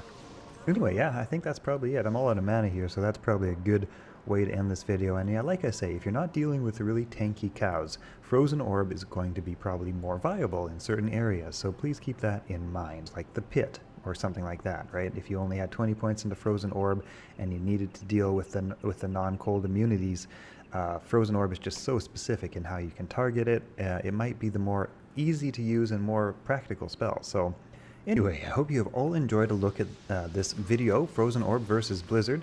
I would say that between the two of them, Blizzard, it takes the cake. It just got so much raw, powerful damage output. It just absolutely destroys anything it touches. That being said, if you're only going to invest 20 points into a secondary skill for a hybrid sorceress, I would probably go with Frozen Orb. That would be my choice between the two, because Blizzard starts to slow down and becomes kind of tricky to target and use when it's not just absolutely destroying things instantly. So the Frozen Orb and that crowd control and that ability to kite a little bit more easily and slow down what you want to slow down might be more effective. And the actual clear speed between the two, with 20 hard points into either, is not too different. So for that reason, yeah, Frozen Orb gets the best secondary skill, and Blizzard gets the most powerful skill. Hope you have all enjoyed this video.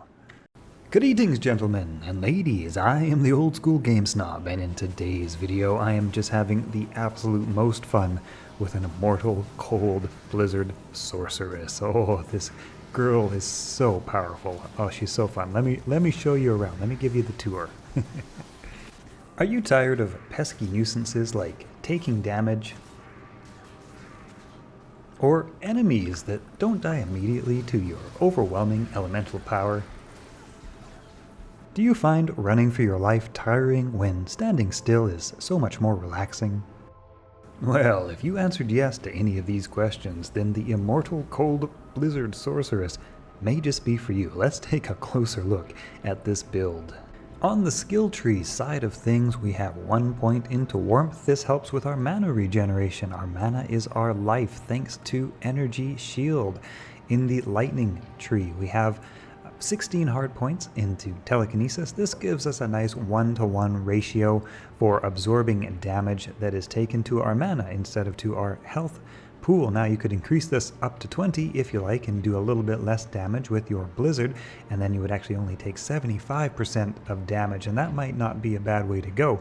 That being said, from my trials and testing, a 1-to-1 ratio is working pretty darn good, and I know there's this tendency to get obsessed with min-maxing and getting the absolute most out of a thing, but actually when you're playing, what I find is achieving that perfect balance of enough is really the better way to go. So what I try to do with my builds is find that point which is enough, which is really functional, and then save points for something else. For those of you who don't know, telekinesis gives a synergy to Energy Shield. Basically, it reduces the damage taken to your Energy Shield, which usually takes damage on a 2-to-1 ratio. So you take 100 points of damage, then your Energy Shield would absorb 200 points of damage to your mana. Having 16 hard points into telekinesis reduces this to a 1-to-1 ratio. And if you actually put in 20 hard points to telekinesis, you would actually only take 75% of damage to your mana, effectively providing damage reduction, which is very nice. Okay, let's look at Energy Shield next. I actually only have 4 hard points.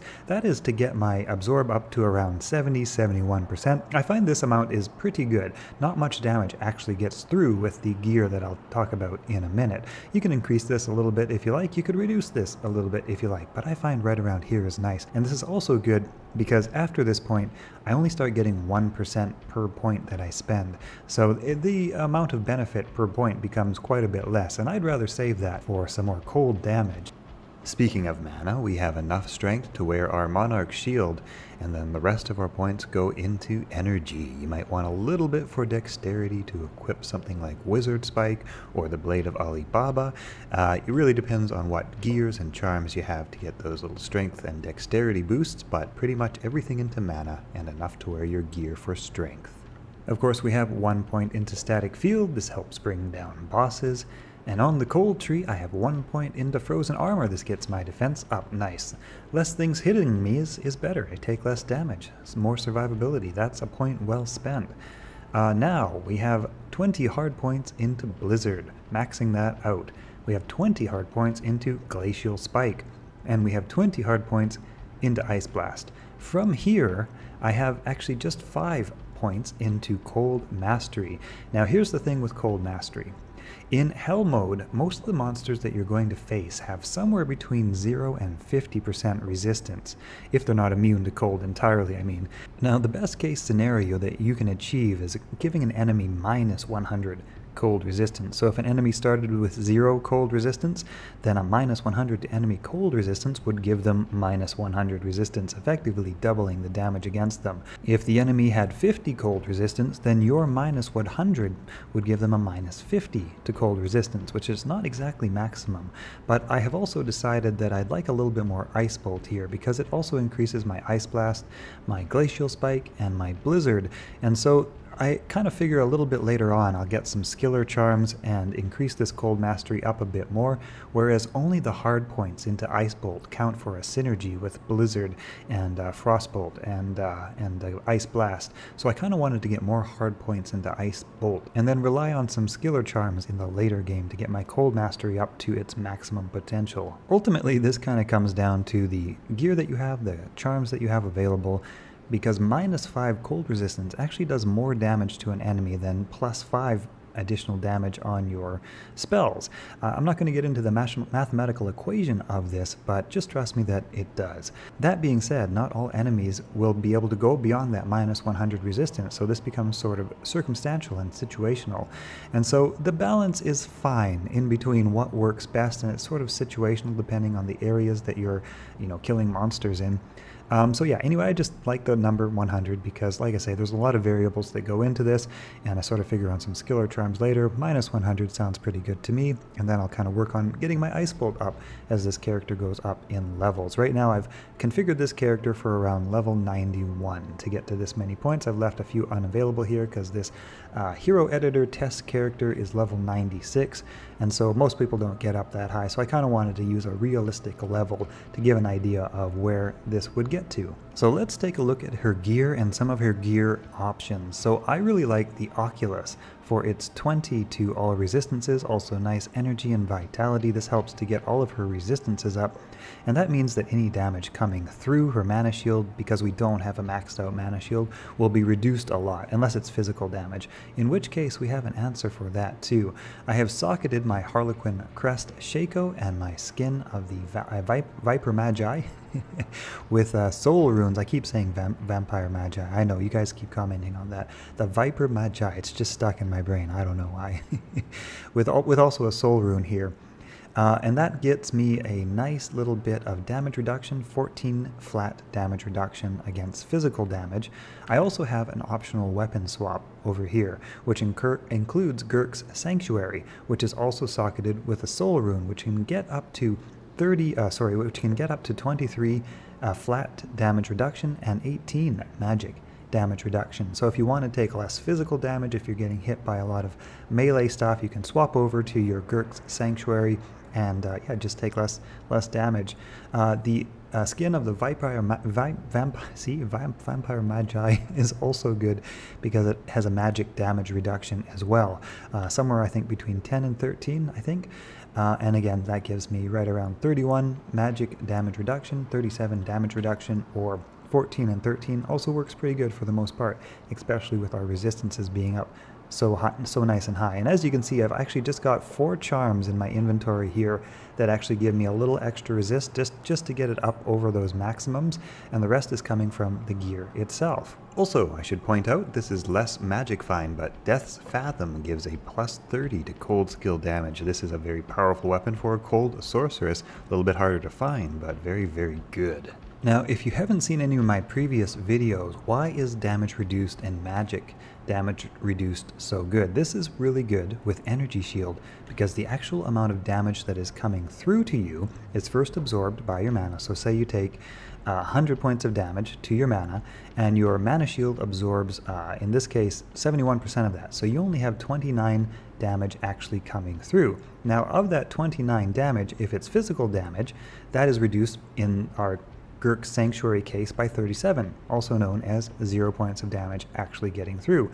If it's elemental damage, that elemental damage is then applied to your resistances, and then your damage reduction is taken into account and applied to whatever damage is left after your resistances, also known as usually no damage at all. So that's why these flat little damage reductions that don't look like a lot are actually really, really good with Energy Shield.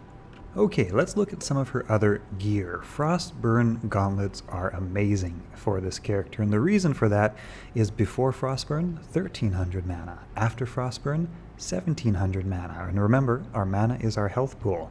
And the more mana we have, the faster our mana regeneration happens. So the more mana you can stack up, the faster this just recharges naturally. And so a higher recharge rate means this is just staying up that much easier. Let me show you how this works really quickly. So here we have Max Roll, a nice little character planner that I talked about in a previous video. This character has 1420 mana at the moment, which gives her a mana regeneration rate of 26 mana recovered every 1 second. So now watch what happens when we toss on the Frostburn gauntlets, okay? So now her mana pool goes up to 1800 and her mana regeneration rate also increases. Now it's 34.4 mana per second. So without 26, with 34, that is a substantial increase in mana regeneration. Now you might also be wondering, does warmth increase her survivability? Well, yes, of course. A point of warmth increases her mana regeneration by about 2 points a second, so 4 points of warmth would be roughly equivalent to those Frostburn gauntlets, give or take. So I've actually got a build in mind which focuses on like the fire tree and an immortal sorceress just to take advantage of that warmth. If you wanted to drop a few more points into warmth, you could at the expense of some of your cold damage. I don't think you really need to, but if you wanted to increase your survivability a bit, you could certainly do that. Now, on the topic of mana regeneration and survivability, there's a couple of interesting options for your Mercenary's equipment. Now, your Mercenary, I really like the Reaper's Toll. He survives so well with the Reaper's Toll. This is even the non-ethereal version of that, and it works so well, especially that chance to cast Decrepify, which just slows everything down, and that huge lifesteal, and that combined with something like Andariel's Visage or Tal Rasha's Horadric Crest is really nice. And then a rune word like Treachery or Fortitude, really good. Your Mercenary will be an absolute machine, and you do want your Mercenary to be an absolute machine because he will take care of those cold immunities for you. Those are otherwise going to ruin your day. But if you have a strong Mercenary, he'll really help with those. The other interesting option here is the Insight rune word, which gives you a level 17 meditation aura, or up to level 17, I should say. This helps your mana regenerate more quickly and, of course, increase your survivability. Now, I do find that the Reaper's Toll works better, just because it slows everything down so much, and so you take less damage that way. So your mana is actually taking less damage instead of fighting to recover more quickly. I find the Reaper's Toll is better, although the Insight is also good. Okay, let's take a look at some of her other gear. Like I said, I have the Harlequin Crest Shako, really nice for that big bonus to life and mana. Of course, mana increases our survivability because that's our life, and life is our life, so that's also good. A bit of damage reduction and that 50% better chance of getting magical items. We'll talk about Magic Find in just a minute. For her amulet, I have Mara's Kaleidoscope for its big bonus to resistances, also +2 to all skills. You could swap this out, of course, and try to get your resistances up with charms and other things like that, but Mara's is very nice. I have the Spirit Monarch, of course, that probably just kind of goes without saying. Obviously +2 to all skills, resistances, a nice bonus to mana as well. That's a very, very helpful item in getting that mana up and that regen up. For her rings, now there's a few options here. I've got a Stone of Jordan. You can also do something like 100 mana and faster cast, or even just 100 mana. Again, we're wanting to get that mana recharge rate up. That's kind of the most helpful thing in the Immortal Sorceress's build design. Like I say, that's our survivability right there. Some other interesting options might include Nature's Peace, which gives us damage reduced, of course, very helpful in reducing any damage that gets through our shield. Or Dwarf Star, also kind of interesting in that it also reduces magic damage. So you can kind of swap stuff around depending on where you're farming. Now for the belt, I'm currently using Thunder God's Vigor. This is a great belt because of that increase to maximum lightning resist, and that lightning absorb is also pretty cool. That of course means that any damage getting through that is lightning damage will be absorbed and turned into health.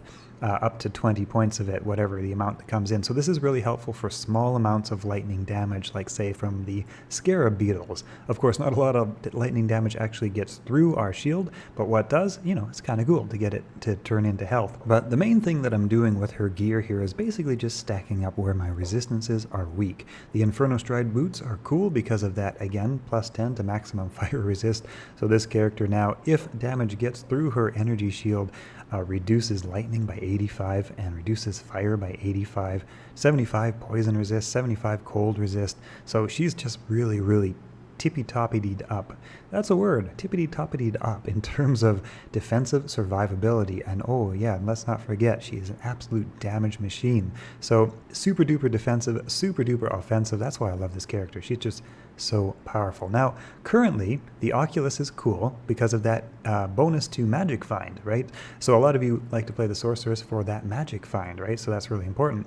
So a lot of this gear is actually quite optional. You could swap out some of your resistances and she'll still be very survivable. In fact, any damage coming into your energy shield doesn't even take into account your resistances. That's only damage that gets through your energy shield. So if you happen to have low resistances, that's okay. Your energy shield will very much protect you for the most part. This is just the kind of tip-topped up version of this character with her max survivability.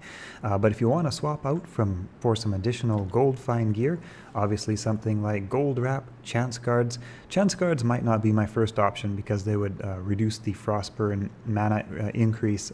So I would probably put something like gold wrap, maybe some nagel rings, and of course you can swap over to the Blade of Alibaba for killing blows, and that will help out quite a bit. So right now this character has 246% better chance of finding magic items, which is pretty good, especially considering the diminishing return on magic find after about the 350% mark. You could of course swap out for War Travelers to get her magic find up even more into that 300% range. So you can take this character, all her toughness, all her offensive power, you can stack her with magic find gear and have just like this absolute monster of a magic find sorceress. Okay, on to the last and fun part of this video. How does she perform? So I won't show you the ancient tunnels. This character absolutely destroys ancient tunnels. I won't show you the mausoleum or some of the other level 85 areas. Instead, we'll look at somewhere harder. Chaos Sanctuary, on the other hand, is one of the more difficult level 85 areas, but not so much for the Immortal Cold Sorceress. Yeah, like I say, clear speed, survivability, a good mercenary to take care of any cold immunes, and yeah, she powers through it, no problem. There we go, Grand Vizier of Chaos. Oh, and a little charm. I'll grab that. Actually, hang on. I'm on a hero editor character, so that doesn't matter at all. It's like just force of habit. Grab the loot. Anyway, yeah, all right. Okay, here we go. Nice. Oop, random teleports every now and then. Oh, here we go. If you don't like that random teleport, you could, of course, switch out for, I don't know, maybe a wizard spike or something like that. It can be a little bit distracting, especially if you're trying to get your spells lined up. But yeah, really good clear speed on this character. And as you can see, the Mercenary is still at tippy-toppy health, no problems going on there whatsoever. And I'm going through pretty fast here just to show you how clumsily you can play this character and still have her, you know, survive and kill stuff, right? So you might be a little bit more careful than me. But yeah, she absolutely clears the room in a good way. All right, let's head over to let's do some cows. Whoop whoop. Oh, the shield came off. Gotta watch that energy shield doesn't come off somehow, because when you run out of mana, that'll take your energy shield off, and you gotta watch to make sure to put that back up, because that's fairly important. You need that to not die. Okay, here we are at the Moo farm, and her clear speed on the cows is just really, really good. Let's see if we can find a nice big group of them. Let's see, 4 is not enough. No, we need more than 4. We need 8's okay, but it could be better. That's a little bit better. Let's do these guys. There we go. 1 spell, and they all just start falling down. 2 spells, and, well, they all start falling down some more. Which ones didn't get hit? Alright, let's see. And the nice way to kind of combo this is with your Glacial Spike. So you cast your Blizzard, you follow up with some Frozen Spike, you wait for another Blizzard to be ready, some Glacial Spike rather, and that kind of keeps stuff from getting to you. And also, you know, deals out a bunch of extra damage. If you want to do more damage, then the Ice Blast is the way to go. That's better for sort of a single target. But if you want to kind of slow down a bunch of stuff, Glacial Spike, it's a nice combo. The cooldown on Glacial Spike isn't shared with Blizzard. It is a little bit shared, but mostly not shared. So you can basically Blizzard and then Glacial Spike a couple times, back to Blizzard when it's reset. And that's how she does it. Clears the cows, no problem. Alright, and last off, I'd like to show how good this character is at taking down Bale's minions, with a properly geared Mercenary, of course. You can see just how quickly she clears out the waves. I know it may look like this is in fast forward, but no, this is real time, real speed. She's actually killing these things that quickly. The Death Mages slow things down a little bit, just a tiny bit, so you just kind of teleport your Mercenary on top of them. He goes whack whack, and doesn't take too long. She's so good at taking down the council numbers. These guys absolutely melt to her Blizzard. Like, look at that. What was that, 3 seconds? I don't know. Then you just got to wait for the Hydras to be gone. And, the Venom Lords, no problem. These guys absolutely melt as well to her Blizzard. Like, look at that. So fast. Even the Minions of Destructions, the kind of toughies of the group, go down so fast. Usually Lister, the Tormentor, is not cold immune. Every now and then he is, though, and that's why good Mercenary is the way to go. A little bit of static field to help him out, and then, yeah, Mercenary for the win. Here we go. A little bit. Slowing this down a little bit, but, you know, not too bad. A few extra hits. There we go. And on to Bale himself. Oh, she's so fast at taking down Bale. Like, look at that. Halfway down. Of course, static field helps a bit, but even without static field, her Ice Blast and her Frozen and her Blizzard combined work really well. Take down Bale super fast.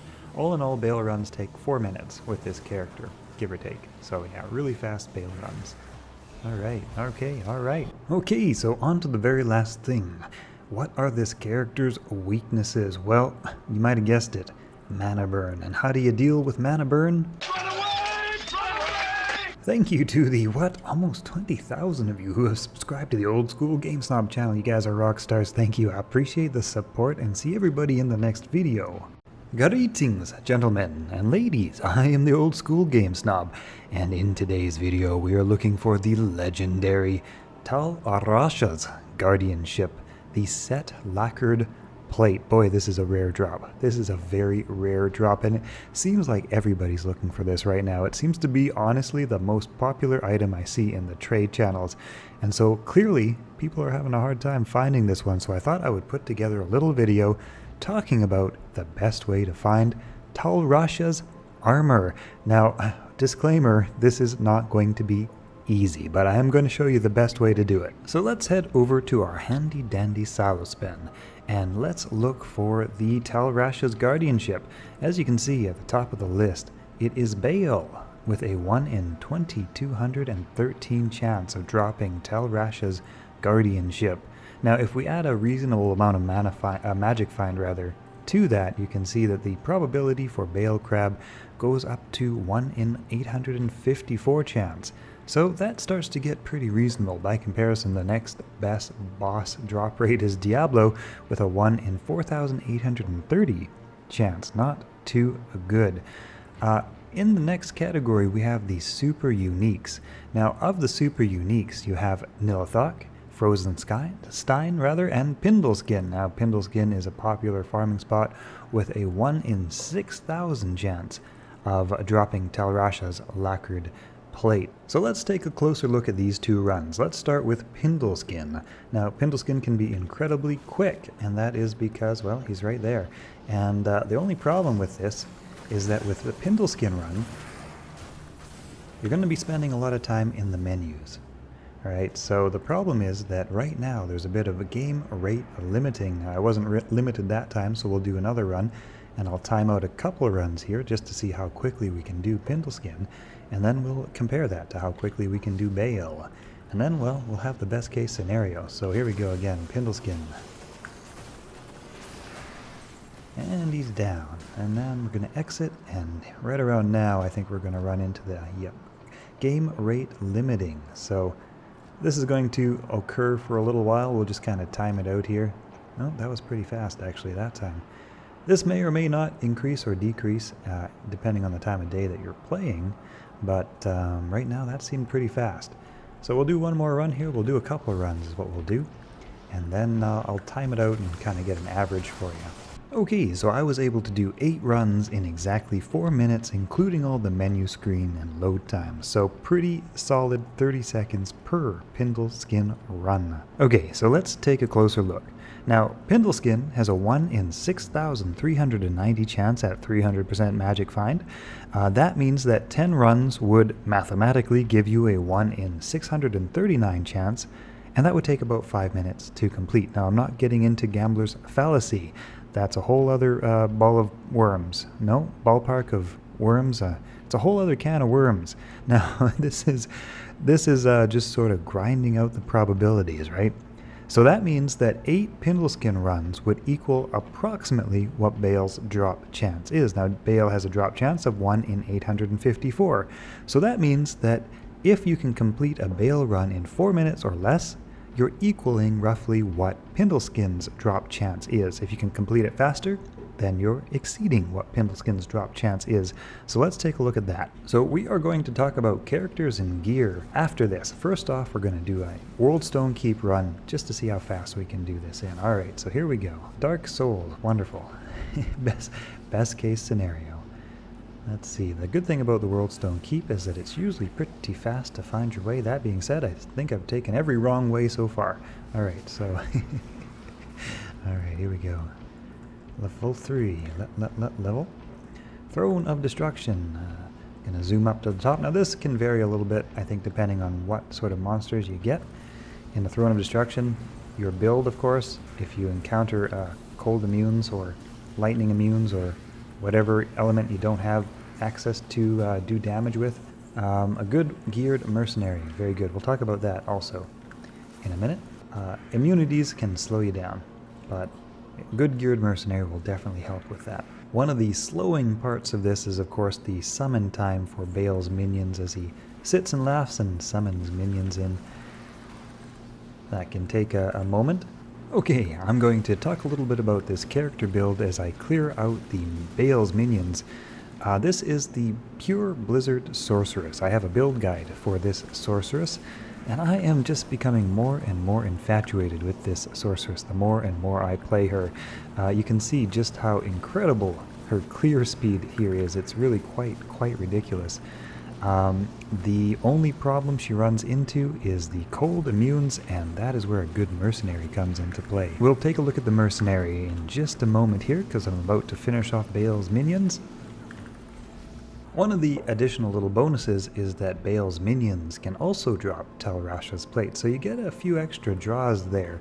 They don't have a great chance of it, but they do have a chance of it, so that's also a little bit of the... that's also a little part to the equation.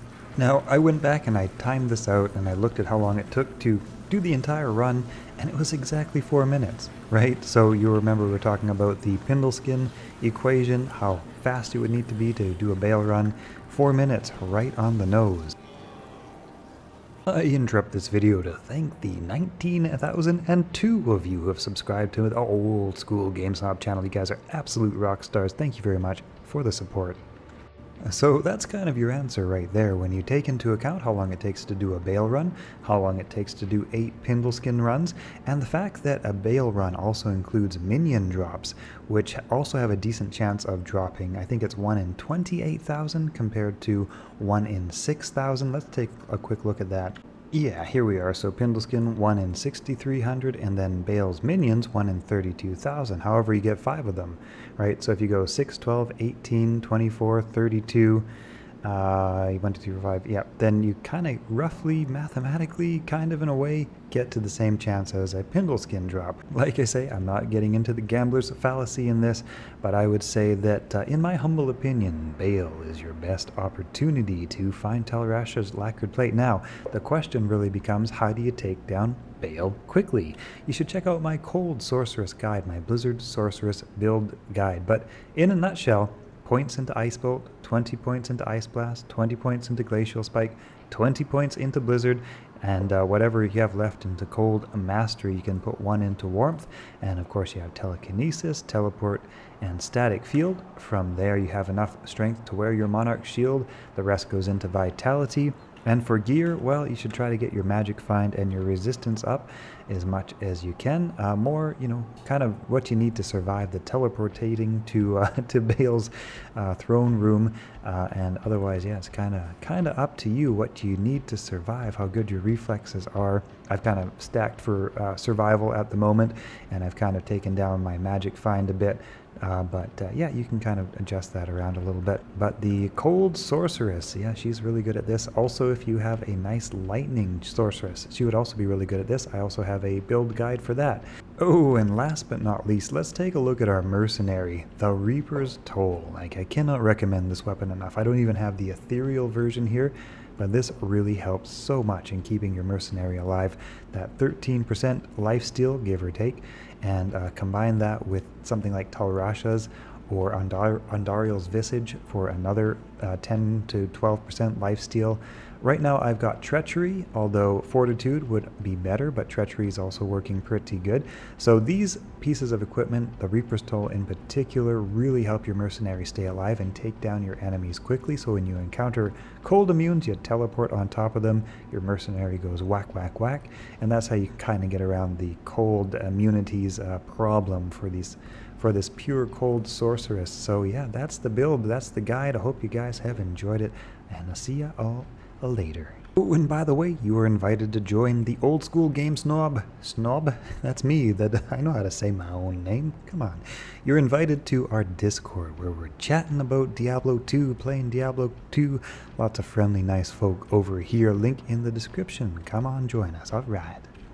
Good evenings, gentlemen and ladies. I am the Old School Game Snob, and today we are taking a look at a classic old build. This is the meteorb Sorceress. This is both Frozen Orb and Meteor and Fireball. Versatility is the name of the game when it comes to the meteorb Sorceress. She can handle most areas decently well. I would not call her an S tier build, but she's a fun build, and she's capable of dealing with problems that come up.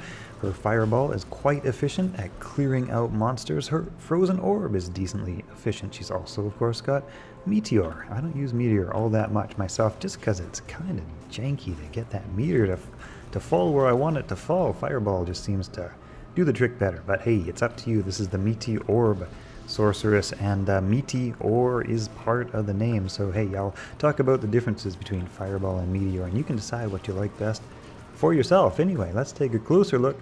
Let's kick things off in the cold tree, because then the fire tree will make a little bit more sense in terms of point distribution.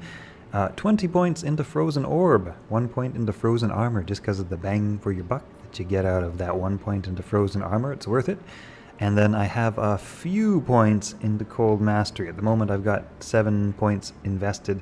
Now, Cold Mastery is something that you really don't need much more than about 150% to minus enemy cold resistance. And that is because in Hell difficulty, most of the monsters you face will have anywhere between like 0 and 50% cold resistance.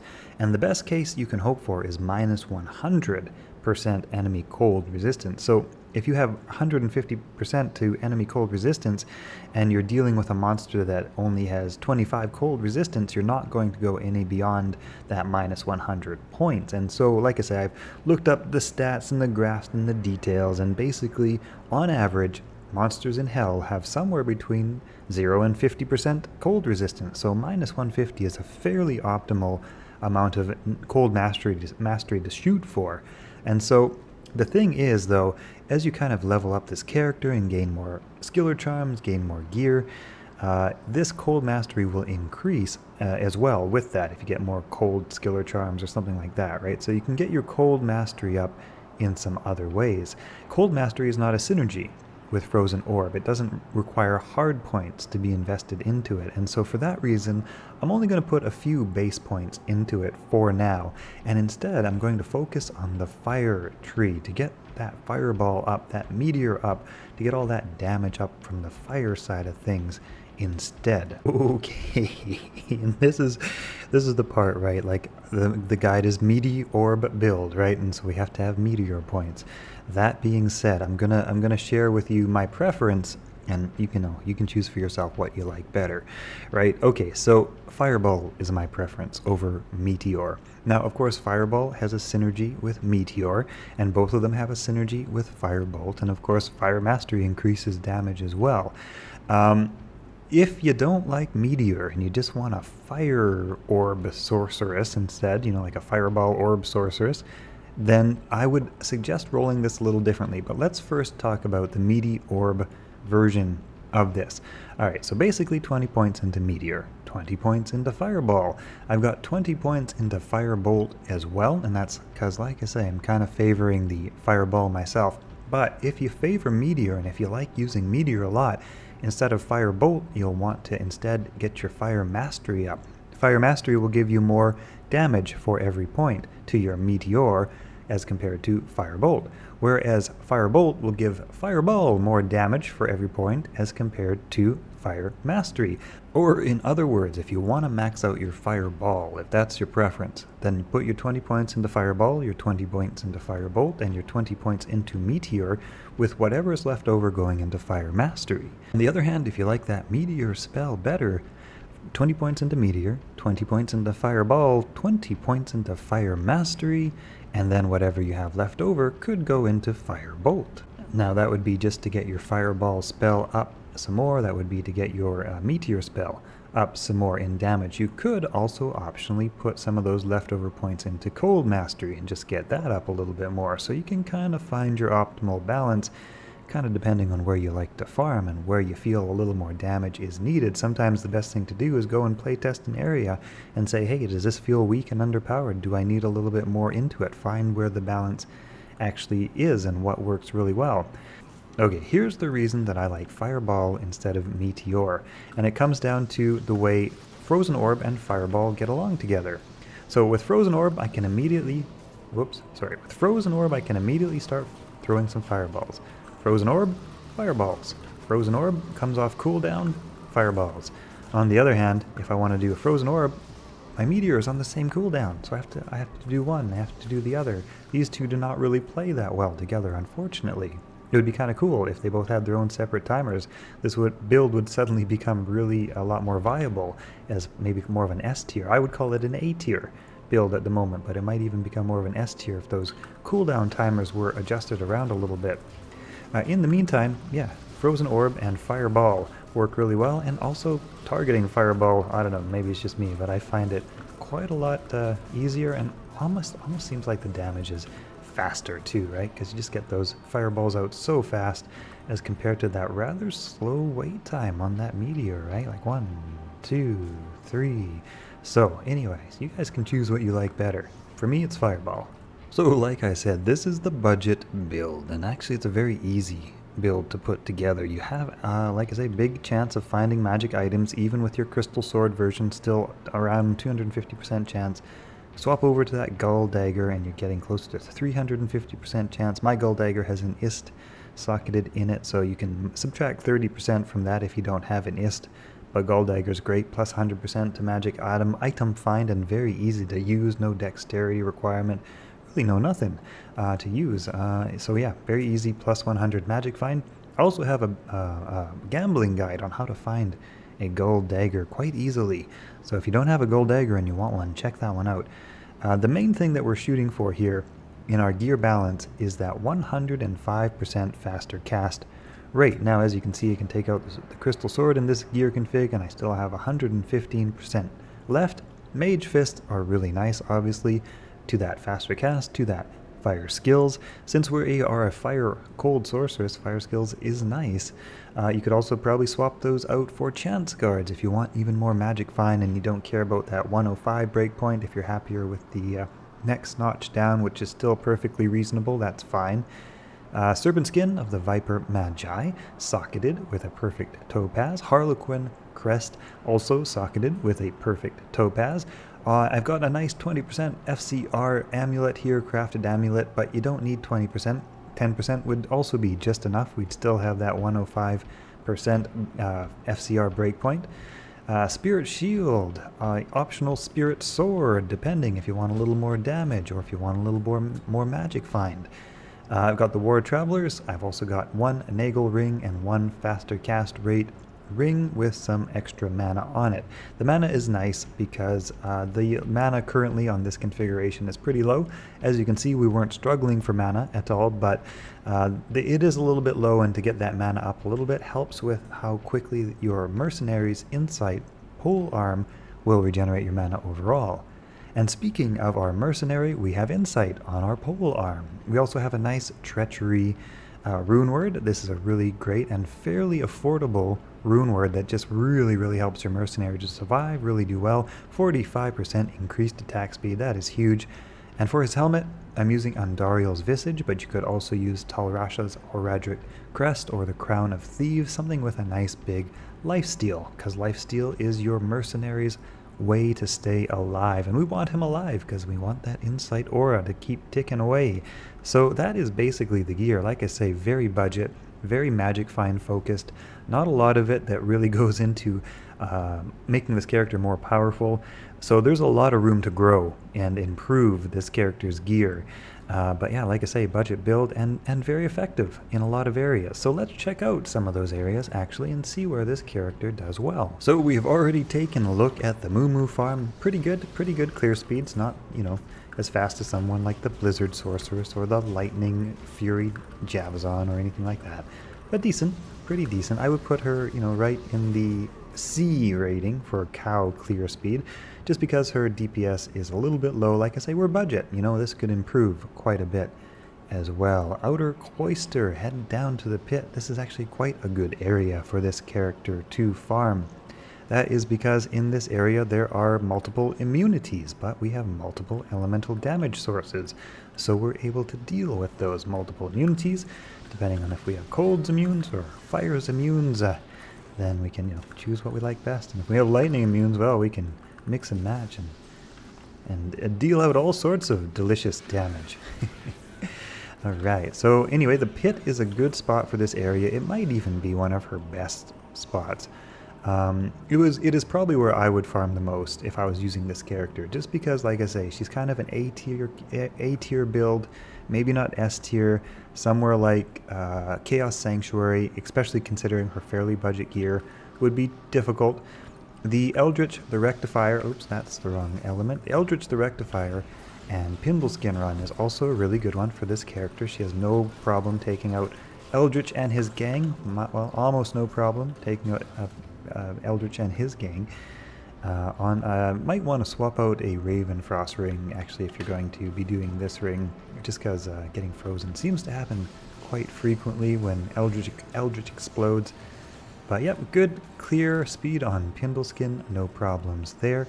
I was actually taking her through the Worldstone Keep a bit earlier too, and that works pretty well. She does pretty well in the Worldstone Keep. Like I say, again, Worldstone Keep really requires multiple elemental sources of damage. This is where some character, like an S tier character like the Blizzard Sorceress, might not really be able to do too well in here, just because there's so much randomness and variation and diversity.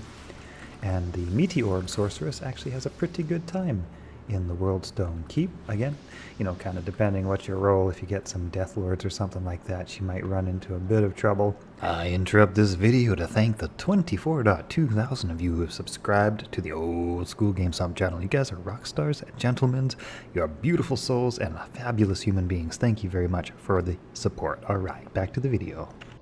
When it comes to clearing out Bale and his minions, she's a little bit slower, not the fastest, not the best, but, you know, the whole level 85 Worldstone Keep, just level 1 and level 2, sorry, level 2, level 3, level 1 actually.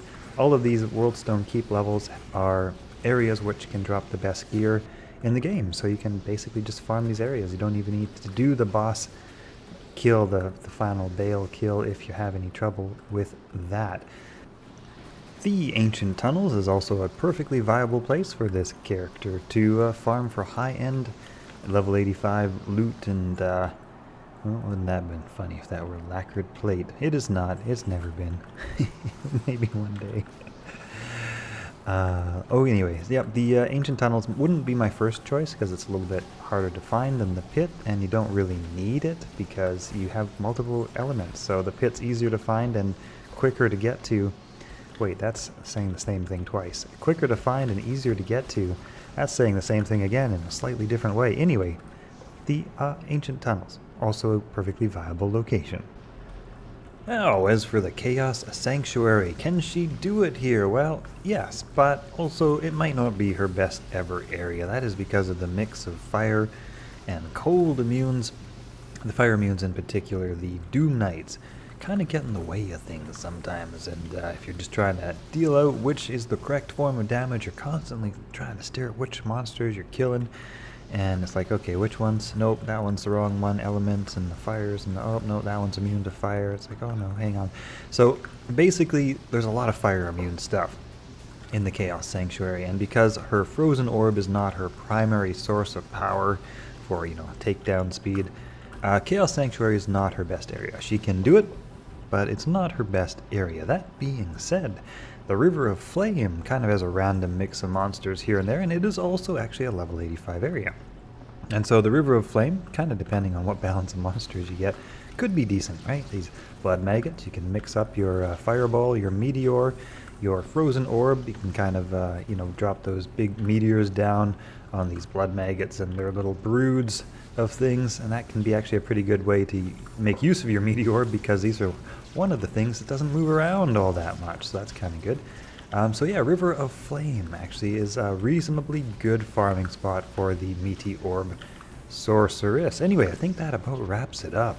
Greetings, gentlemen and ladies. I am the Old School GameStop. In today's video, I thought it would just be fun to take a look at the complete Tal Rasha's Sorceress. This is going to be on a cold build, the Blizzard Sorceress, basically all maxed out in cold damage and cold skills, and with the complete Tal Rasha's set. And this is a great set. You know, this is a really, really solid magic find set, and also I think it really works well with the Cold Sorceress in particular. So let's take a closer look at the gear. Let's take a look at the statistics. Let's take a look at how viable this set is for high-end Diablo sorceresses. Okay, so out of the box, we have some decent resistances. 68 lightning, 35 fire, 35 cold. She's a little weak on the poison.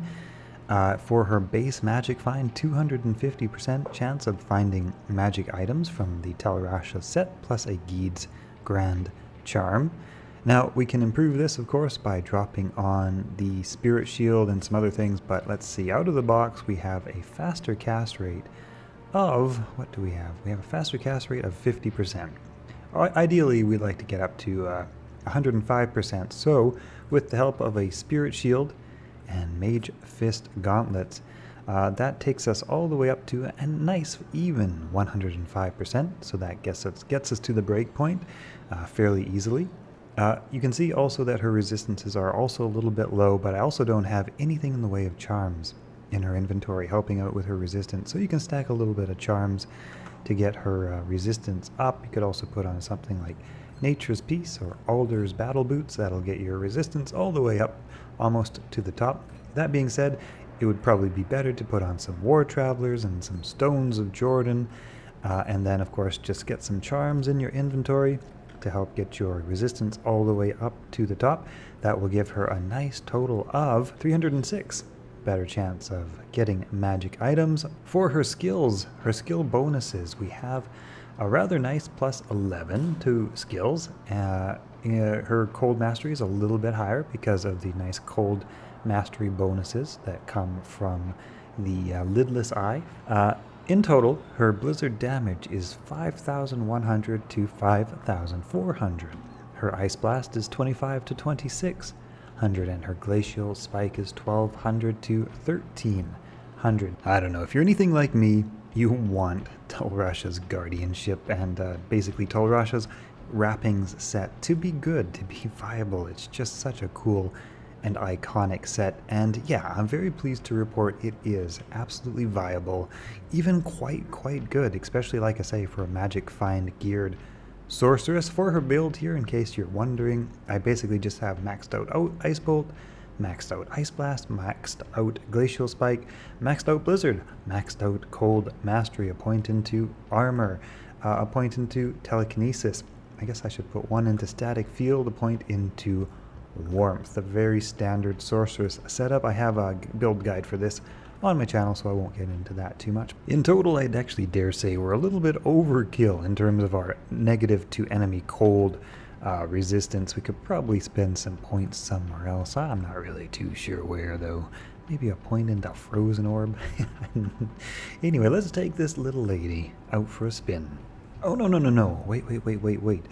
It occurs to me that not everybody knows what Tal Rasha's set is all about. If you're new to Diablo or even been playing for a while, you might not know everything that the set gives you. So let's be fair and take a look at the actual set and everything that it gives you. That makes sense, right?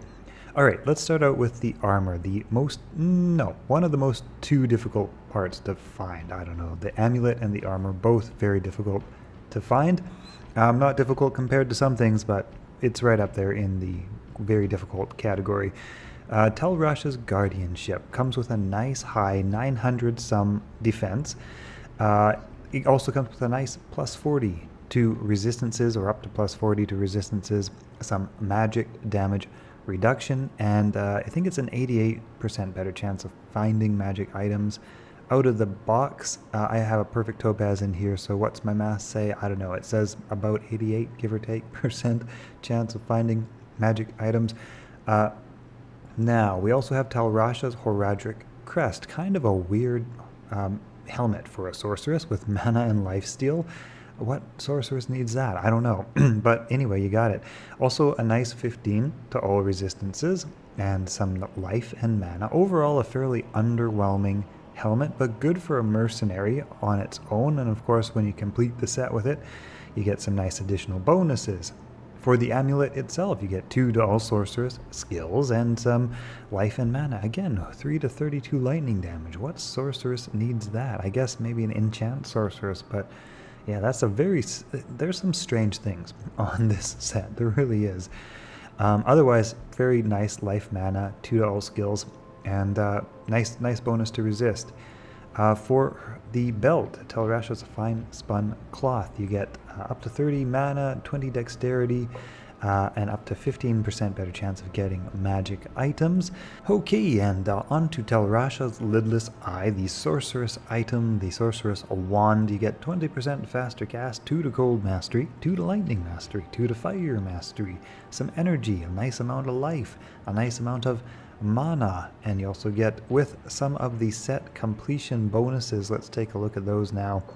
For the full set completion bonus, you get 3 to all sorceress skill levels, 25% faster hit recovery, 150 defense, 150 life, 50 defense versus missile, all resistances plus 50, and an additional bonus of 65 to finding magic items. On the chest piece, you get the set bonus of 10% faster cast rate. On the belt, you get the set bonus of 10% faster cast rate and 60 defense. On the lidless eye, you get the set bonus of 15 to cold skill damage and minus 15 to enemy lightning resistance.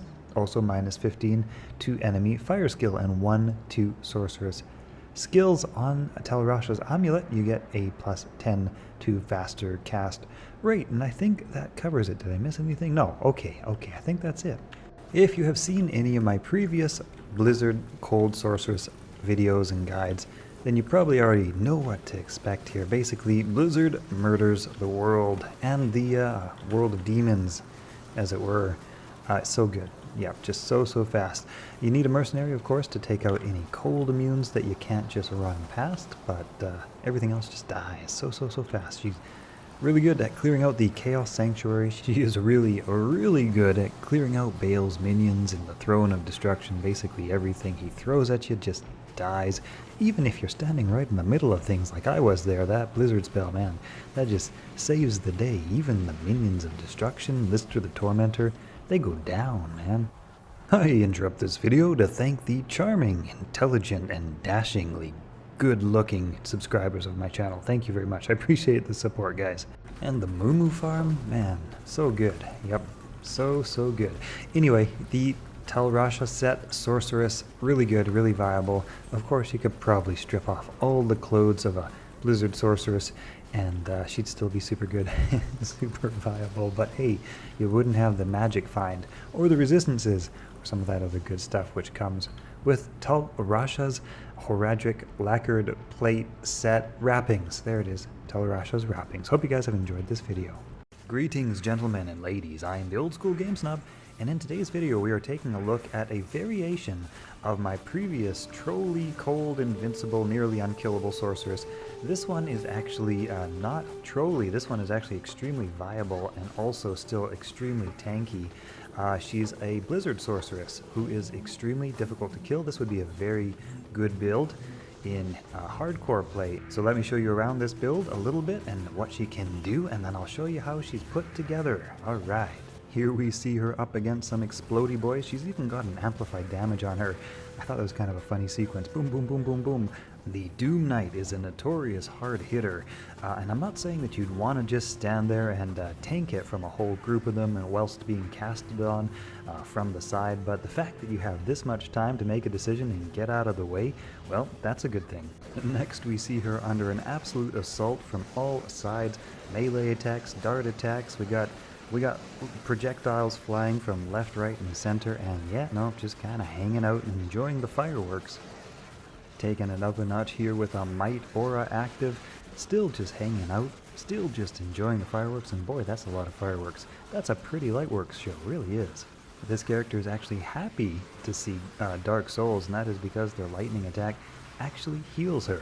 Yep, she can just hang out in that lightning storm all day long. And this is also true of the Council. Now, some of you didn't believe in my previous video that we were in Hell difficulty, so I'm popping up my map. As you can see, yes, this is Hell difficulty. Those Hydras heal her so quickly. Fire damage, lightning damage, both heal her. Here we are just sitting around in the center of a bunch of Council members. These guys are tough and dangerous.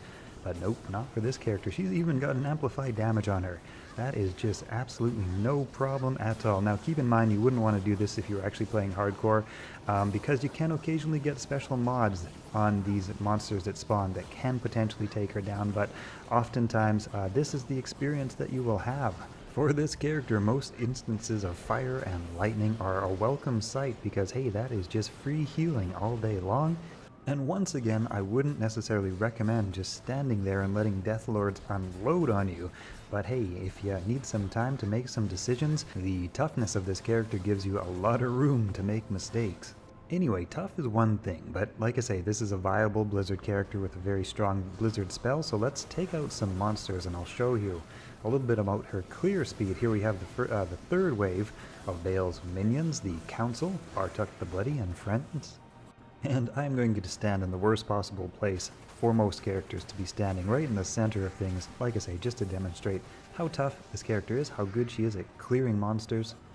Generally speaking, it's not a good idea to stand right in the middle of the Minions of Destruction, but hey, in this case, I think we're going to be just fine, all just melting to her frosty blizzard, frosty coolness.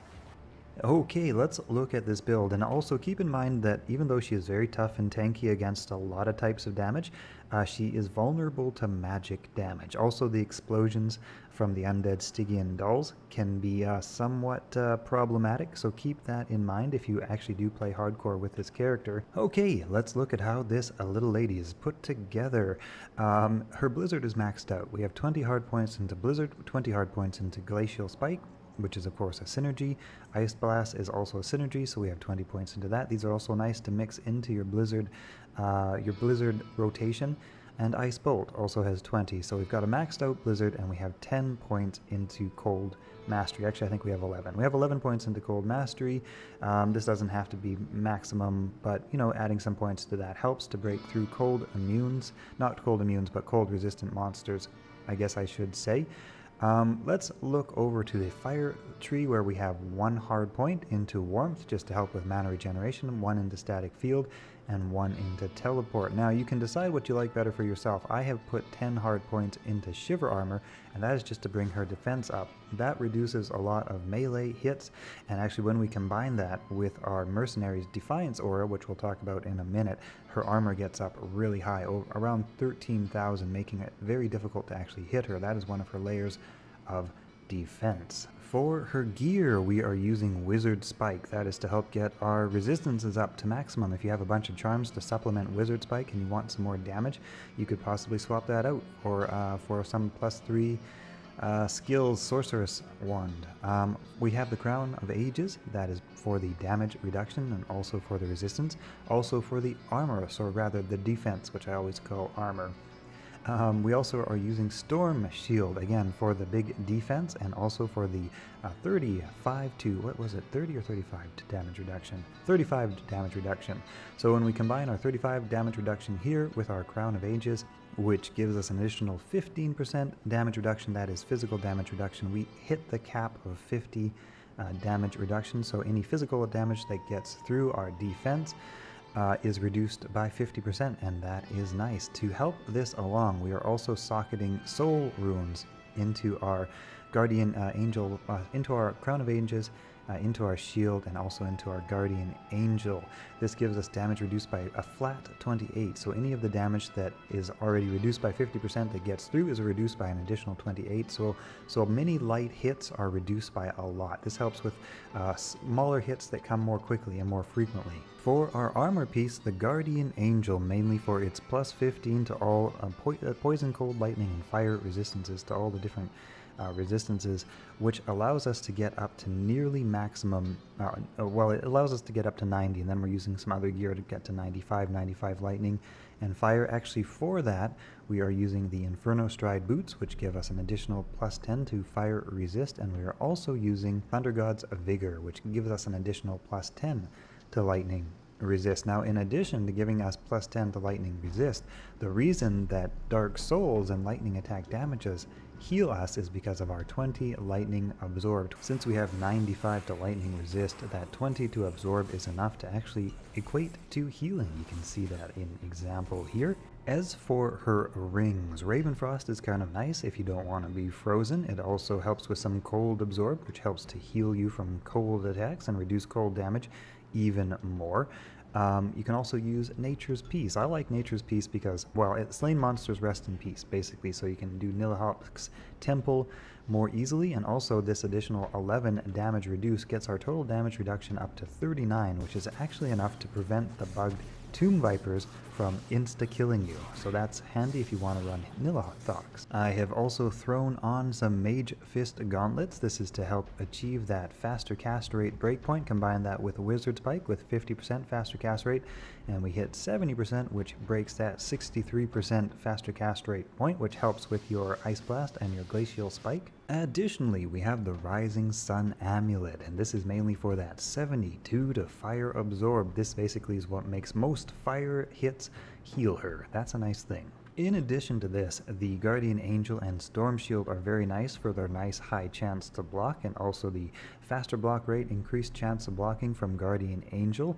We have put her dexterity up to achieve about a 65% chance to block, actually a little bit more even, about 74 in this case. So you can raise your dexterity up to around 160, 170. I'm not exactly sure the exact number for all different monsters in hell difficulty, but you know, once you get 65, 70% chance to block, even more in this case, that is good. That is a part of this build because blocking reduces a lot of damage. So we dodge a lot of damage with our defense, and then what gets through we block, and then what is elemental we reduce, and then what is the remainder we absorb and heal. So that is kind of where this character gets all of her survivability from. We have enough strength to where her gear, basically the Guardian Angel, is the highest strength piece at 196. The Storm Shield helps out with that plus 30 to strength, so you only need to really raise it up to, what is it, 121 base. There we go. The rest goes into Vitality. On her offhand, I have a a Call to Arms, and that is just basically to get her health up a little bit more, her mana up a little bit more. For Charms, it is basically whatever you want to get your resistances up to their tippy top, and also, yeah, whatever you want, Skiller Charms, Life Charms, Mana Charms, Health Charms, whatever you kind of want in there, whatever balance you like. That is basically the build, ladies and gentlemen.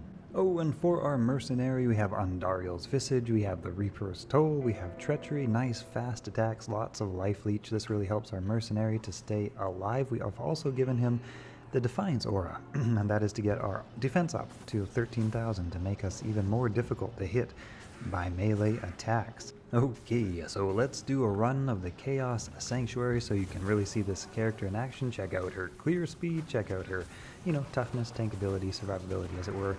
If there's one thing that this character kind of suffers from, and that is her mana supply. So you might actually consider giving your Mercenary the Insight Rune Word. That makes him kind of less tough, less tanky than the Reaper's Toll, which is really nice because you combine Reaper's Toll with Andariel's Visage and you get like 25% life leech, I think, something like that, give or take. But that mana regen is really, really nice. I wouldn't usually play as, you know, up close and personal in the face of demons if I was actually trying not to die, but I'm kind of demonstrating a little bit here more about just like the toughness and tankability of this character. Like I say, I probably wouldn't stand in harm's way here with a amplified damage on, but like I say, we're just doing some demonstration here as to what you can get away with. The magic attack. The magic attack is what she does not have resistance to, so you have to watch out for those. Those can come through all of her defenses and do quite a bit of damage. So just something to be aware of. Magic, like I say, like you can see those hits coming through, those are probably from magic hits or magic damage type. So watch out for those. For the most part, you don't see too much magic damage. The snakes have it, some of these knights have it. Oblivion Knights, I forget which ones they have. They all look the same to me, I don't know. There we go. Where's Lord Decease? There we go. He's the cold enchanted guy that my Mercenary has to do the job for. We're not with Emilio here today, we're with his pal, Fazel. I hope Fazel is up to the challenge. Alright. Boy, this is a fast moving Lord Decease.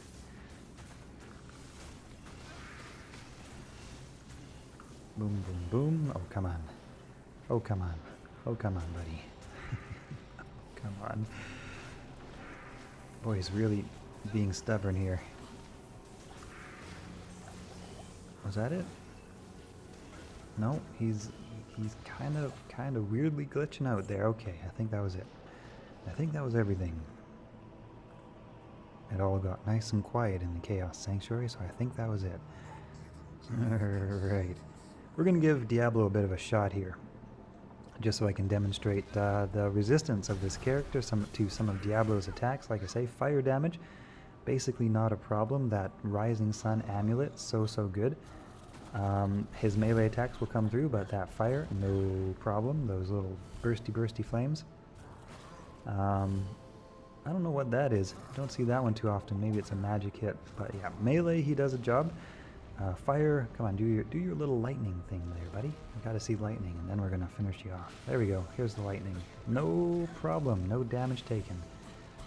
So that's kind of fun. Alright, anyway, let's finish Diablo off. I guess we have static field here, and then a little blizzard, and then a little ice bolt, and then a little blizzard, and then a little ice bolt. And some super awesome thing to finish the stream, the video, no. We have We have a Grimhelm. No, we have nothing. Okay, hey, hope you guys have enjoyed this video. Thank you for watching. A very big thank you to my subscribers. You guys are rock stars. I appreciate the support, and also thank you to my viewers. Thank you for watching. Check out the rest of my channel for more Diablo videos. Also check out my new channel linked in the description, GameSnob Unchained, where I am covering Gods Unchained, sort of a Hearthstone or Magic the Gathering like card game. Greetings gentlemen and ladies, I am the old school GameSnob, and in today's video we are going to be comparing lightning versus chain lightning. Now you could make the very valid argument that this is a fairly moot point, just because a lightning sorceress worth her salt, worth any sort of build viability will have both of these skills. But the question is, which one are you going to focus on most? And the answer is it's kind of situational. But we're going to take a closer look into these two skills today and just kind of compare how they work and kind of give you maybe some tips for anybody who might be just kind of getting into the lightning sorceress as to which of these two skills to focus on and when to focus on them. When's a good time to use one, when's a good time to use the other, because they both work. They both work well in the right circumstance. All right, let's take a look. First, a very quick look at the build we are running here. We have 20 lightning, 20 chain lightning, 20 lightning mastery, and 20 charged bolt, which is a synergy for both. You could also get 20 into Nova to get that up even more. Instead of that, I've decided just to go with some shiver armor for some defensibility. I didn't want to go, I mean, it's already overboard. We've got a 6 to 20k lightning all maxed out, and we've got a 6 to 8200 chain lightning all maxed out. For gear, we're looking at Griffin's Eye, we've got Serpent Skin, we've got Ashuta's Temper, we've got Spirit, we've got Mara's, we've got a couple of Stones of Jordan, Arachnid Mesh, Mage Fist, and Alders. A lot of this is not really necessary, but hey, I just kind of threw some stuff together because we're comparing two spells today. We're not doing a build here. We're just kind of maxing out or getting pretty close to a max lightning sorceress build, and yeah, that's what we're going to do, is to compare. So lightning, straight up, passes through all targets in its path, doing 1 to, 19,000 damage. That is really good for anything in a straight line. Anything a little bit out of the line, left or right of the line, will get missed, of course. On the other hand, chain lightning jumps to up to 12 targets. At current skill level 36, that will be a little bit lower, of course, if you don't have as high a skill level, but it does less damage. Now, chain lightning is interesting because it'll basically hit most of the targets that you see on the screen. And if there's only a fewer number of targets on the screen, like say 2 or 3, it'll start bouncing around between them. So even though it has a lower amount of damage, if there are less targets on the screen, it'll hit the same targets over and over again. So for that reason, depending on how many targets you have on the screen and kind of the layout and configuration of the enemies that you're facing, one or the other may end up being your better and more viable damage output option. A bunch of them in kind of a straight line, so chain lightning rips through all that pretty well. That being said, there's still a whole bunch of them, you know, that are getting missed by that lightning spell, even though it does more damage. It can almost be beneficial just to throw off that chain lightning. That gets everything in its hit recovery phase, and when things are getting hit recovered, right, when things aren't chasing after you, you have more time to just sit there and spit out lightning, right? If you're running away with like a lightning spell, if a bunch of things are getting through your lightning arc, then you've got to stop casting, you got to move around a little bit, you got to stop casting, you got to move around a little bit. You know, that being said, as you can see there, lightning, just straight up lightning, absolutely deals out so much damage. It just knocks stuff down, so you can just kind of keep it pointing in the direction of the enemies and kind of keep back and forthing it and kind of slowing down anything that's getting too close. And that is actually how I like to cast my lightning. I like to kind of keep the mouse cursor nearby, hold down in the attack spell, and then you can just kind of aim with this subtlety of directional change and kind of keep everything on a distance. If you are directly casting on a target, for example, as soon as that target dies, your chain lightning stops, and you don't want it to stop, so you just want to kind of cast a little bit in front of you and kind of aim it manually just to well, just to keep that maximum damage flowing. Here we can see Chain Lightning being cast up against a mixed group of cows coming from different directions, and because that Chain Lightning jumps around so nicely, I'm able to just stand there, and because the cows are locked in hit recovery, I'm actually able to keep that damage output just flowing. Here we have regular lightning, and I've kind of found a good position, and that's the main thing with lightning versus chain lightning. With a lightning, you can do more damage, but you gotta find a good position, and you can't always find one. With chain lightning, your position is pretty much always solid, no matter kind of where you go. And actually, there's some great advantages with chain lightning in terms of strategically staying out of the way. Stone Keep is a good example of this, somewhere a little bit dangerous. You know, here's a bunch of snakes down there, but you can just kind of stay out of the way, throw your lightning. It goes on for ages. By the time you go and see what's dead, well, basically everything's dead. So you can actually more strategically keep yourself safe. As compared to something like chain lightning, you kind of got to get a line of sight. You kind of got to get in the face of danger, as it were. You got to get your arc figured out. And then, you know, you're susceptible to all of the attacks that come back at you. With chain lightning, you just find your targets, you back way up, and then you let the chain lightning bounce, do all the rest. Everything from way off the screen, I think almost 2 screens away, gets hit by that chain lightning. I'm not exactly sure the exact range. It's like a screen and a half or 2 screens, give or take. But yeah, here you can see I just find the target, I stand out of the way, I let the chain lightning do its work, I come in and see what's still left. As a lightning sorceress, realistically you're going to be balancing back and forth between lightning and chain lightning depending on the layout of monsters and the configuration of, basically the configuration of the attack group that you're facing up against. And then that is actually becoming a good lightning sorceress, knowing which one is the right spell for the right layout, and that's how you play it. Anyway, in conclusion, to which is better between lightning and chain lightning, the answer to that actually is they are better together. They are better together, and here's the thing, you have to get them both anyway if you really want to max out your lightning skill. Circumstantially, chain lightning can be better. Circumstantially, lightning can be better. And becoming a good lightning sorceress means identifying which monster configuration is best suited for which of these 2 options. Anyway, I hope you guys have enjoyed today's video. Thank you for watching. I appreciate you guys. You guys are rock stars. Thank you for subscribing. Also, check out the rest of the videos on my channel if you haven't seen them yet. Lots more Diablo content there. Also check out my new channel, Game Snob Unchained, linked in the description below, where I will be talking about gentlemen, Gods Unchained, and playing games, recording games there, talking about strategy tips and tricks and stuff like that. This is sort of like Magic the Gathering or Hearthstone, and it's a lot of fun if you're into card games. Alright. Greetings gentlemen and ladies, I'm the old school Game Snob, and in today's video we are taking a look at the Frozen Orb Nova Sorceress, and this is a character that I'm having a lot of fun with playing, and that is because, well, there's really nothing that can stop her, nothing that can really even slow her down, and she's actually very powerful as well. This is Frozen Orb, made as powerful as I can possibly think to make it, and also giving the character a supplementary skill, lightning skill damage. That Nova works really well, unless you fight lightning immune things. That doesn't work too well. Anyway, so let's take a closer look at this character, and then I'll show you how well she excels in some of the areas. And yeah, this is bringing Frozen Orb back into the Viability range. The problem is you're going to need quite a bit of gear to accomplish this character, but hey, when you think about how hard it is to find some high-level runes and some of the gear you need for some of the other builds, some of the stuff you need here is actually even more attainable than like high-level runes. So let's take a closer look at this build. So here we are in the World Stone Keep, and I have designed this character with some amount of survivability in mind. Actually, she's quite survivable. She doesn't make use of energy shield, but she's quite survivable. The black souls are no problem. Immunities to cold are no problem. Immunities to lightning are no problem. And yeah, she's actually pretty good at taking damage and dealing with a lot of incoming damage, just because we've stacked up her resistance is really high. We've got her a lot of block skill. She can very effectively deal with everything in the Chaos Sanctuary, even the cold immune casters, which are usually a problem for the Blizzard Sorceress. Well, not too much of a problem for this character because her complementary lightning skill, boy, that was a lot of incoming damage all of a sudden.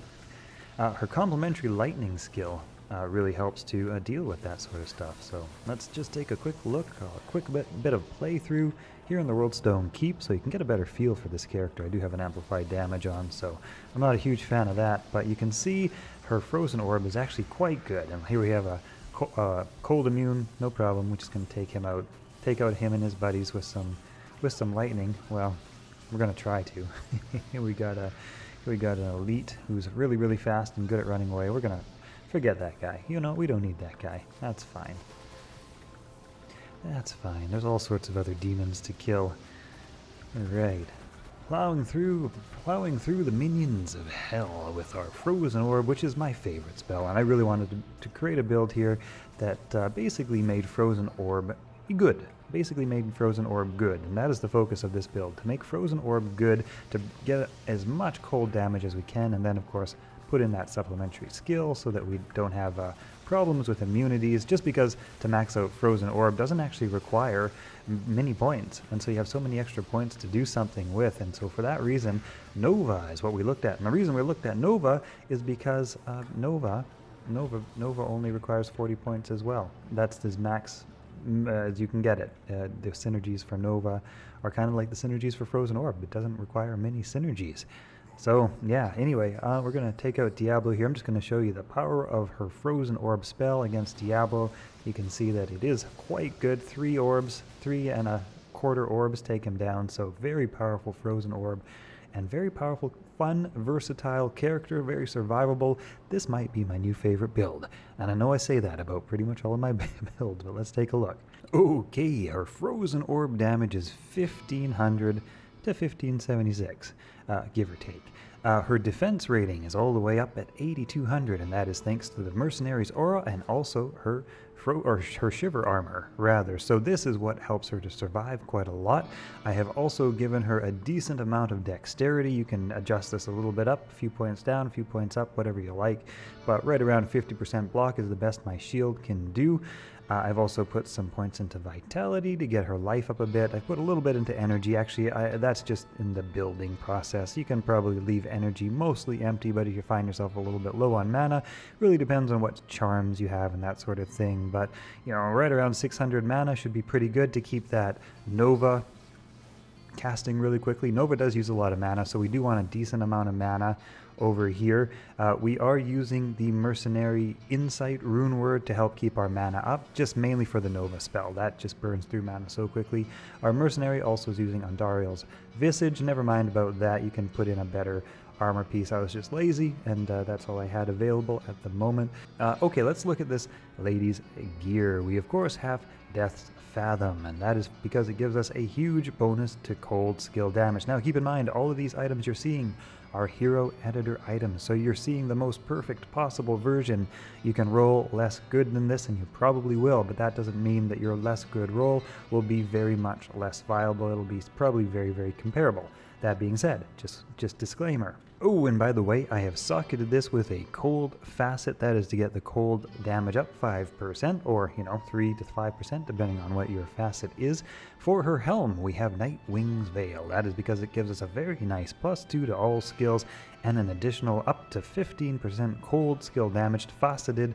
Again, with a cold facet, we get a nice bonus. Okay, we are also using Ormus's robes, and that is because they give us a nice bonus to our cold and to our lightning skill damage. We're trying to max out our Frozen Orb as much as we possibly can, and having that lightning skill bonus as well is great because we got our Nova spell in addition to our Frozen Orb. So this is a very, very perfect Ormus's robes with a +3 to Frozen Orb. This is pretty much ideal.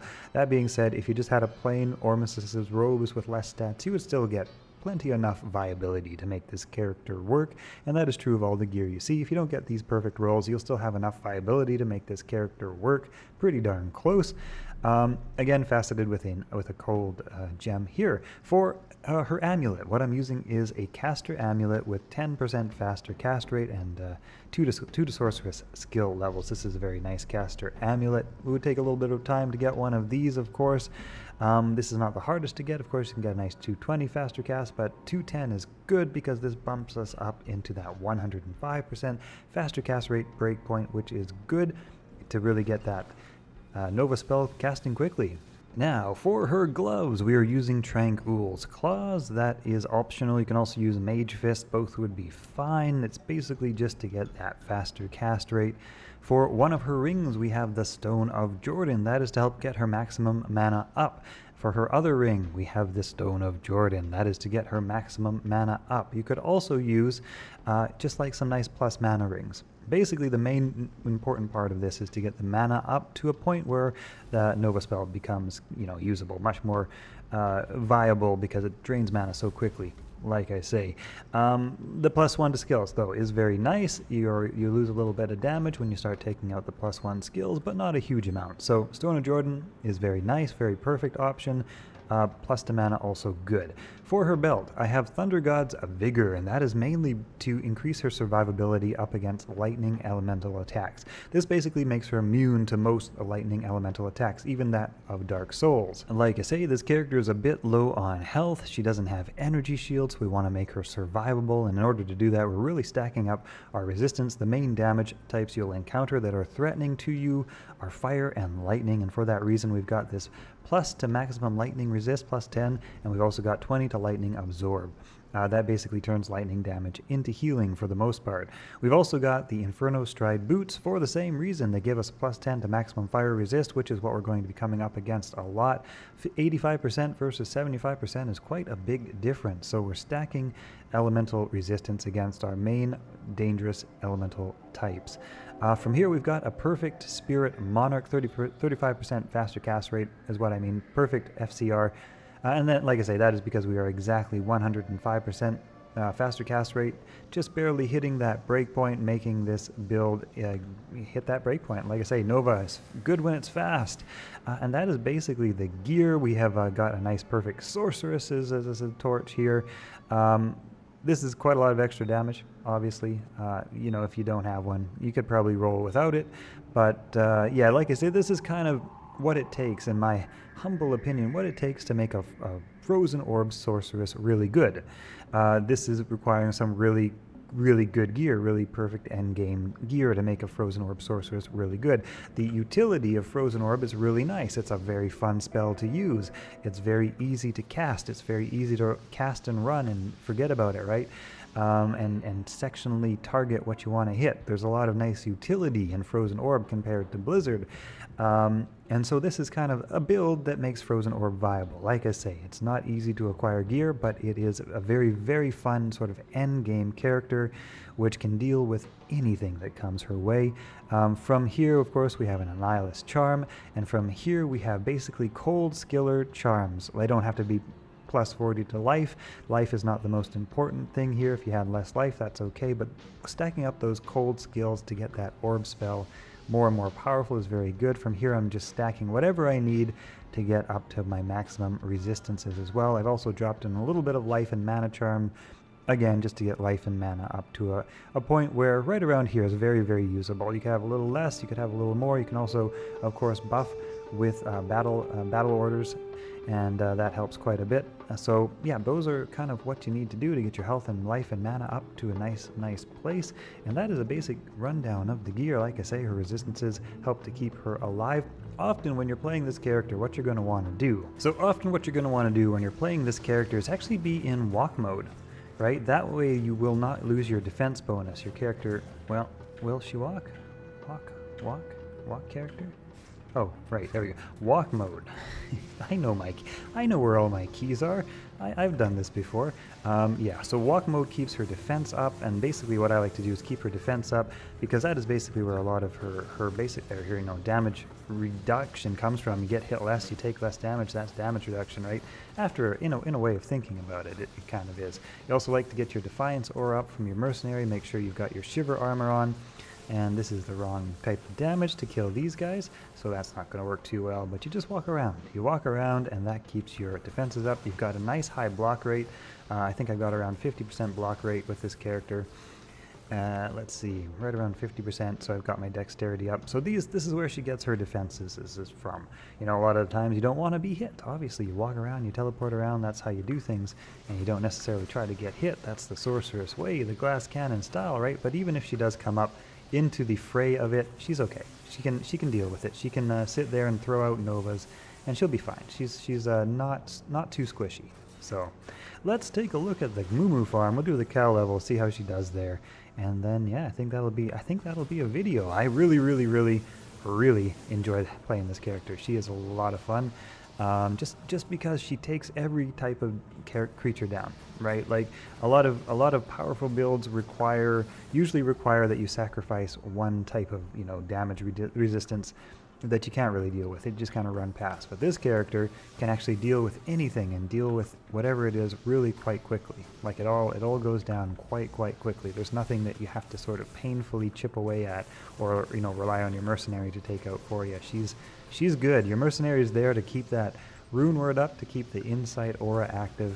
That's what he's there for. That's his job. So consequently, he also stays alive really well because you don't rely on him for too much. So okay, welcome everybody to the Moo Moo Farm, where I usually like to end my character guide videos just taking out some cows, see how good, how powerful the characters' clear speeds are at the Moo Moo Farm. It's a pleasure, I can say, to be able to use Frozen Orb.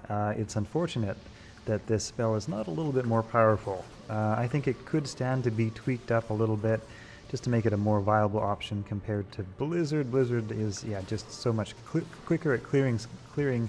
That being said, if you get stack up enough gear, whilst Blizzard would certainly still be more powerful, the utility and the functionality of Frozen Orb is very, very nice.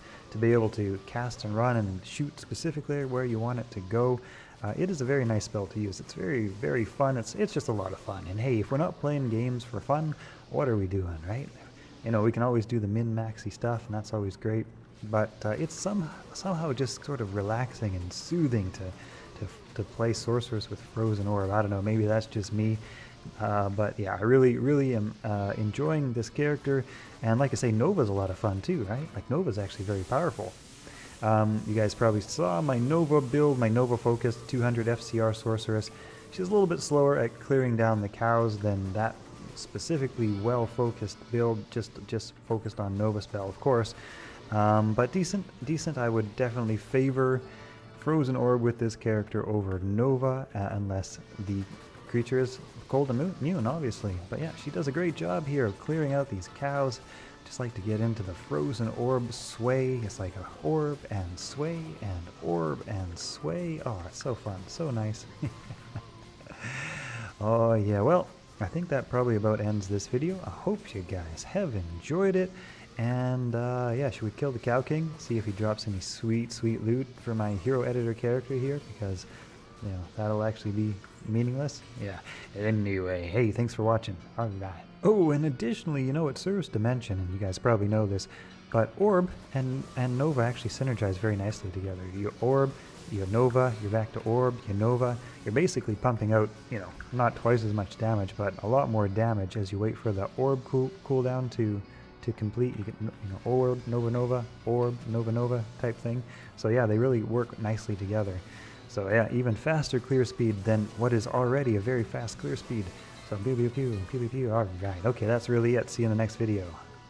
Greetings, gentlemen and ladies. I am the old school game snob, and in today's video we are taking a look at how Energy Shield works, how it absorbs damage, what the order of damage that comes in is, and basically the functions that you need to know about in order to understand how Energy Shield protects you and how to get the most out of it. Okay, let's take a look. Okay, so kicking things off, we of course have Energy Shield. In this case, I have 21 Energy Shield, which absorbs 76% of damage. Now, Energy Shield has a synergy with Telekinesis. Normally how Energy Shield works is this: for every 1 point of damage you take, if you have Energy Shield active, your Energy Shield will absorb 2 points of damage, 2 mana, and reduce the damage by, well, in this case, 76%. So this is improved upon by getting the synergy into Telekinesis. For every point into Telekinesis, you get a better and better mana to health absorb ratio. So without any, well, I guess it's with 1 Telekinesis, it's like a 2-to-1 ratio, because you can't pick up Energy Shield without getting Telekinesis. As you get up to 20 points into Telekinesis, I think 16 points is where you get a 1-to-1 ratio, and beyond 16 points you start getting a better than 1-to-1 ratio. So actually at 20 points into Telekinesis, you get a minus 25% reduction to damage that comes in. So basically, for every 1 point of damage you take, your telekinesis and energy shield reduces that 1 point of damage. Let's say 100 points of damage would be reduced to 75 points of damage. And then that 75 points of damage is, of course, reduced by whatever your energy shield absorbs, in this case 76%. And then whatever's left over, that 14% remaining, is put to your life pool. So that's basically how energy shield works in a nutshell. Now, what you need to know is that energy shield actually acts and functions before your resistances, right? So your resistances, you can actually get away with having very low resistances if you have a very strong energy shield, because your energy shield always takes damage before your resistances, and it is only on damage that comes through your energy shield, the remaining damage, in this case 14% that comes through, that is then applied to your resistances, and that is then reduced by your resistances. So say you take 100 points of fire damage, and that's reduced by 76%, so you have 14 points of fire damage remaining. That 14 points of fire damage is now reduced by, in this case, 62% more, giving you a mathematical amount less, right? I don't know exactly. Giving you a mathematical amount less fire damage, 62% less damage, 62% less of 14, whatever that happens to be, to your actual health points. Now, beyond this, of course, your defense kicks in first, and your block kicks in first before energy shield. So if you block an attack, or if you evade an attack before energy shield, then your energy shield, of course, takes no hits and no damage. But beyond this, what you can also do is, because you're now dealing with a very fractional amount of damage that actually gets through your energy shield, damage reduction, flat damage reduction items start becoming very helpful. For example, if you grab a soul rune, let me see if I have an example here. If you grab a soul rune, or if you have any armor that has any sort of flat damage reduction, actually Nature's Peace is probably a good example of one of these. Here we go. So Nature's Peace gives you a flat damage reduction, in this case 10 damage reduction. So this applies, of course, to physical damage. The flat damage reduction applies to physical damage, but you can also do interesting things with flat absorb reduction, and also, of course, magic damage reduction and things like that. So basically what you're going to end up with is a small fractional amount of damage that actually gets through your energy shield. Let's say it's physical damage in this case, which you then would reduce. Say you take 100 points of physical damage, which is then reduced by your telekinesis first, right? So we only take 75% of that physical damage, and then that physical damage, which is left over, which is 75 damage of that 100 is reduced by your energy shield, which is 76% of 75 remaining damage. So that leaves, again, a fractional amount less, and then whatever you have, 76% less of 75 damage is then reduced by that flat 10 damage. So let's say, 15 damage actually made it through to your life. 10 of that would be reduced, and you actually only take 5 damage, and you can actually stack up damage reduction a few times, and get 20, 30 damage reduction, and then a lot of hits that actually get through, that the damage comes through from, are actually reduced to basically 0 damage. So that's how energy shield can be very powerful and very useful. And again, like I say, it applies before your resistances in case of elemental damage. And you can also use absorb rings, like flat absorb rings, something like Dwarf Star. Let's see, where is Dwarf Star? Something like a Dwarf Star, which gives you a flat fire absorb. Anyway, you'll just have to trust me that it does. I don't know where it went. And then, again, further reduced damage that you've taken to basically 0. Now, of course, energy shield is very nice when you have very high mana regeneration, because your life pool is your health pool. And so, of course, getting some points into warmth is very, very good. If you get a mercenary with an insight rune word, this can make your energy shield even better. Where's my insight rune word? I don't know, it's gone. It's just gone.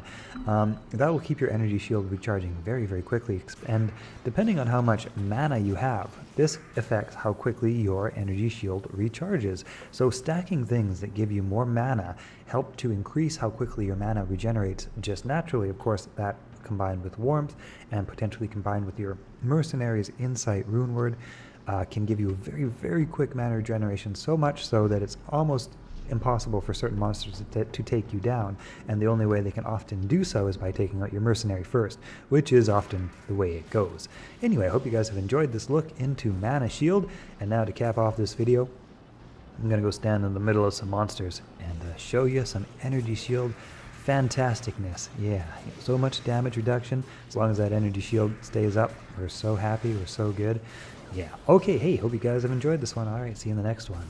Much big thanks to my subscribers and viewers. You guys are rock stars. I appreciate the support. Oh, and hey, I finally got myself onto Twitter. For those of you who are on Twitter, come on over and give me a follow if you feel so inclined. I'm the Old Game Snob. Unfortunately, Old School Game Snob was too long of a username, 15 characters or less, so I'm just not the Old School Game Snob anymore. I'm just the Old Game Snob. Alright.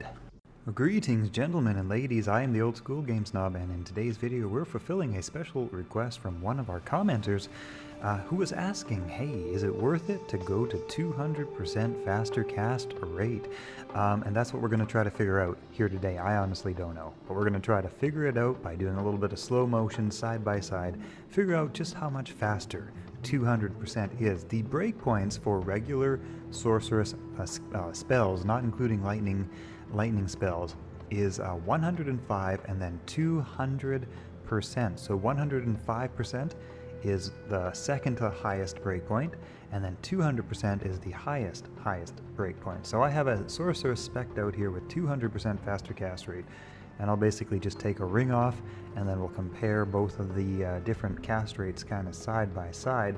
Let's start things off. We'll just start things off with Firebolt at the moment. So this is 200%. 200% that we're seeing here right now. I'm just going to actually cast directly out those barrels, and we'll see what kind of difference we get here between the two. Okay, so that's 200%. We'll just kind of get a rough feel for it, and then we'll do some side by side. So here's one notch lower.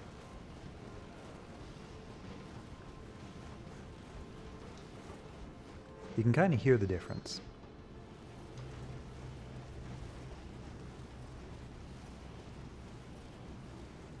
And that will go down one notch lower.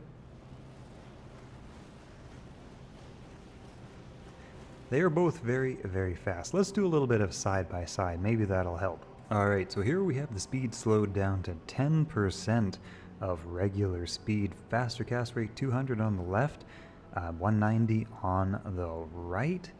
And yeah, we're just going to play this slow here for a minute and kind of get an idea of just how many more fireballs are on the screen. It kind of looks like the 200 FCR Sorceress always has about 3 fireballs on the screen, whereas the 190 FCR Sorceress seems to have about 2 on the screen. What is the distance, can you see, between the fireballs? It looks to be about what would you call that? If one fireball length is let's say 2.5 fireballs length on the 200% FCR or Sorceress, where we have about 3.5 fireball length, maybe 3 fireball length on the 190% faster cast rate Sorceress. You know what I'm going to have to do? I think I'm going to have to count out a certain number of fireball hits within a time frame and then count them up and see how many we get. And hey, for those of you in the comments who are going to say that's not fireball, that's firebolt, I beat you to it. Here we have 190 FCR slowed down 4, 5, 6, 7, 8, 9, 10, 11, 12, 13, 14, 15, 16, 17, 18, 19, 20, 21, 22, 23, 24, 25, 26, 27, 28, 29, 30, 31, 32. Okay, next we're going to do 200 FCR slowed down to 50% speed for 10 seconds in duration. 1, 2, 3, 4, 5, 6, 7, 8, 9, 10, 11, 12, 13, 14, 15, 16, 17, 18, 19, 20, 21, 22, 23, 24, 25, 26, 27, 28, 29, 30, 31, 32, 33, 34, 35, 36, 37. Well, that is a lot closer than I thought it was going to be. 200 FCR gave us 37 firebolts, 190 FCR gave us 32 firebolts. That is maybe an increase of 15 or 20%, give or take, maybe 15% more firebolts for that additional breakpoint. And since the previous breakpoint is 95% less faster cast rate, right? 105 is the previous breakpoint, up to 200. Man, that you need a lot of extra faster cast rate to get that additional 15% worth of speed, 15% additional damage. I guess you could consider that as. Now, there's a lot of nuances when it comes to faster cast rate in terms of keeping your enemies stunned and lots of different minutia into gameplay, and it's not just a pure damage output sort of equation, but hey, for those of you curious just how much of a difference that 200 faster cast rate makes to that 105, not a whole heck of a lot. Hope you've enjoyed this video. Greetings, gentlemen and ladies. I am the Old School Game Snob, and in today's video we are taking a look at a rather fun and actually pretty tanky, pretty strong Frost Nova Sorceress. You don't see these every day, so we're experimenting with some more unusual builds, and this is a look at Frost Nova. Actually pretty effective, quite a lot of fun too. Everything gets slowed down, most stuff gets hit reaction stuns. Meanwhile, I've got this character with a maxed out energy shield, so she actually has like 90% damage reduction. We're combining that with Emilio's insight and focusing on mana, so she has just like a lot of defense possibility, capability, a lot of tankiness, I guess is the word I'm looking for. So we are going to take this little lady around and show her some of the monsters of Sanctuary and kill some of those monsters. You guys can kind of see how well she performs in different areas. Here's the Chaos Sanctuary, not having any trouble in here at all. Like I say, that very strong maxed out energy shield with maxed out telekinesis really makes her tanky, really gives her a lot of defensiveness. Yeah, defensiveness is the word I think I'm looking for. But yeah, anyway, here we go. Let's plop her in the middle of a whole bunch of baddies, and yeah, just have a lot of fun with that Frost Nova. It's a nice spell. It's a nice spell to cast. It just hits everything, right? Frozen Orb is also another option here. This character has maxed out Frozen Orb. Well, basically, a nearly maxed out Frozen Orb, a very strong Frozen Orb. So if you like Frozen Orb and if you want to switch back and forth a little bit, your Frozen Orb is very strong as well.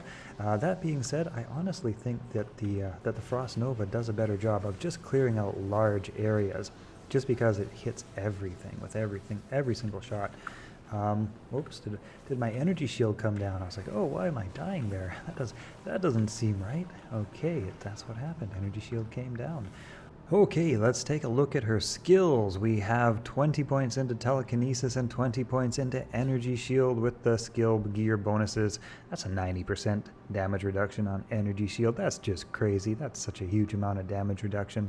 Oh, I forgot to put 1 point into warmth. 1 point into warmth, because actually that Frost Nova costs quite a bit to cast. Yeah, costs quite a bit to cost and costs quite a bit to cast. Wait, I don't know what I'm saying. Anyway, we've also got Emilio's help over here with the insight pole arm. That is to, again, just help with mana recovery, keep the energy shield up. That's her health point pool, because she's, energy shield. It also helps with her casting of like a really fast-paced Frost Nova. That Frost Nova spell is kind of expensive. Emilio, otherwise, you can gear him up kind of however you want. There's lots of good ways to configure a merc, and yeah, you could even switch the insight out for something else if you prefer, but I find that mana regeneration is very nice. Okay, over to her cold tree skills, and into lightning all we've got here. So into lightning, we've also got 1 point into static. Over into cold, I have 1 point into frozen armor, because hey, that adds quite a bit of defense, so sure, why not? Otherwise, we're taking a look at the Frost Nova, which receives 10% cold damage from Blizzard and 10% cold damage from Frozen Orb. If you didn't want to go with the energy shield and you just wanted to go with a pure cold Sorceress, you could, dump some points into Glacial Spike or Ice Blast and then just have like a really powerful Blizzard source, but that's a Blizzard source. That's not a Frost Nova source, and we're doing Frost Nova Sorcerers here today. Anyway, yeah, points, 20 into Frost, 20 into Blizzard, 20 into Frozen Orb, and we got about 10, 11 into Cold Mastery. We want to get that to about minus 150. I'm a little bit overkill here actually at the moment, but minus 150 would basically make every monster at minus 100% resistance, so double damage, give or take. There's a few exceptions to that rule, but that's pretty much guaranteed almost across the board. Okay, for her gear, we have Death's Fathom. Now, this is hero editor gear. Guys, I know a lot of you are like, whoa, that's so perfect, blah, blah, blah. No, it's just hero editor for putting together build ideas. That's what it's about. Okay, so Death's Fathom gives us a big bonus to cold skill damage straight up. The best cold sorceress item in the game, Death's Fathom. We've also got Nightwing Veil, again, because it gives us just a flat-out big bonus percentage to cold skill damage and also to all skills. You can't argue with that. We've also got the Shadow Eye. We've got a caster amulet, basically, here. Something with some faster cast rate on it, just to basically get our cast rate up to... Oh, wait, where is it? Where is it? Something's not right here. That was Emilio that I was looking at. He doesn't have a very faster cast rate. Anyway, we want that 105 faster cast rate. Now, you can get at that however you want to do it. You could use some rings. You could use a crafted amulet. As long as you get to 105, that's the breakpoint we're aiming for. The next high breakpoint is 200%, which is a little bit faster, but a long ways off in terms of cast speed. And with Frost Nova, since it's all about putting those Frost Novas out really, really fast, we want to get that at least to 105, and probably that at most 105. 200 doesn't make a huge amount of difference anyway. Okay, so we've got the Spirit Monarch Shield, the perfect version of that. Again, 105% breakpoint, that's what you're going for. There's a few ways to get there. You could swap out a ring and get there that way. I've got some Stones of Jordan in here, but you could also use Bahamut's Ring of the Apprentice, something with a nice big amount of mana, and also faster cast rate on the ring. That might be a even better way to go. Then you don't need a 10% caster amulet. Basically, you want to get your mana pool up quite high, so you have a lot of like natural mana regeneration. That also, you know, like I said, that's your health pool. That's your energy shield health pool right there. And yeah, it costs a lot of mana to spam out that frozen orb. So Bahamut's Ring of the Apprentice with 10% faster cast rate and some mana on it, or Stones of Jordan, is good. I've just got a Thunder God's Vigor here. You could also swap this out for Arachnid Mesh. Again, that gives you that 10% faster cast rate. But this also gives Lightning Absorb, which, well, what a great example. What great timing. This basically makes the Sorceress immune to lightning damage. You can see her mana shield absolutely folded at the onslaught of these Black Souls. But, well, what's going on here? Are they hitting me with physical? I'm not sure. Anyway, but you can see she's basically immune to all of that lightning damage that comes in. Boy, what a pretty fireworks show. You know what? I'm gonna go somewhere a little bit safer. This ain't okay. From there we have Trangul's Claws. This could also be Mage Fist. Basically, we just want that 20% faster cast. We've also got Ormus's robes. These are, of course, hero editor hacked robes. There's no such thing as a 3 to frozen orb on Ormus's robes, but basically what we're looking for here is that faster cast plus the cold skill damage. It's all about stacking up the cold skill damage as much as we can to make Frost Nova hit hard, to make it as good as we possibly can. And last but not least, well, we've got some Inferno Stride boots here, and this is basically just to get our max fire resistance up to make us more immune to various forms of elemental damage. Nice high fire res, nice high lightning res, Thunder God's Vigor, or Vigor. If you wanted to put on a Dwarf Star ring or something like that and make yourself mostly immune to fire, you could do that, and that's a lot of fun to do. For her stats, we have enough strength to wear her gear. That's base 145 for all of this stuff, and then the rest I've just dropped right into energy, and that is just to get the mana shield up nice and strong, super high. Otherwise, stack up your cold skill charms. I'm sure you'll have no problem finding plus 140 life cold skill charms. Easy peasy lemon squeezy. And a nice 20, 3 sorceress skill. Those are a dime a dozen. You can find those basically anywhere. That was sarcasm for those of you who are about to get angry with those particular comments. That was a little bit of sarcasm. Everybody else who got it, you guys get it. That's all right. Okay, let's take this girl into the ancient. Take her into we'll take her into the World's Stone Keep, and we'll take out Bale and see how she does. All right, starting out with the glooms. That frozen orb is nice, right? The frozen orb is rather nice just because you can throw it from a distance, knock stuff down. Okay, Throne of Destruction. You know what? We'll do this together, so you guys can just get a better sense for how this character plays. That's kind of the point, right?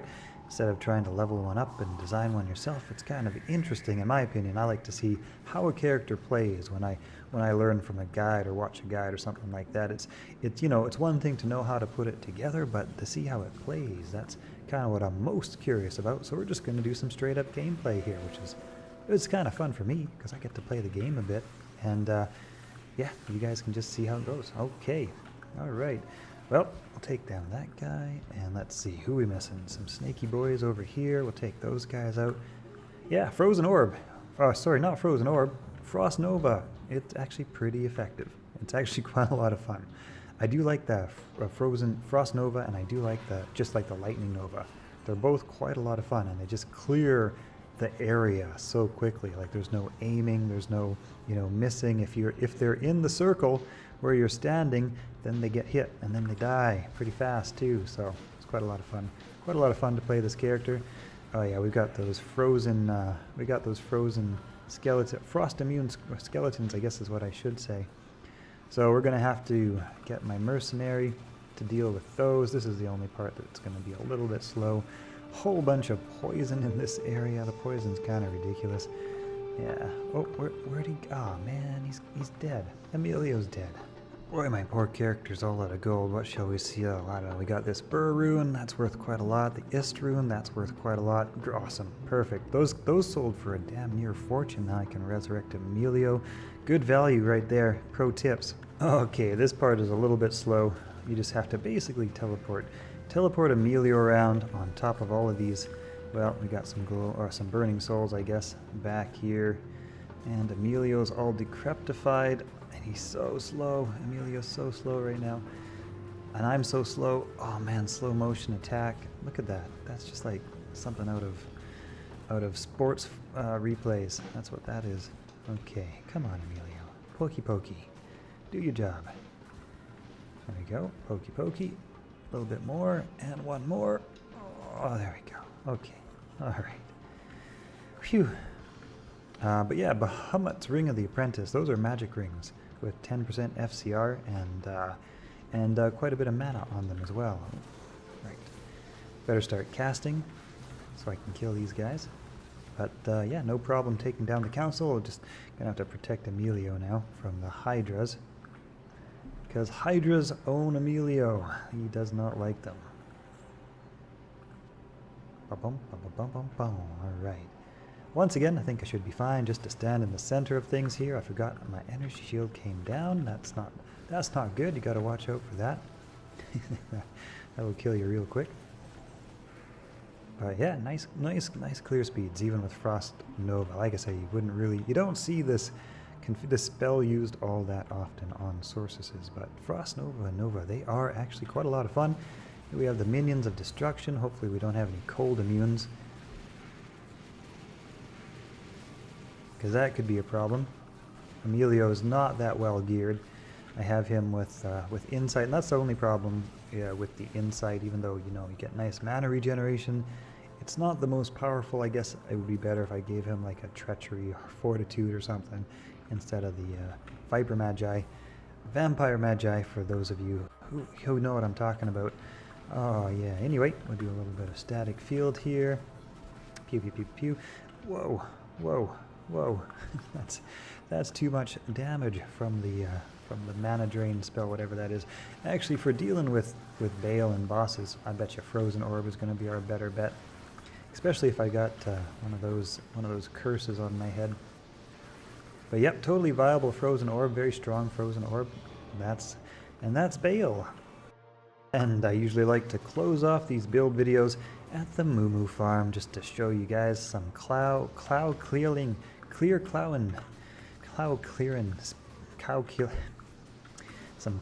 clearing speed action here. See how this character does? Just because the cows tend to be kind of tanky in terms of hit points, but they don't have much in the way of special resistances, and yeah, pretty good. Oh, that was almost a Shaco, which would have almost been good if this wasn't Hero Editor. It doesn't matter. So it doesn't matter what I find. It just doesn't count. Anyway, yeah, pretty good with the cows. Pretty good at taking care of the cows. They get into this nice sort of hit recovery, and those who who, you know, those who don't or those who do, they all get frozen, so they get nice and slowed down, except for that guy. Boy, you Sharp Vex here is making a fool of me. He's like, oh yeah, they all get cold and hit stun. It's like, Cold Vex is like, no man, that just doesn't work on me. Far too powerful. I spend my days like bathing in ice baths, like Wim Hof teaches, and I am no longer affected by cold. Cold is my ally. Cold is my friend. Your cold does nothing to me. Yeah, anyway, I imagine that's what he says. I don't speak cow, so I'm interpreting based on the tonality mostly. Okay, that's it. See you guys in the next video. All right.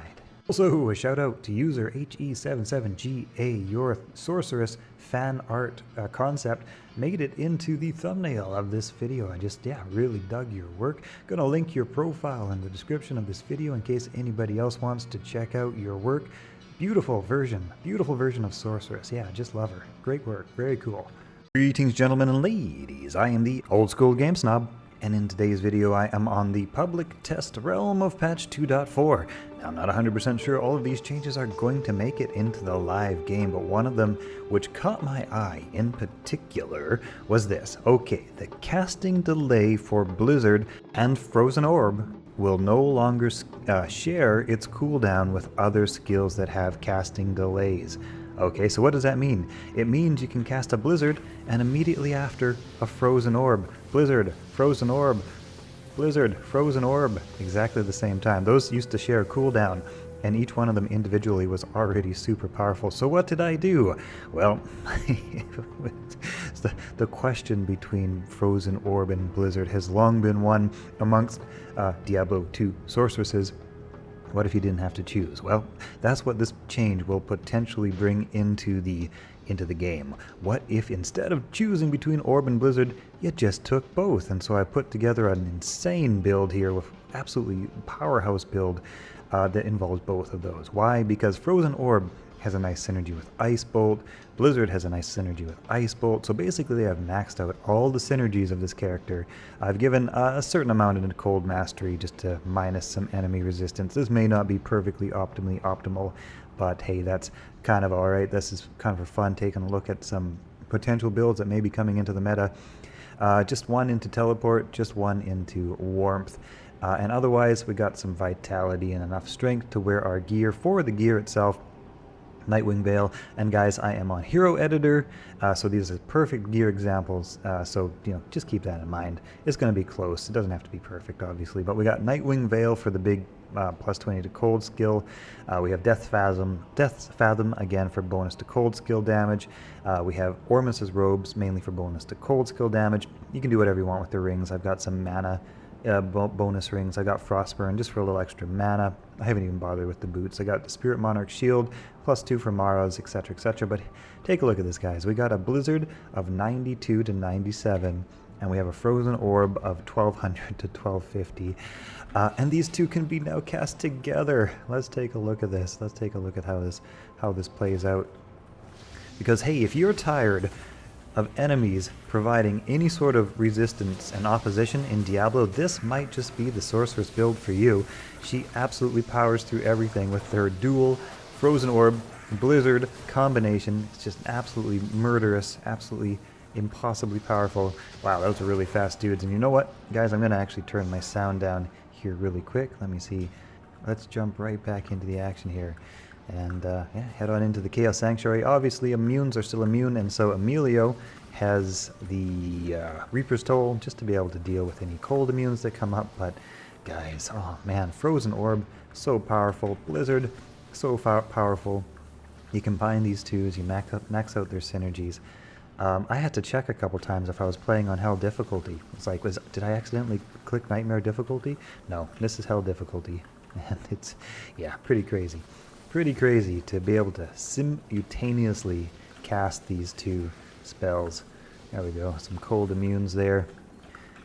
But otherwise, Frozen Orb is great because it kind of goes where you want it to go, slows everything down on route of your path, and then you follow up with a little Blizzard action after that.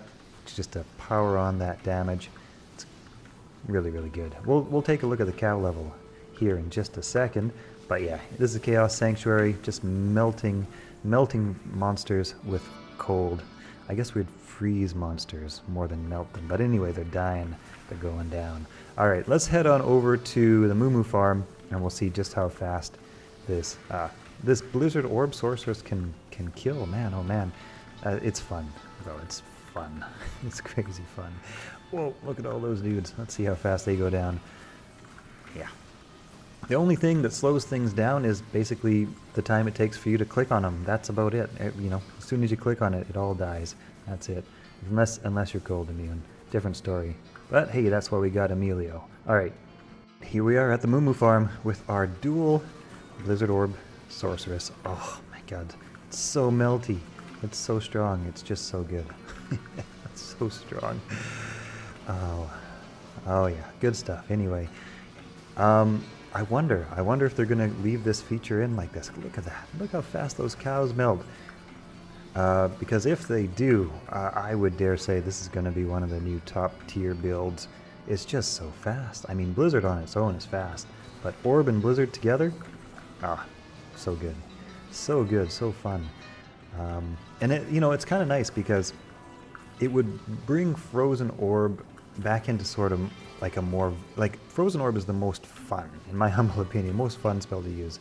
But Blizzard is definitely more powerful in terms of raw damage output, and so if you want to really, you know, power through stuff, if you want to really power through stuff, Blizzard is kind of the way to go. And it's a shame because I love Frozen Orb, and it's kind of been, in my mind, a little bit out of the meta, even though I know it's still popular. It's, in my mind, kind of out of the meta a bit because, yeah, just because it doesn't compare to the damage output.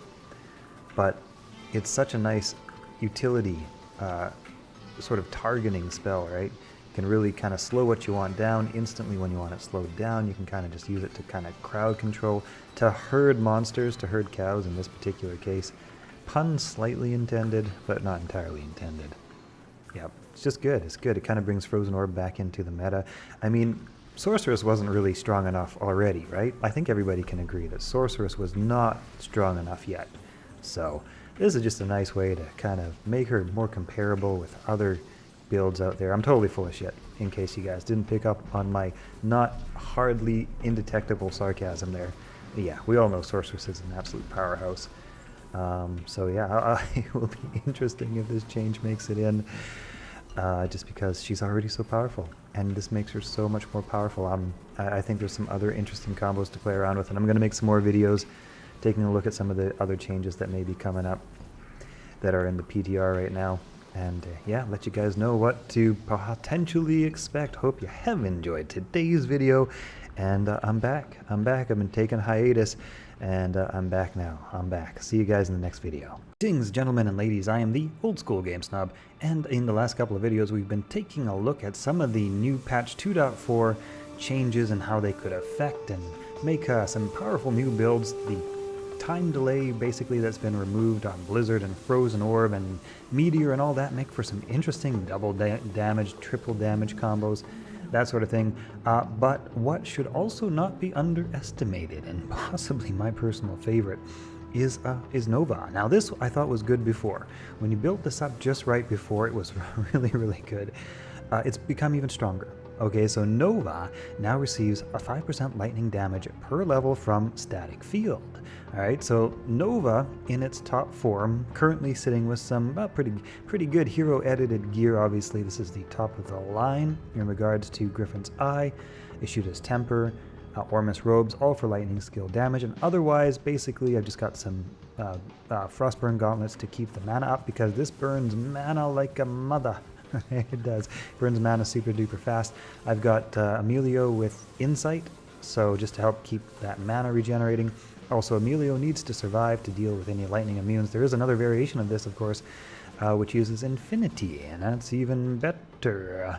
Also really nice in this is Heart of the Oak, because you can get your mana up even more, and that keeps it from draining, basically. Hardly draining at all when you full spam Nova. Now this is powerful. Right, we're going to take a look at that a little bit more in just a second. You want 105% faster cast rate.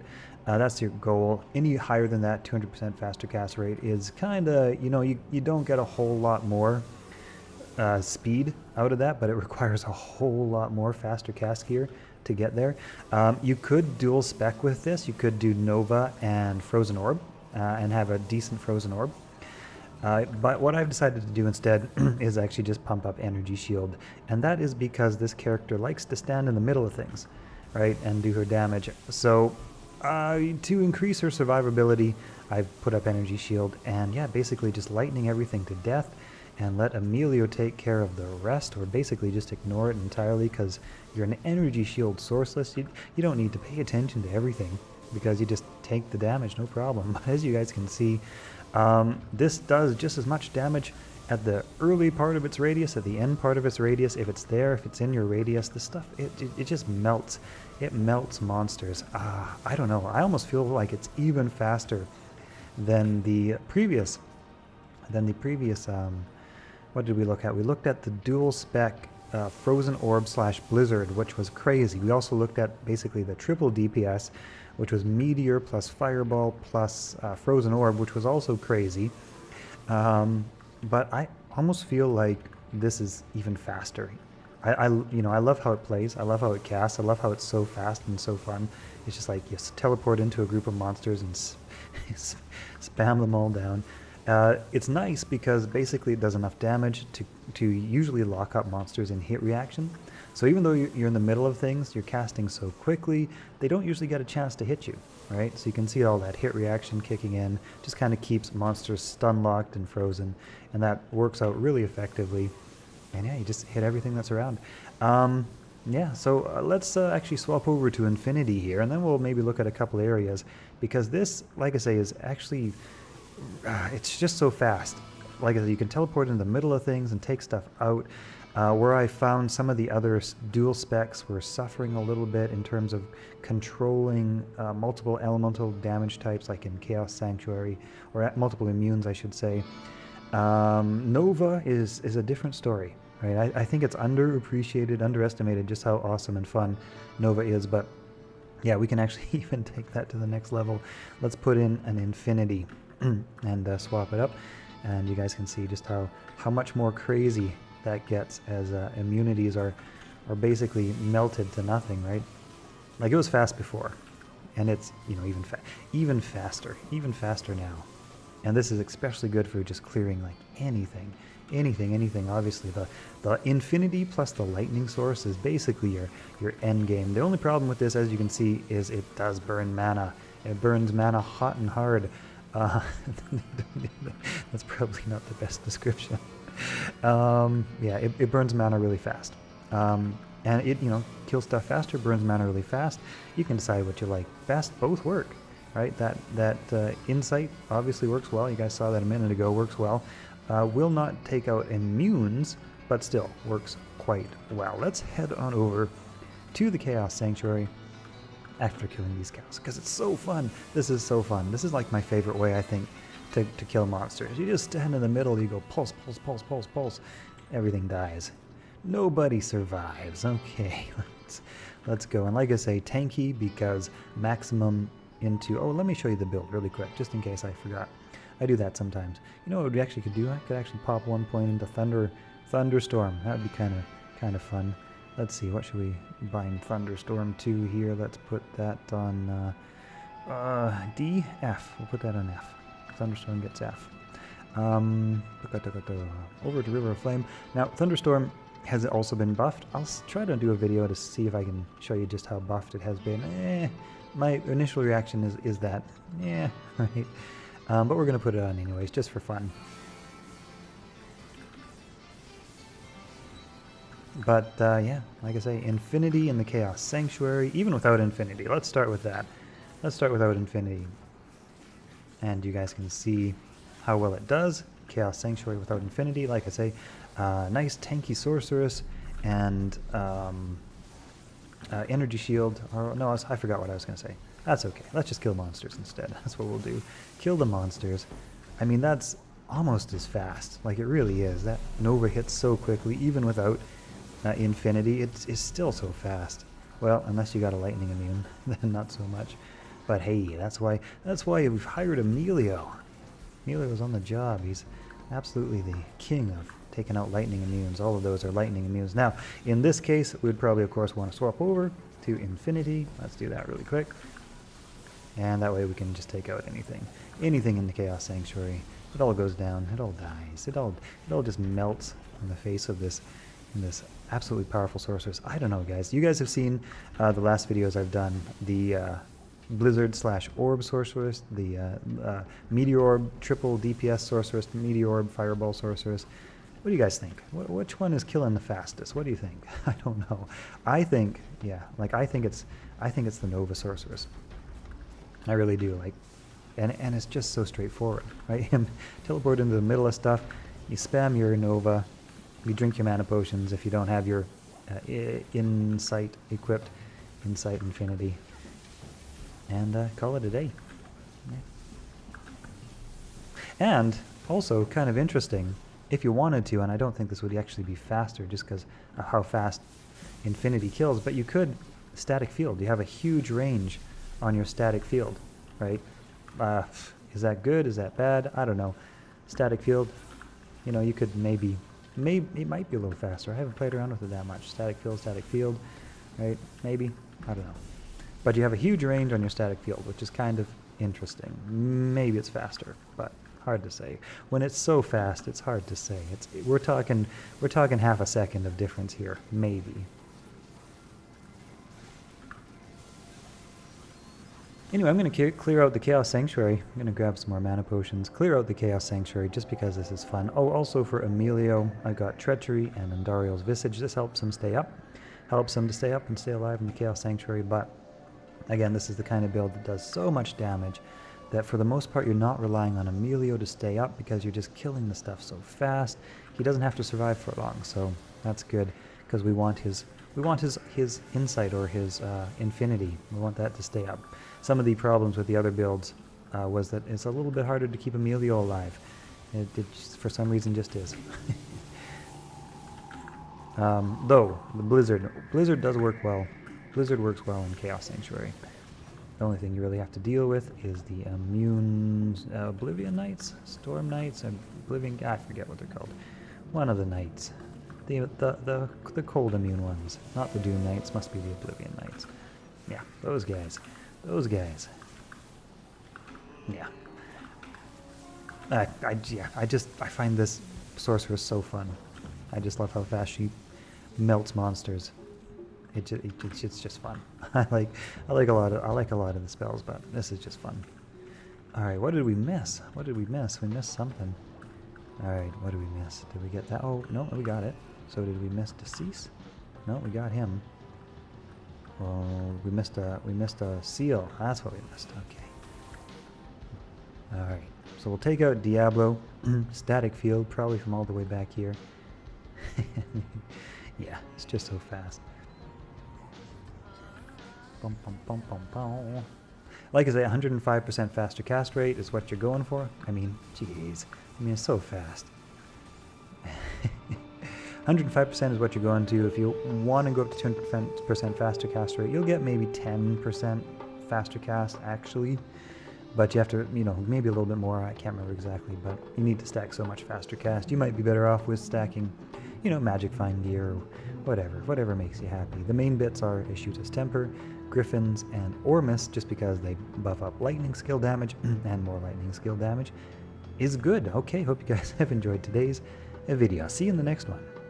Greetings, gentlemen and ladies. I am the Old School Game Snob, and in today's video we are taking a look at the patch 2.4 public test realm and the new Hydras. The casting delay on Hydras has now been removed. As you can see, you can cast a lot of Hydras, up to 6, and they last for 10 seconds. And I have got a build kind of put together today with which uses Frozen Orb and also basically a maxed out Hydra, almost maxed out Hydra. And as you can see, the damage is pretty decent, 27 to 3,000. That requires a max Fireball, and Firebolt also gives 3% synergies, and also Fire Mastery, which gives, of course, bonus to fire damage. I've got just one into Teleport over here, and I've got a maxed out Frozen Orb with one into Cold Mastery, and I've also got one into Chilling Armor, just because that gives a nice big bonus to armor defense. Now, that works pretty well with Defiance from a Mercenary's aura, even though for gear I've got Ormus's robes, which are not the highest armor level. Can those be upgraded? I think they can. Yeah, they must be able to. Anyway, I've also got Ashuta's Temper, and this is basically for the bonuses to cold and fire skill damage, just because, yeah, full cold and fire skill damage are the damages we're using. The rest of the gear is really whatever you want. This is not exactly optimized or balanced. I've got Arachnid Mesh, faster cast rings. I've got, actually Mage Fist works well here because you get a bonus to fire skills, Spirit Monarch, etc., etc. Nothing too fancy. The main parts of that are Ashuta's Temper and Ormus Robes. Again, you can swap those around probably however you like. Let's take a look though. Let's take a look. Let's throw down some Hydras and see how these guys do, how fast they are able to take out monsters on their own. Pretty good, right? That's not too bad. So you gotta make sure you recast these. They have a 10-second duration. And they also, like I say, you can throw down your Hydras, follow up with Frozen Orbs, right? Pretty much no delay between those two. You can just kind of back and forth. Frozen Orb and Hydra. So we got some lightning immune maulers. Let's take a look at how we do against those. Pretty good, right? Not too bad, not too bad. And by the way, guys, all this gear is hero edited, so I know there's always a few of them in the comments who are like, that gear seems impossible. Well, yeah, that's right. You're right, you got it. All right, let's throw down some Hydras here and see how we do.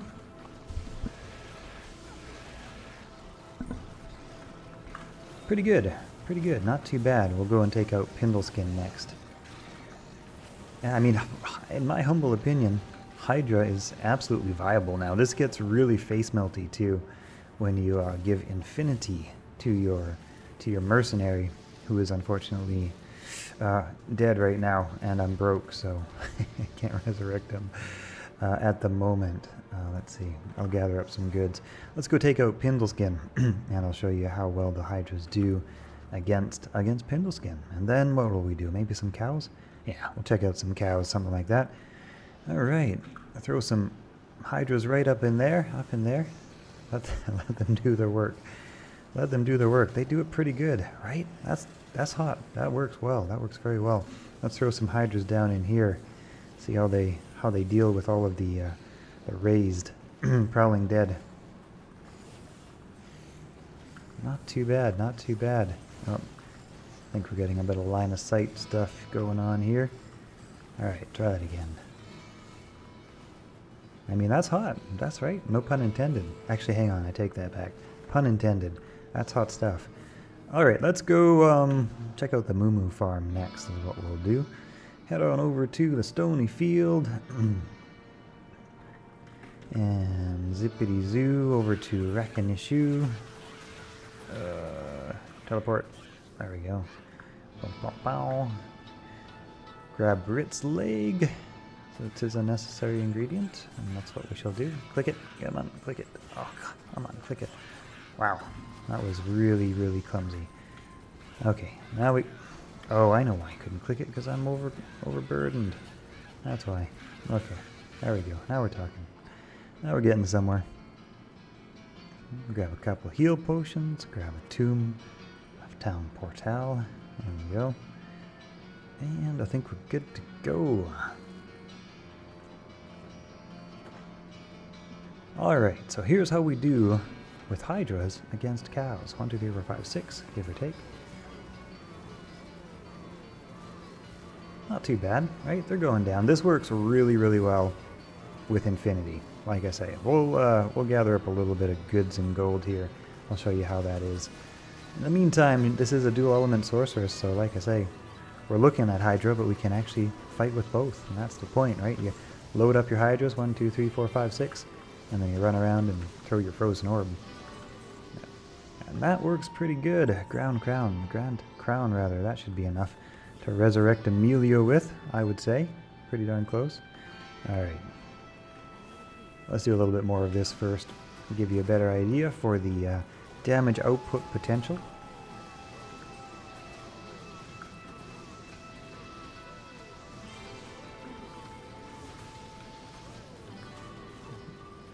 I'll do 0, 5, 6. Oh, we got some fast cows. Polished wand. That'll be good. That'll be good. Let's grab Emilio. We'll grab Emilio. We'll bring him back with his infinity rune word, and I'll show you just how crazy stuff gets at that point. There we go. Sell that. Sell that. Oh, was that like a... What was that? I don't know what that was. It was what it was, and it doesn't matter because hero editor. Single player. No problems. Okay. Let's see. Alright. Okay. So now Emilio's immunity busting aura is on, and you can see just how fast these cows start falling. So works really well. This works really, really well with infinity. Those hydras suddenly start basically 1- and 2-shotting things, and since there's so many of them, just like tracking enemies so quickly. Yeah, it just really, really does a good job. I find it does less well in Chaos Sanctuary just because we have so many mixed immunity types. And Emilio is kind of essential and critical to the equation, and he dies pretty quickly, unfortunately. But good for cows.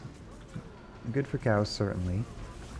Less good against Bale and his minions, just because you run into the Venom Lords, and they are pretty resistant to fire. And then you run into the fire immune minions of destruction, and they are entirely immune to fire. So it's kind of tough against those. Again, you're really relying on Emilio's aura to keep him alive, rather, to punch through immunities. But you know, like I say, I spent about 3 minutes designing this build, so I dare say there are some optimizations and improvements and various things that could be done. But the point of today's video is to take a look at Hydra, basically, combined with Orb, Frozen Orb, and take a look at the potential viability of this build, or of this spell as it's been buffed. And I would say, yeah, we're viable again, right? I would say, absolutely. Absolutely.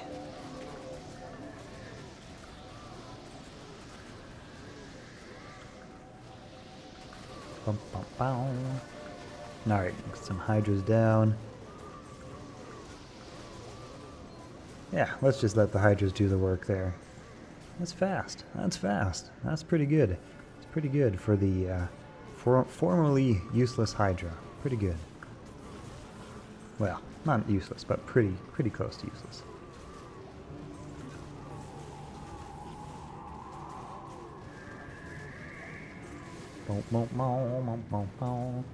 Anyway, hope you guys have enjoyed today's video. A look at the up-and-coming PTR buffed Hydra.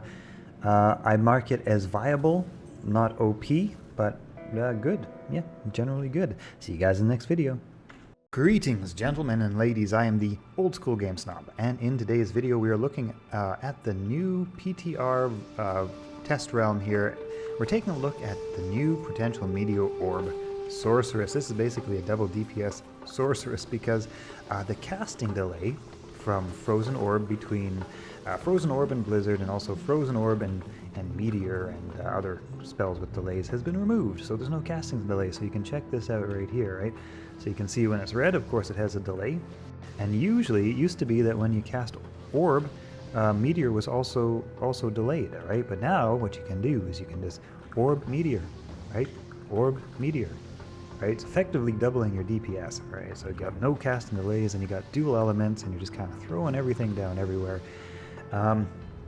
I just whipped together a bit of a build here that kind of maxes out Meteor, Fireball, and actually you could probably throw Fireball into the works here pretty effectively. Actually, I should probably just do that because that's yeah, also a very powerful Fireball to also add to this equation. We've got 20 into Frozen Orb, and then just 1 into everything else, just because that's enough. That's enough for cold, and we really want to work on maxing out our Meteor, and we want to work on maxing out, yeah, basically our Meteor. And that's the idea. We got one into teleport. You can put one into static field if that makes you happy. Otherwise, for gear, just some messing around gear. Issued as temper, and of course, this is hero edited gear, guys. All perfect gear. And in some cases, like Ormus's robe, it's not even possible to get +3 frozen orb on Ormus robe. But the point is, this gives fire and cold damage. This gives fire and cold damage. So those are two nice pieces. And otherwise, yeah, just garbledy-gook, whatever you want. You can min-max and tweak around with that as you like. The point of today's video is to look at the viability of meteorb, the new meteorb sorceress. I mean, check that out, right? So we have, of course, frozen orb, which is nice. We all know that's pretty powerful. But you combine that with meteor, and you just kind of dual cast these things. It's crazy, right? We've basically got the double DPS sorceress here. Boom, boom, boom, right? Moo, moo, moo. Now, of course, this is as effective as the immunities that you're facing. I find this is doable in Chaos Sanctuary, but not the fastest in Chaos Sanctuary, because there's lots of differing fire and cold cold immunes, etc., right? It's not as fast as Blizzard is to clear, but for other locations where you're not dealing with the dual elements in kind of these mixed groups, it would be good. It would be quite good. We have a whole herd of angry cows right here. Jeez Louise.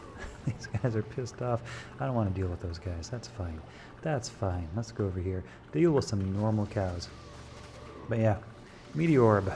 Yeah, both of them super duper powerful, right? So you got about a 600 damage frozen orb, and I'm sure you could get that better. You can also got a, let's see, what is it? You've got a 23 to 24,000 meteor, and then potentially a 10 to 11k fireball, if that makes you happy.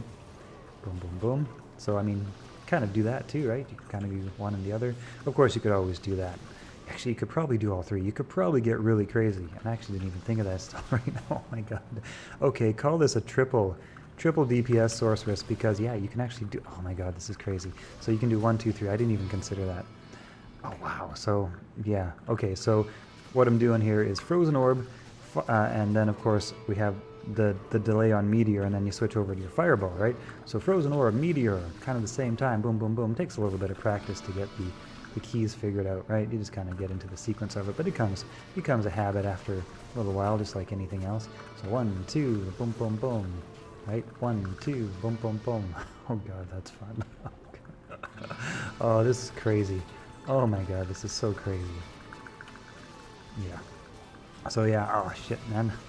I think I would be extremely tempted to play this build if it actually makes it through to the live servers, which I'm thinking it probably will.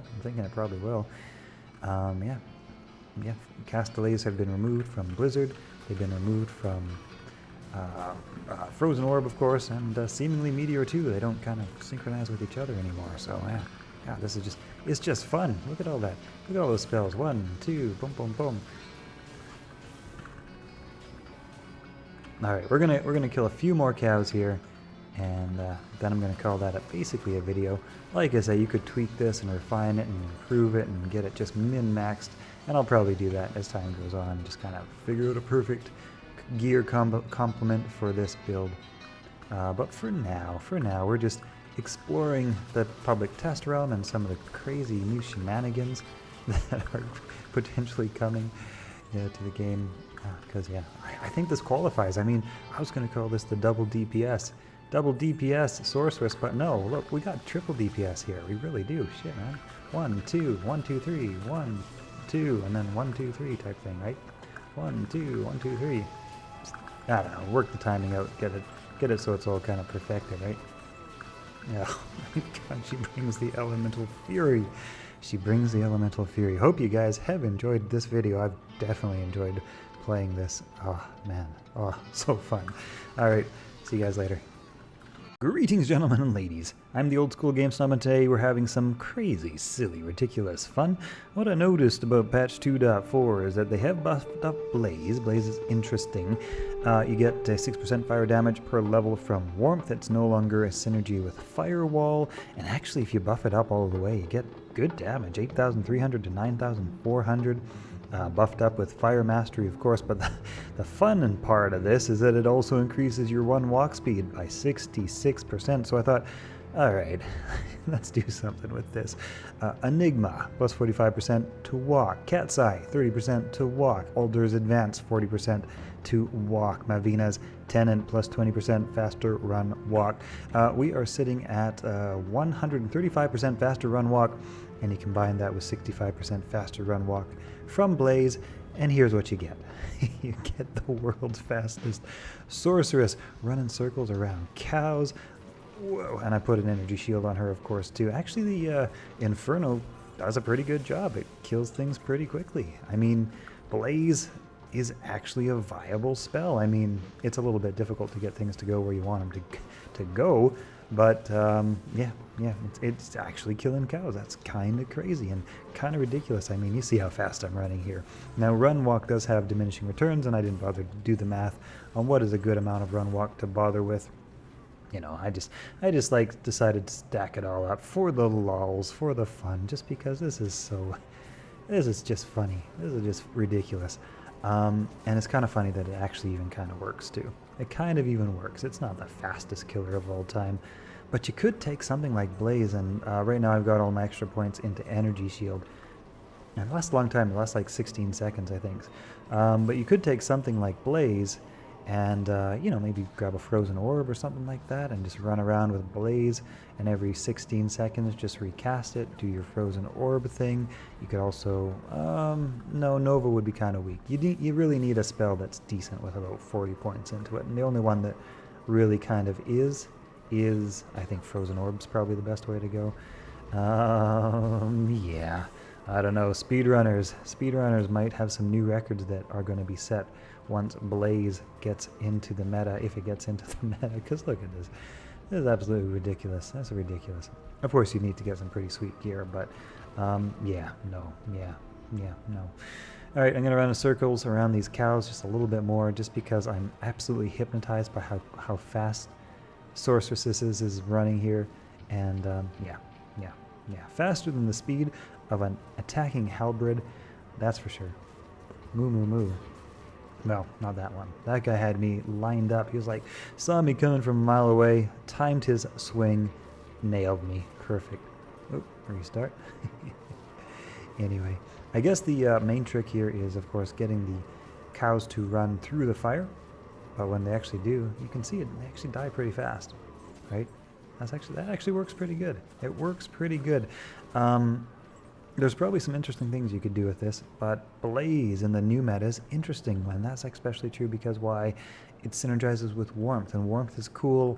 Why? Because it actually synergizes with something like Energy Shield, just to keep your mana recovering, right? Like, I'm not sure how tanky I am because I haven't tested. Let's stand in the middle of some cows and we'll see. We'll see just how tanky. Not tanky enough. All right, well, anyway, hope you guys have enjoyed this video for the lulz. I'll see you later. Greetings, gentlemen and ladies. I'm the old school game snob.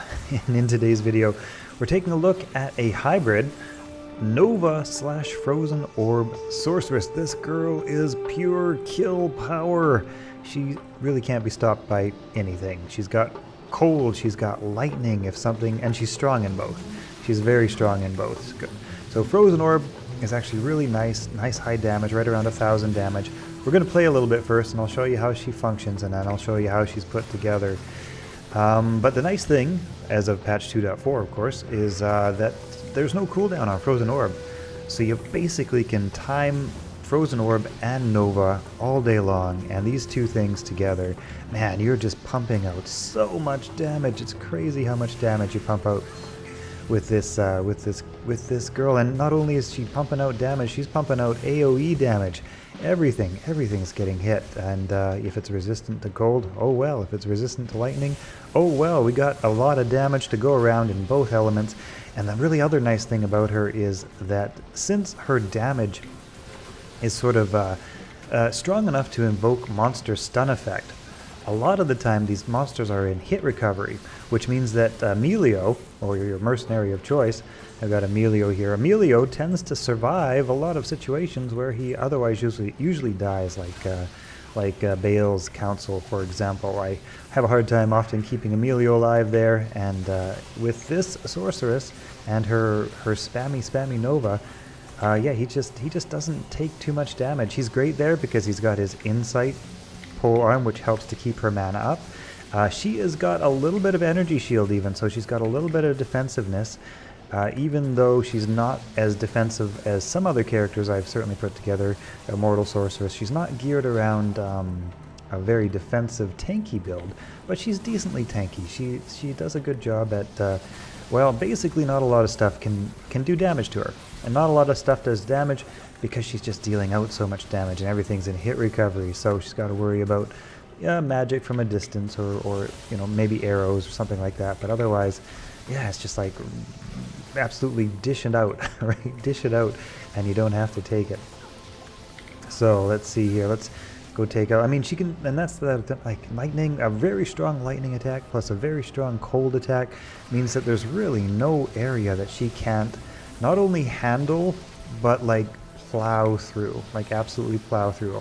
A lot of builds have this problem where they, if you kind of split their elemental damage. They can do every area, but they do it at a slower pace. That is just really not the case with the Sorceress here, the Nova Frozen Orb Sorceress. She just does everywhere fast. That's what she does.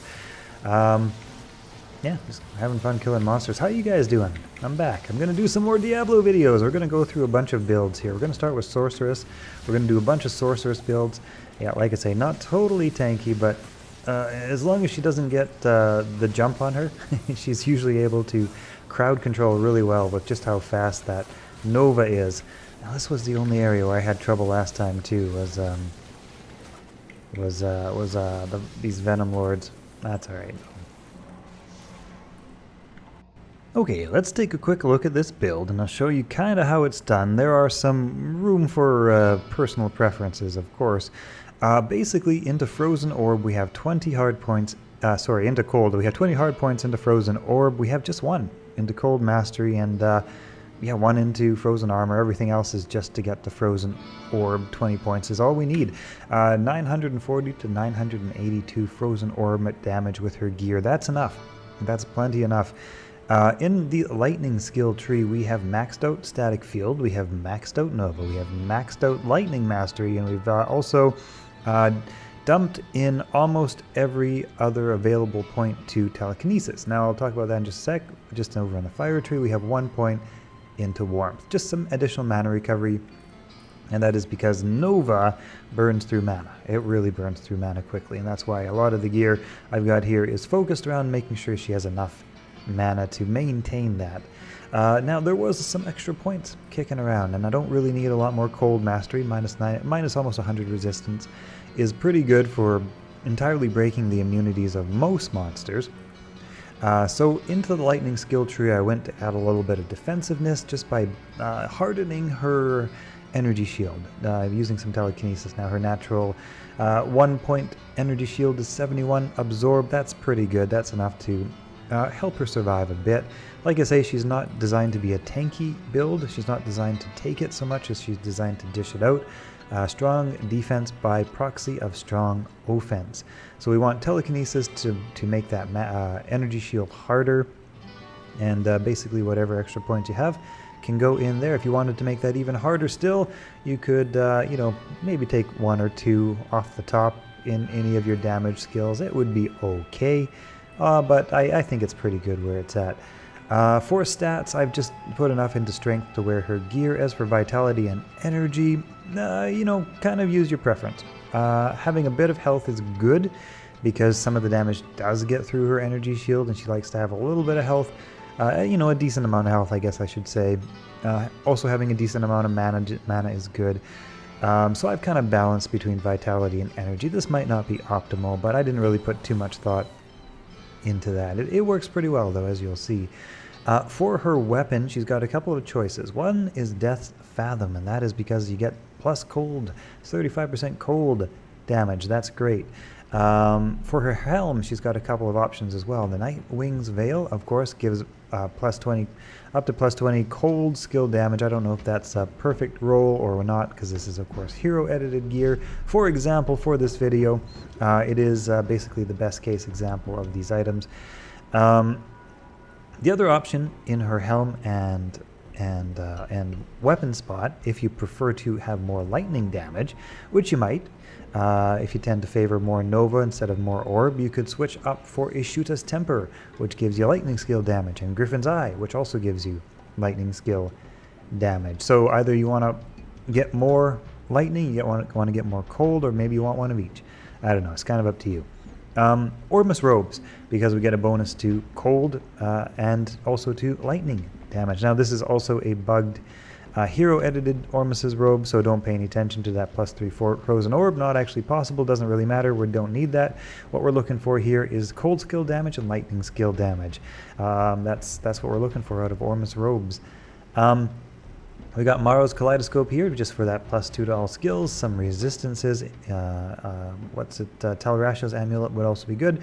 Plus 2 to skills, you know, just getting more damage, more everything, more skills up is good. We got a Spirit Monarch, again, more skills, faster cast. Our ideal cast rate here is 105%, and that puts us into the second to best breakpoint for faster cast. And you do want faster cast because you really want to spam that Nova out. And with the gear I've got right now, that's exactly where I'm at. There's a couple of other ways to get at this, right? If you want to prefer Ishuta's Temper, your faster cast will go up even more still, and you could maybe swap out the gloves if you want something else. I like Frostburn because it increases maximum mana, and I'm using Energy Shield. I have a decent Energy Shield. I also want to keep my mana up because, like I say, Nova really burns through it. I also want to keep my mana up for taking damage, absorbing damage, so Frostburn. We've also got Arachnid Mesh, just again faster cast and also plus 1 to all skills, great. I also have a Bahamut's, not sure, it's Bahamut's Ring of the Apprentice for the faster cast, basically to get that break point in this particular setup. If you're using Griffins, of course, that wouldn't be an issue because you would already have that faster cast. I've also got a Stone of Jordan, so you might do 2 Stones of Jordan, or you might do this Bahamut's Ring of the Apprentice for the faster cast and mana, both good things. The boots are, I don't really even know what the boots are good for. I have got Alder's Advance on, just because of the nice faster run walk, 50 to life, that's not too bad, 50 to fire resist, etc. You know, there's lots of good boots you could put, like battle boots or something like that. And that's about it. That's about it for her gear. For her charms, all I've got is some extra charms here to get her resistances up above 75 up to their maximum point, and I've got some life and mana charms here. I didn't really fill out her charm slots because charms are one of those things that takes quite a long time to gather up, and I just wanted to kind of use the gear in this guide. Again, this is you know, not the hardest to acquire gear. It is decently hard to acquire, but there's certainly harder things to acquire. So in terms of how hard it is to acquire, you know, all of these items, it's upper tier, certainly, but not insanely difficult. So there we go. Let's go and do something else. Let's go take out Bale and his minions. And again, I mean, the World Stone Keep, another level 85 area that she excels at. There can be all sorts of different immunities in here, but because she has those dual elements and because she clears everything so fast, she can farm this level. I mean, this is a fun level 85 area to farm, as long as you don't run into gloams. And if you do, what you need to do is you just need to get some Wisp Projectors and Thunder God's Vigor and swap around for some Lightning Absorb so that those gloams don't kill you. Basically, they can heal you, is what happens when you start getting some absorbs into place. I have more videos that talk about that, so you guys can take a look at how to protect yourself from gloams if you'd like to know. But yeah, I like farming the World Stone Keep. The entire world, I mean, it's level 85 area, so anything good can drop. And yeah. So alright, let's take out this stuff here, and like I say, gonna protect Emilio here as best as I can. We kind of got into the middle of things. Bunch of stuff all around, that's fine. But yeah, like I was saying, because everything's in hit recovery, you know, Emilio tends to be able to survive encounters that he would otherwise kind of struggle with. especially since he doesn't have something like Reaper's Toll or oh, I forget now. He doesn't have as much life leech as he could possibly have. By the way, I've got Treachery, Andariel's, and Insight on Emilio there. And like I said, that Insight is just very good because Nova is so very mana intensive. With how fast it casts, it's a fairly expensive spell. Yeah, like I say, we also want to keep some up for our energy shield. So, but yep, super fast clear speeds. Bale's minions are just not a problem. You can see I'm kind of not even optimizing my cast here, but you know, you can really optimize, right? If you get your timing down to just have Frozen Orb and Lightnings out at basically, you know, perfect sequential maximum damage output type thing. Alright, what's next? The Council. Council's where Emilio usually dies, but I don't think that'll be a problem with this build. Just because, like I say, so much damage output, so much hit recovery. Yeah, there we go. Emilio, except for those Hydras, which can't be killed. Because they're magic. That's fine. That's fine. Alright, what's next? Oh yes, the Venom Lords. And yeah, my timing is not as good as it could be with my Frozen Orb and Nova, but the more you do it, the more you get the timing, right? So you just get all the damage out as fast as you possibly can. Oh, nope. There we go. There's the teleport button. It's been a while, guys. I'm kind of fumbling my keys here. I'm a little out of practice. That's alright. That's alright. This girl's so strong. She does, she picks up the slack where my fumbly keys are kind of rusty. Oh, yeah. And, I mean, that extra long static field doesn't hurt either, right? That's just a nice synergy for her Nova damage. But that extra long static field, I mean, it just doesn't hurt for taking down the bosses all the way from here. Static field bails down, right? Down to his maximum possible anyway. So we kind of time it out, and she destroys Bale. Just absolutely destroys everything, right? It's like, oh no, which is the real Bale? Doesn't matter. Doesn't matter because Nova hits everything. Frozen Orb hits everything.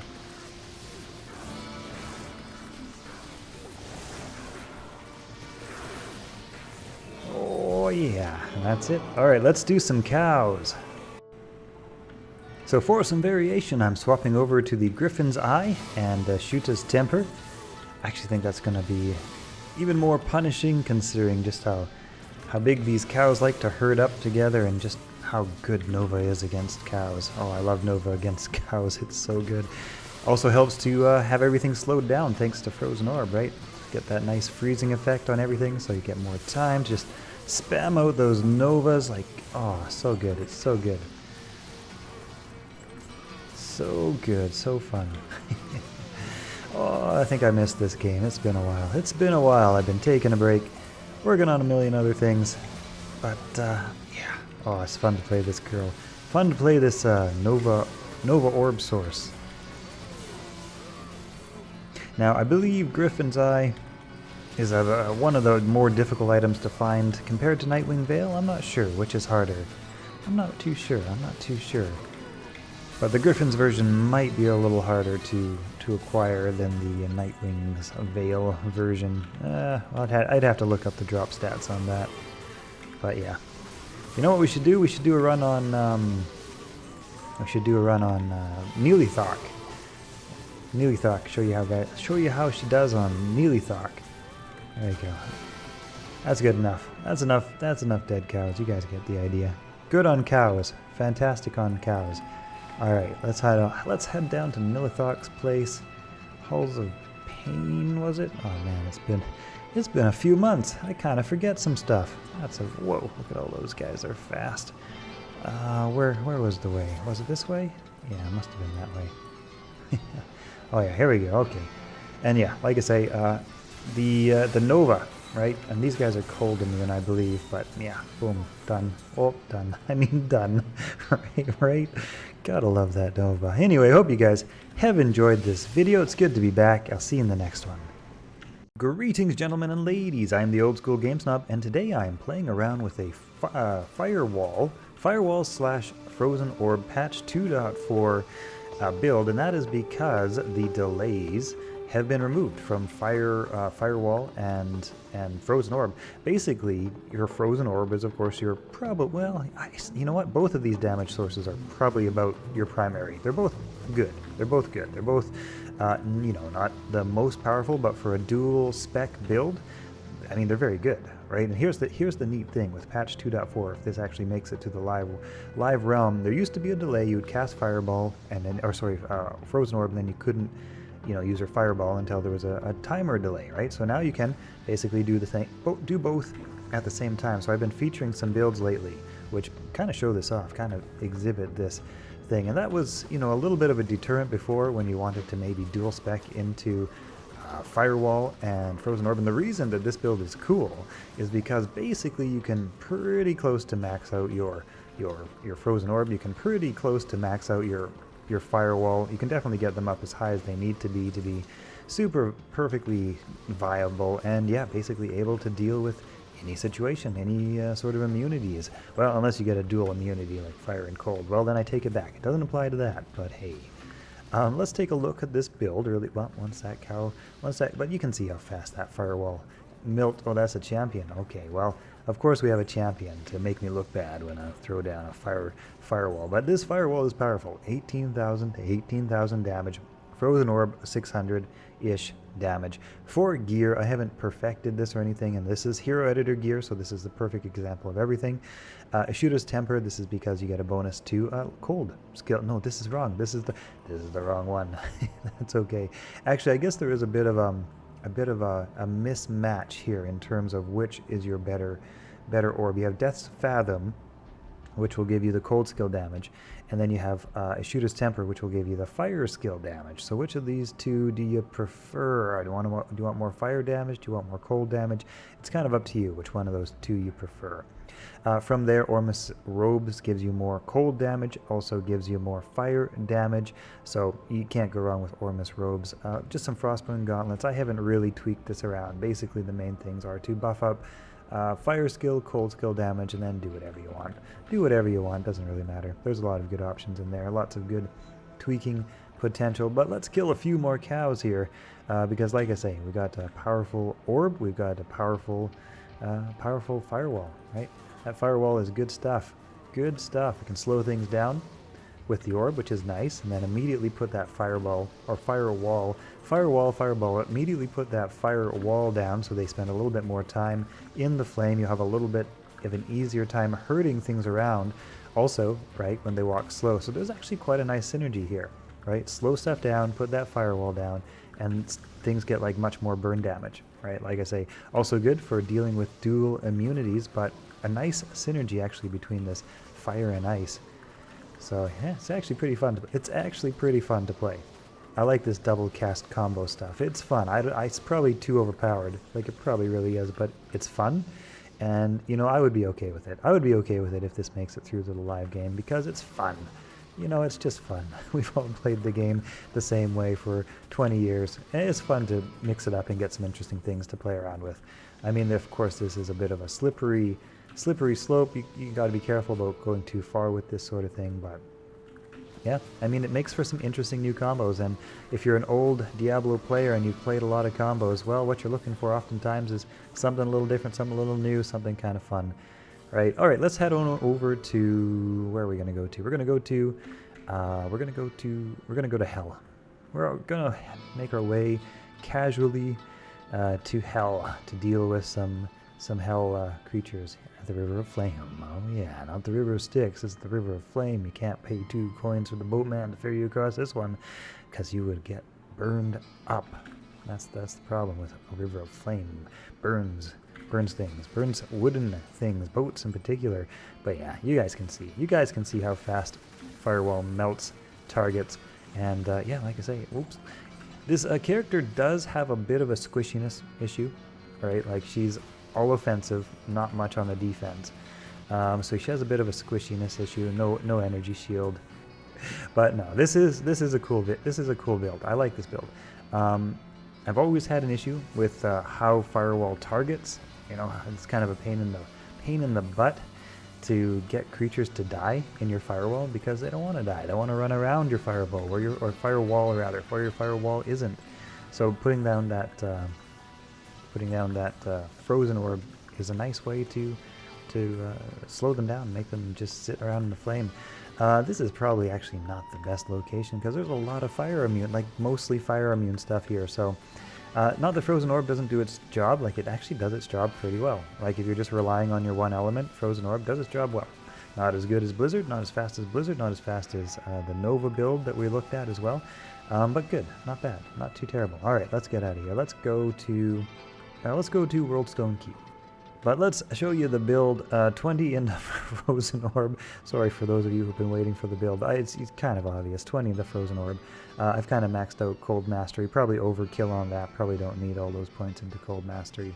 1 to Teleport, 20 to Warmth, which is cool. We've also got 20 to Firewall and 20 to Fire Mastery. Now, with all of that warmth, it almost makes me want to get a bit of energy shield action going on, right? And you could get away with that. You could put a lot less into Cold Mastery and then get a decent energy shield, maybe like a single point into energy shield, the rest into telekinesis, and you would have a decent energy shield. You wouldn't lose much damage. Like I say, that orb actually does quite a nice job, and I think that is in a certain part due to, like, it does feel a little more powerful than it usually feels, and I think that's in part due to the overkill points into Cold Mastery. And yeah, like I say, a little bit on the squishy side. Don't even have all my resistances up here. A little bit on the squishy side, but that's okay. Sorceress is supposed to run around and not get hit. That's the whole thing. Sometimes. Yeah, well. Anyway, guys, hope you have enjoyed this video. Just a quick look at, like I say, some of the interesting new metas that are potentially coming into PTR 2.4, or into the live game and currently in PTR 2.4. And yeah, you know I like the Sorceress, so I like to experiment around and see what options are there, what interesting options. See you in the next video. Alright. Greetings, gentlemen and ladies. I am the old school game snob, and in today's video I'm going to be showing you what I think might be one of the best farming runs, fastest farming runs, and the character you can set up to do it. That's not even too terribly expensive. This character has a 350% magic find bonus, and she's extremely tanky. Her Mercenary is also well designed to deal with the council, because here's the thing. Between the three of these councils, you have fire immunity, you have lightning immunity, and you have cold immunity, depending on the random modifiers they roll. So you need a Mercenary to deal with at least one of those elements. Now I have decided to focus on Blizzard. Every now and then, of course, we'll get a stone skin version, and that slows things down a little bit. But let's do another run. Let's do another run, and I'll show you guys just how fast this can be. Because here's the thing. The council, they're a bunch of ass kickers. They really are. They're a tough group of demons, but they're also able to drop basically anything in the game. I think I need to double check that, but they're able to drop a lot of very high-end loot, and they're one of the best places to farm for the Stone of Jordan. They're also one of the best places to farm for runes. The problem is that they can be hard to deal with. They're, like I say, a room full of ass kickers.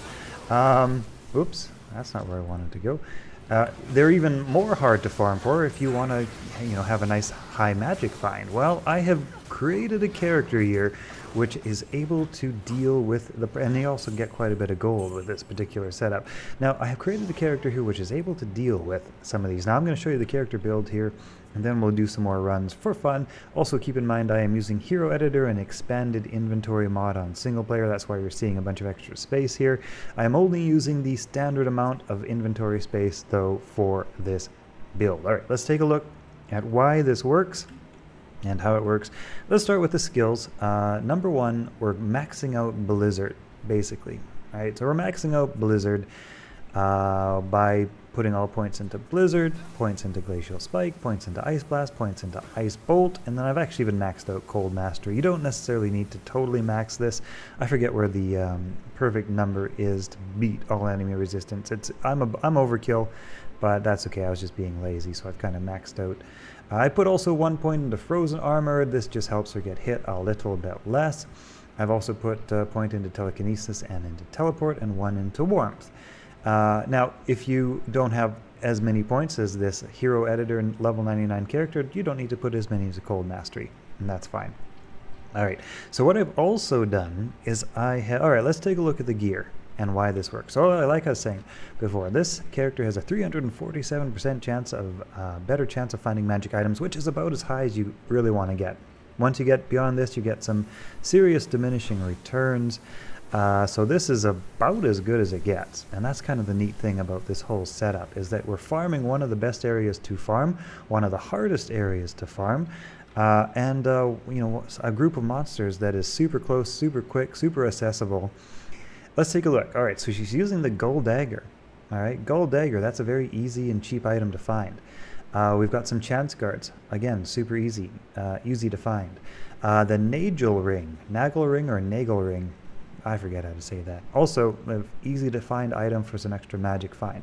On the other ring side, I have got a Ring of the Apprentice.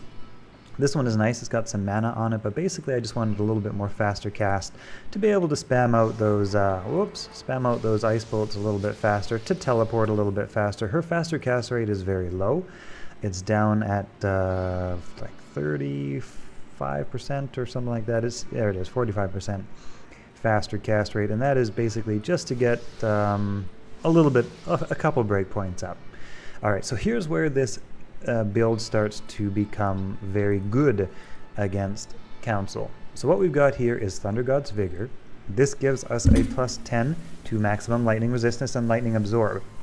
Alright, so lightning absorb basically means that the lightning attacks made by the Council will not damage you, they will actually heal you. Alright, and then we've also got, like I say, or I guess I haven't said yet, but we've got high fire resistance, 75, 75, and 85 lightning resistance. So we've got very high resistances. I could get fire resist even higher if I wanted to, but I don't want to.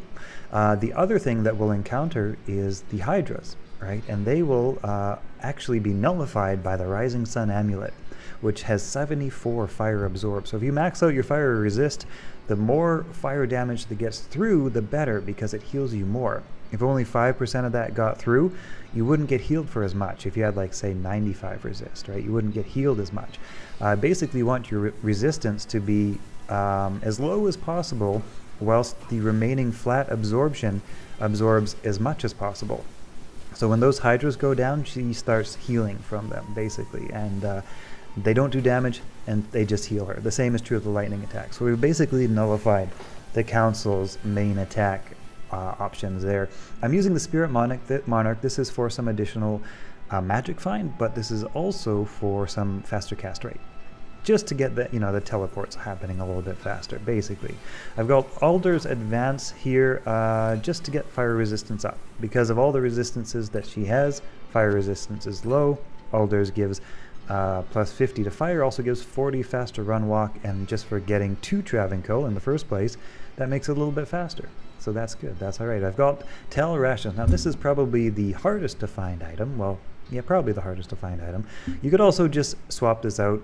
Could you swap this out? You could probably swap this out for a 4-socket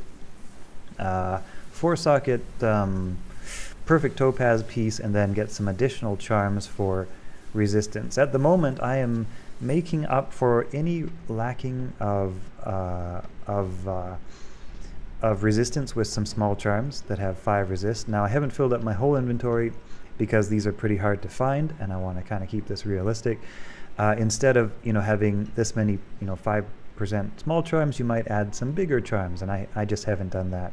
Like I say, I'm trying to keep this semi within reason, even though this is a hero edited example. I've also got Geed's Charm for some magic find, and Nightwing's Veil also for skill or +2 to skills, also cold, and I've actually socketed with a perfect topaz. I've socketed Tal Rasha's with an Ist rune, and basically I could have probably also socketed the gold dagger with an Ist rune, and that would actually put magic find up to like 300 and what is it, 7, I forget. I forget, 370, something like that, give or take. So that's about it. Bit more faster cast rate, lightning absorb, so we heal, Nagel Ring, chance guards, Alder's Advance for fire resist, Compensation, Rising Sun to nullify the Hydras, Nightwing Veil to add some damage onto our Blizzard, and Gold Dagger for that extra magic find. Now, the other important part of this equation is Emilio. So basically, I have given Emilio Reaper's Toll, socketed with a Shale Rune for some faster, fast attack. This is good because you get that lifesteal mod from it, which helps Emilio to stay alive. I've also given Emilio the Guardian Angel, socketed with an Rune. I don't think you need the rune socketed here. I think you'll be able to max out your resistances even without that rune in there. But I have socketed that with an rune to get his resistances up. I've also given him a Crown of Ages, and this one has both an and a Cham rune. Alright, so the rune gets the resistances up. If you need more resistance, I can't remember exactly if you need that or not. But the Cham rune basically makes it so he can't be frozen.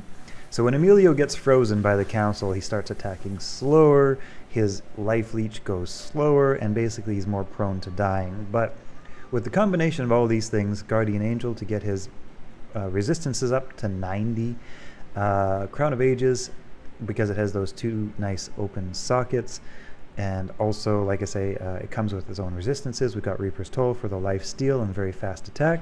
With all of those things combined, basically what we're looking at is a very tanky Emilio, very well suited for dealing with the council. So let's do some council runs, guys. Let's do some council runs, and I'll show you how this goes. Yeah, so like I say, for high rune farming, the council's a great place to do that if you can kill them fast. The problem is that most characters have trouble killing the council fast because they are tough. They are mean. So what I like to do, since mana is a little bit shy... Oh, I have to show you guys one more thing. I forgot one more thing about this build. I'll show you that in just a second. And this is kind of an interesting idea. You can do it differently if you want to. Sometimes you get them split between two places and it takes a little longer. Whoop, and there's a hit. They don't often hit, but when they do, it's kind of hard. When they're all together, that's kind of better, because you can just blizzard them all at once. But here's the other thing I've decided to do. I've decided to put a lot of dexterity into this character. That gives her a 75% chance to block with a Spirit Shield. I've also kind of put a little bit into energy so she has a little bit more mana, and so the rest into vitality. So I forgot to show you guys the stat layout there. So that's kind of it. So like I say, she doesn't get hit too often. The gold piles are quite decently sized. She doesn't get hit too often, and you don't want to necessarily stand right in the center of everything, because even though you can nullify the fire and lightning attacks, they can still smack you pretty good with their fists. I suppose with their fists. So as you guys saw, that was a pretty good smack. That can happen from time to time, so it's better to it's better to throw down your blizzard and then kind of just keep them frozen. Wow, they actually got Emilio that time. And that's probably because I didn't have enough cold and froze down, and they were just beating up on Emilio. So we'll try that. We'll try this a little bit more. Usually Emilio doesn't die, but I was kind of not on the ball there. And yeah, even with this very well designed build, specifically to counter council, you're not invincible. You can do it pretty easy with a little bit of tactics, but you're not invincible. I wanted to make as invincible as possible whilst still maintaining a lot of magic find, and this is kind of what I came up with. I like it a lot. But you're not totally invincible, so you can't play like an idiot. You can't stand right in the middle of everything and hope for the best. It's not a bad idea to pull Emilio back every now and then with a teleport, and then just kind of keep stuff frozen. If you do that, you'll have a very easy time dealing with the council. You should pretty much not die at all. Yeah, and as you guys can see, those hydras do absolutely no damage. Actually, they heal her. And there's that cold immune one. You kind of get random immunities, it seems like, which ones are cold immune, which ones are whatever. There's a Shale Rune. But Emilio's quite good at dealing, like I say, because he can't get frozen. Very important to get that Cham Rune into Emilio's armor or helmet, whatever you prefer, here nor there. Without that, the whole run slows down a lot because he gets frozen and he starts attacking very slowly and you can't finish up your run as quickly. But as long as he can't get frozen, yeah, runs are pretty quick. Sometimes very, very quick, sometimes a little bit longer, really depending on the random mods that the council has. Sometimes you get those extra strong or extra, what is it, stone skin that gives them a whole bunch of extra hit points. They just take a little bit longer to chop down.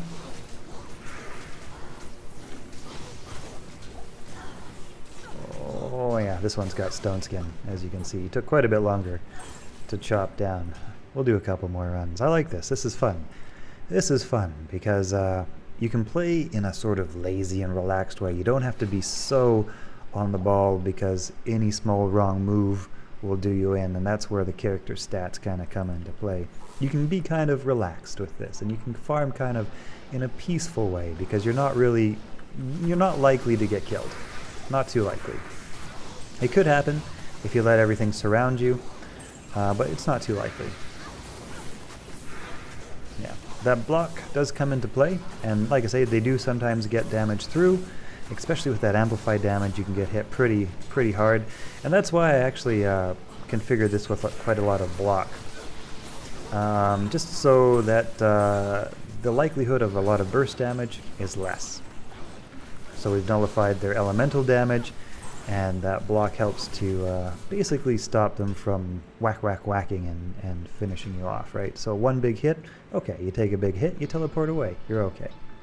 Or you take a couple big hits. I've had a couple big hits in a row, and you're okay, you teleport away. You've got time to make a move if you do actually take damage.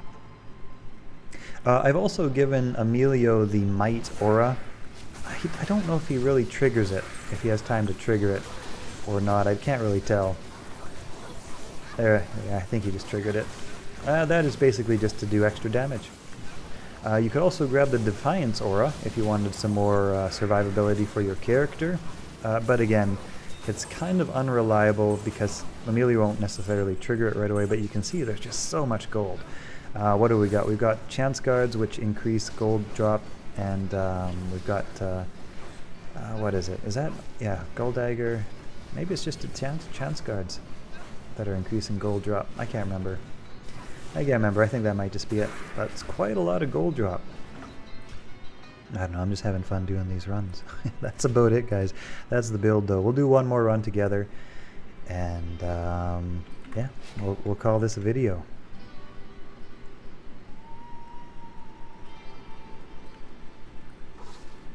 By the way, for those of you who do the single player and want to expand your inventory, I recently did a video on how to set up that plugin, that mod, so that you can have expanded inventory. There we go. There's everybody all at once. So that's kind of the best way, right? Because you get to kill everybody all at once when they're not split between two layers. You don't have to worry about the ghoul lords at all, and that's another nice thing about this build. It's not just the council that you don't have to worry about too much from. You don't have to worry about the ghoul lords or the, what are they called? You see, we've got a couple unique items. They're not anything any special, but we've seen a couple unique items drop already. Just because of all that, like I say, all of that absorb.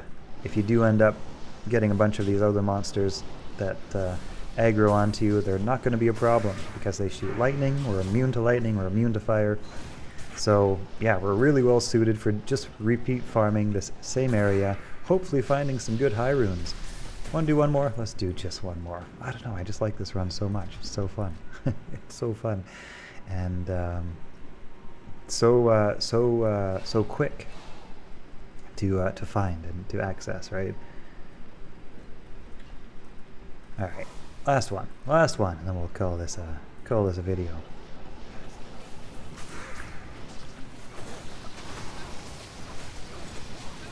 Yeah, the only thing is you do burn through your mana pretty quickly, so I don't spam Ice Blast the whole time. It's kind of more to keep the council from doing too much damage to Emilio, just to kind of keep the ones that aren't immune to fire, cold, from attacking back too much. But if you don't mind drinking lots of potions, you know, you could just keep spamming. Anyway, that's it. Hope you guys have enjoyed this video. By the way, whilst I was filming and setting up the character for this build, I did actually find a pretty nice little drop here. That's a video of this happening. That was about, all in all, probably 20 runs. 20 runs in or something like that. Not too bad. Not too bad. There we go. There we go. And take a look at this little beauty. This one actually rolled really well. There we go. -5, +5. Gotta like it. See you guys later. Alright, wave 4. We got some Venom Lords. Oh, they're gone.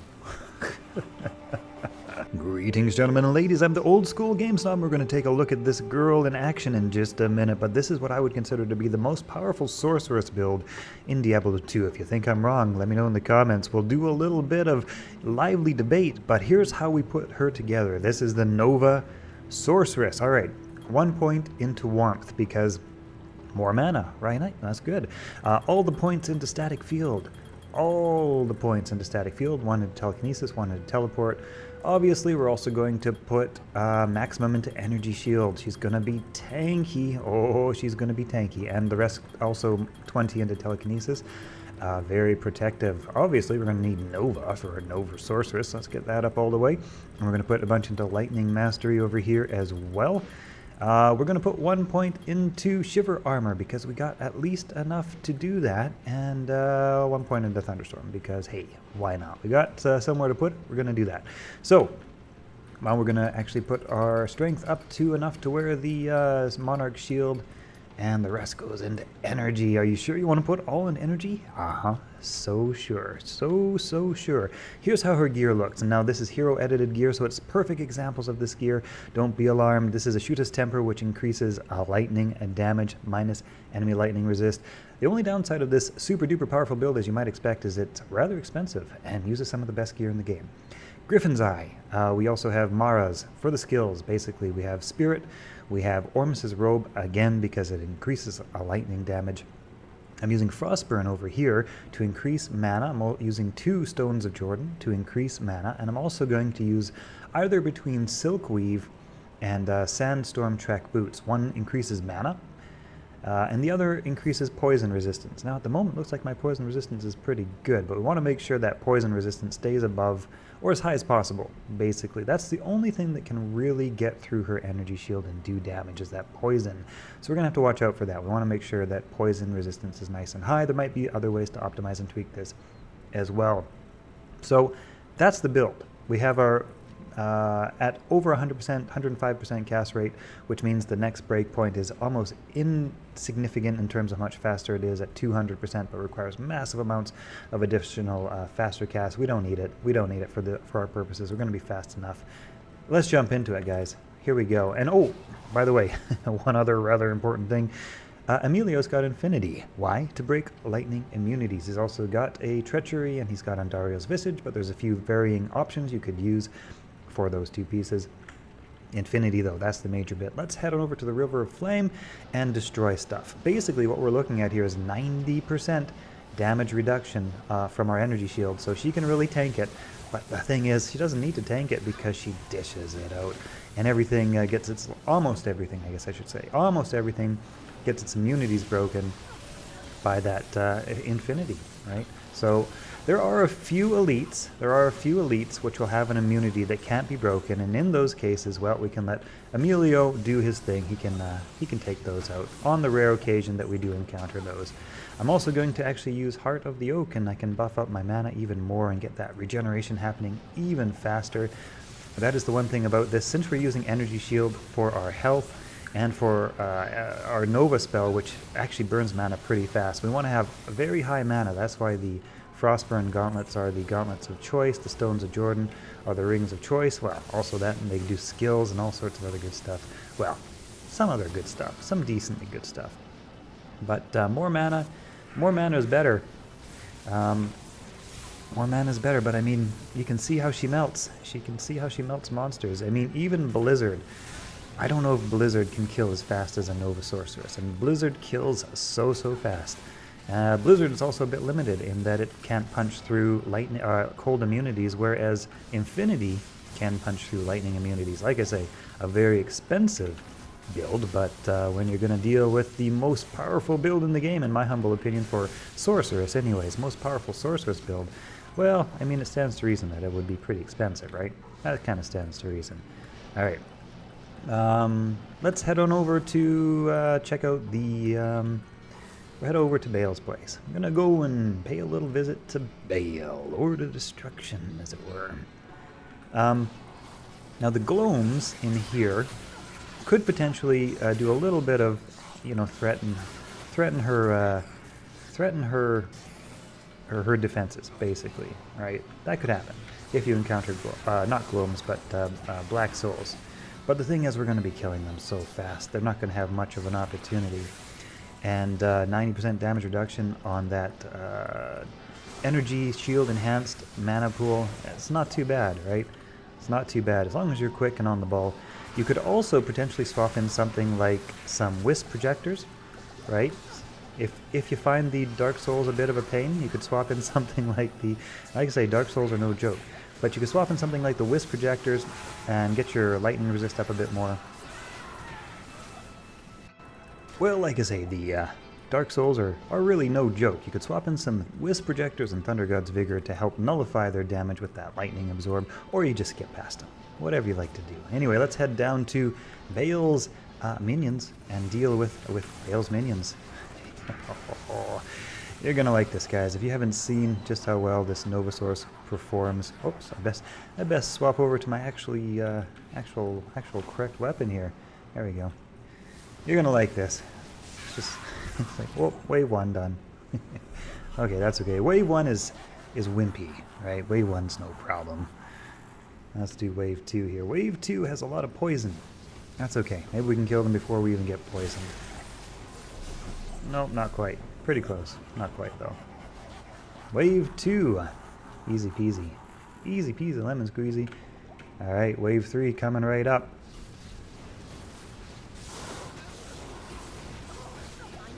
Wave 3. Oh, it's so easy. It's so easy when you're a sorceress of the Nova Shield variety. Not Nova Shield. Nova. It's Nova. Nova and Energy Shield. I think that's what I was thinking. Alright, wave 4. We got some Venom Lords. Oh, they're gone.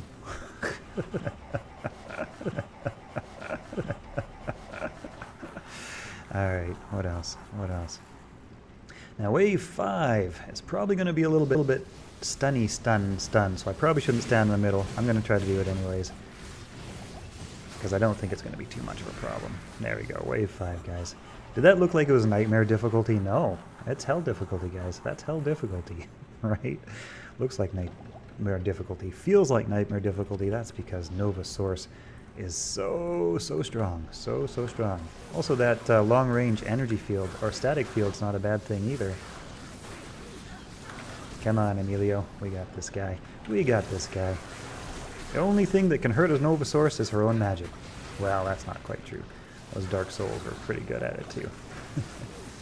Oh, and there's Bale. Bale's down. Want to go do some cows? Let's go do some cows. Let's go get some potions and we'll go do some cows. And then, yeah, I think we're going to call it a video because, yeah, like I say, guys, if you guys think there's a better build than this, I would be very curious to know what you think. What do you think could actually beat the Nova Source in terms of just, you know, pure kill power, survivability, all that sort of stuff, right? Like that energy shield's awesome. All right, Stony Field. Let's go get, what are we looking for again? Oh, yeah, a leg. For about 20 years, I thought that was Rit's leg, but no, it's apparently Wirt's leg. You guys corrected me on that in the comments. Oh, yeah. All right, here we go. Let's go. I don't know why I'm getting a little bit of FPS issues. I'm getting a little bit of FPS lag. That's okay. That's okay. It's not too bad. There we go. Rit's, or Wirt's body, not Rit's. Wirt's body. Okay. All right. All right. And we'll need one of those. And we're good to go. We'll go kill some cows. You may have noticed also that Emilio's still alive. Oftentimes he doesn't live through Bale's minions, but when the kill power is so fast, That's not too bad. It's not too bad. I gotta fix my FPS. I'll be right back. Okay, I think we're good to go here. Alright, the Moo Farm. Let's go get some cows. Let's go get some cows at the Moo. I mean, what kills faster than this? I mean, even a Lightning Fury Javazon, of which I am so very impressed by. Lightning Fury Javazon, probably my second favorite build, or something. I don't know, I got a lot of favorite builds. It just doesn't kill as fast as this. All you need is some cows that are nearby. That's all you need. The more cows, the better. Let's go gather up a bunch of them, because it really doesn't matter how many they are. Nova hits everything. Hits everything, stuns everything. So you just stand in the middle of everything and everything dies. You know what we should do? We should do one Nilithok run, because Nilithok can be dangerous, right? Nilithok can be hazardous. Well, usually. Maybe not for Nova Sorceress, though. I mean, what kills like this? This is just crazy. It's so fun. It's so fun. I wish I had the gear on my actual live game, not my hero-edited gear, to actually play this Sorceress. But I am lacking a few critical components, and like I say, that's because this build is damn expensive. This has been my goal for a while, though, is to save up the ingredients I need enough to actually get this build and put this build together. Griffin's Eye, though, that is a hard item to find, and that is a major ingredient. Also, Infinity, very hard to find, but that's it. Alright, let's do Nilithok. Let's do Nilithok. I'll show you just how fast Nilithok runs can be. And of course, if you guys have checked my video on how to find Nilithok really quickly, now I'm in single player, so I know the way. But there's a very easy pattern to finding Nilithok every time. You could do Nilithok runs so fast and so easy with this Sorceress build. Right? Just teleport into the center of everything, right? And then kill everything, right? Into everything, kill everything. Right? Done. There we go. Easy peasy. And what was the last thing I was going to do? There was one more thing. What was it? Oh, I remember. You know, I was actually curious about this because I haven't tried this yet. I wonder, because here's the thing. Rune farming, right? One of the great places to farm runes is the Council. The Council is actually pretty hard for a lot of characters. I wonder if Infinity breaks through Council immunities. I'm pretty sure they're immune to lightning and fire. I can't remember. Pretty sure. I forget. I think it's at least lightning. So let's see if Infinity breaks through that and we can farm Council really, really quickly. There we go. Let's do a little buffy buff. Or, whatever. That's fine. It'll be enough. It'll be fine. All right.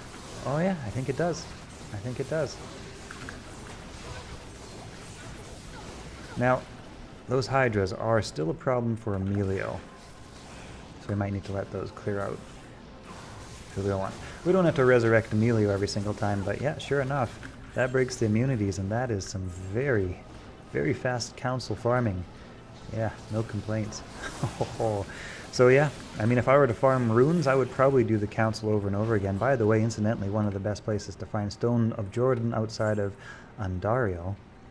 And that was fast. That was really fast. So anyway, hope you guys have enjoyed this video. Most powerful Sorceress build, in my humble opinion. If you guys disagree, let me know, and I will take your ideas, and I will see if I can beat this with any other build for Sorceress.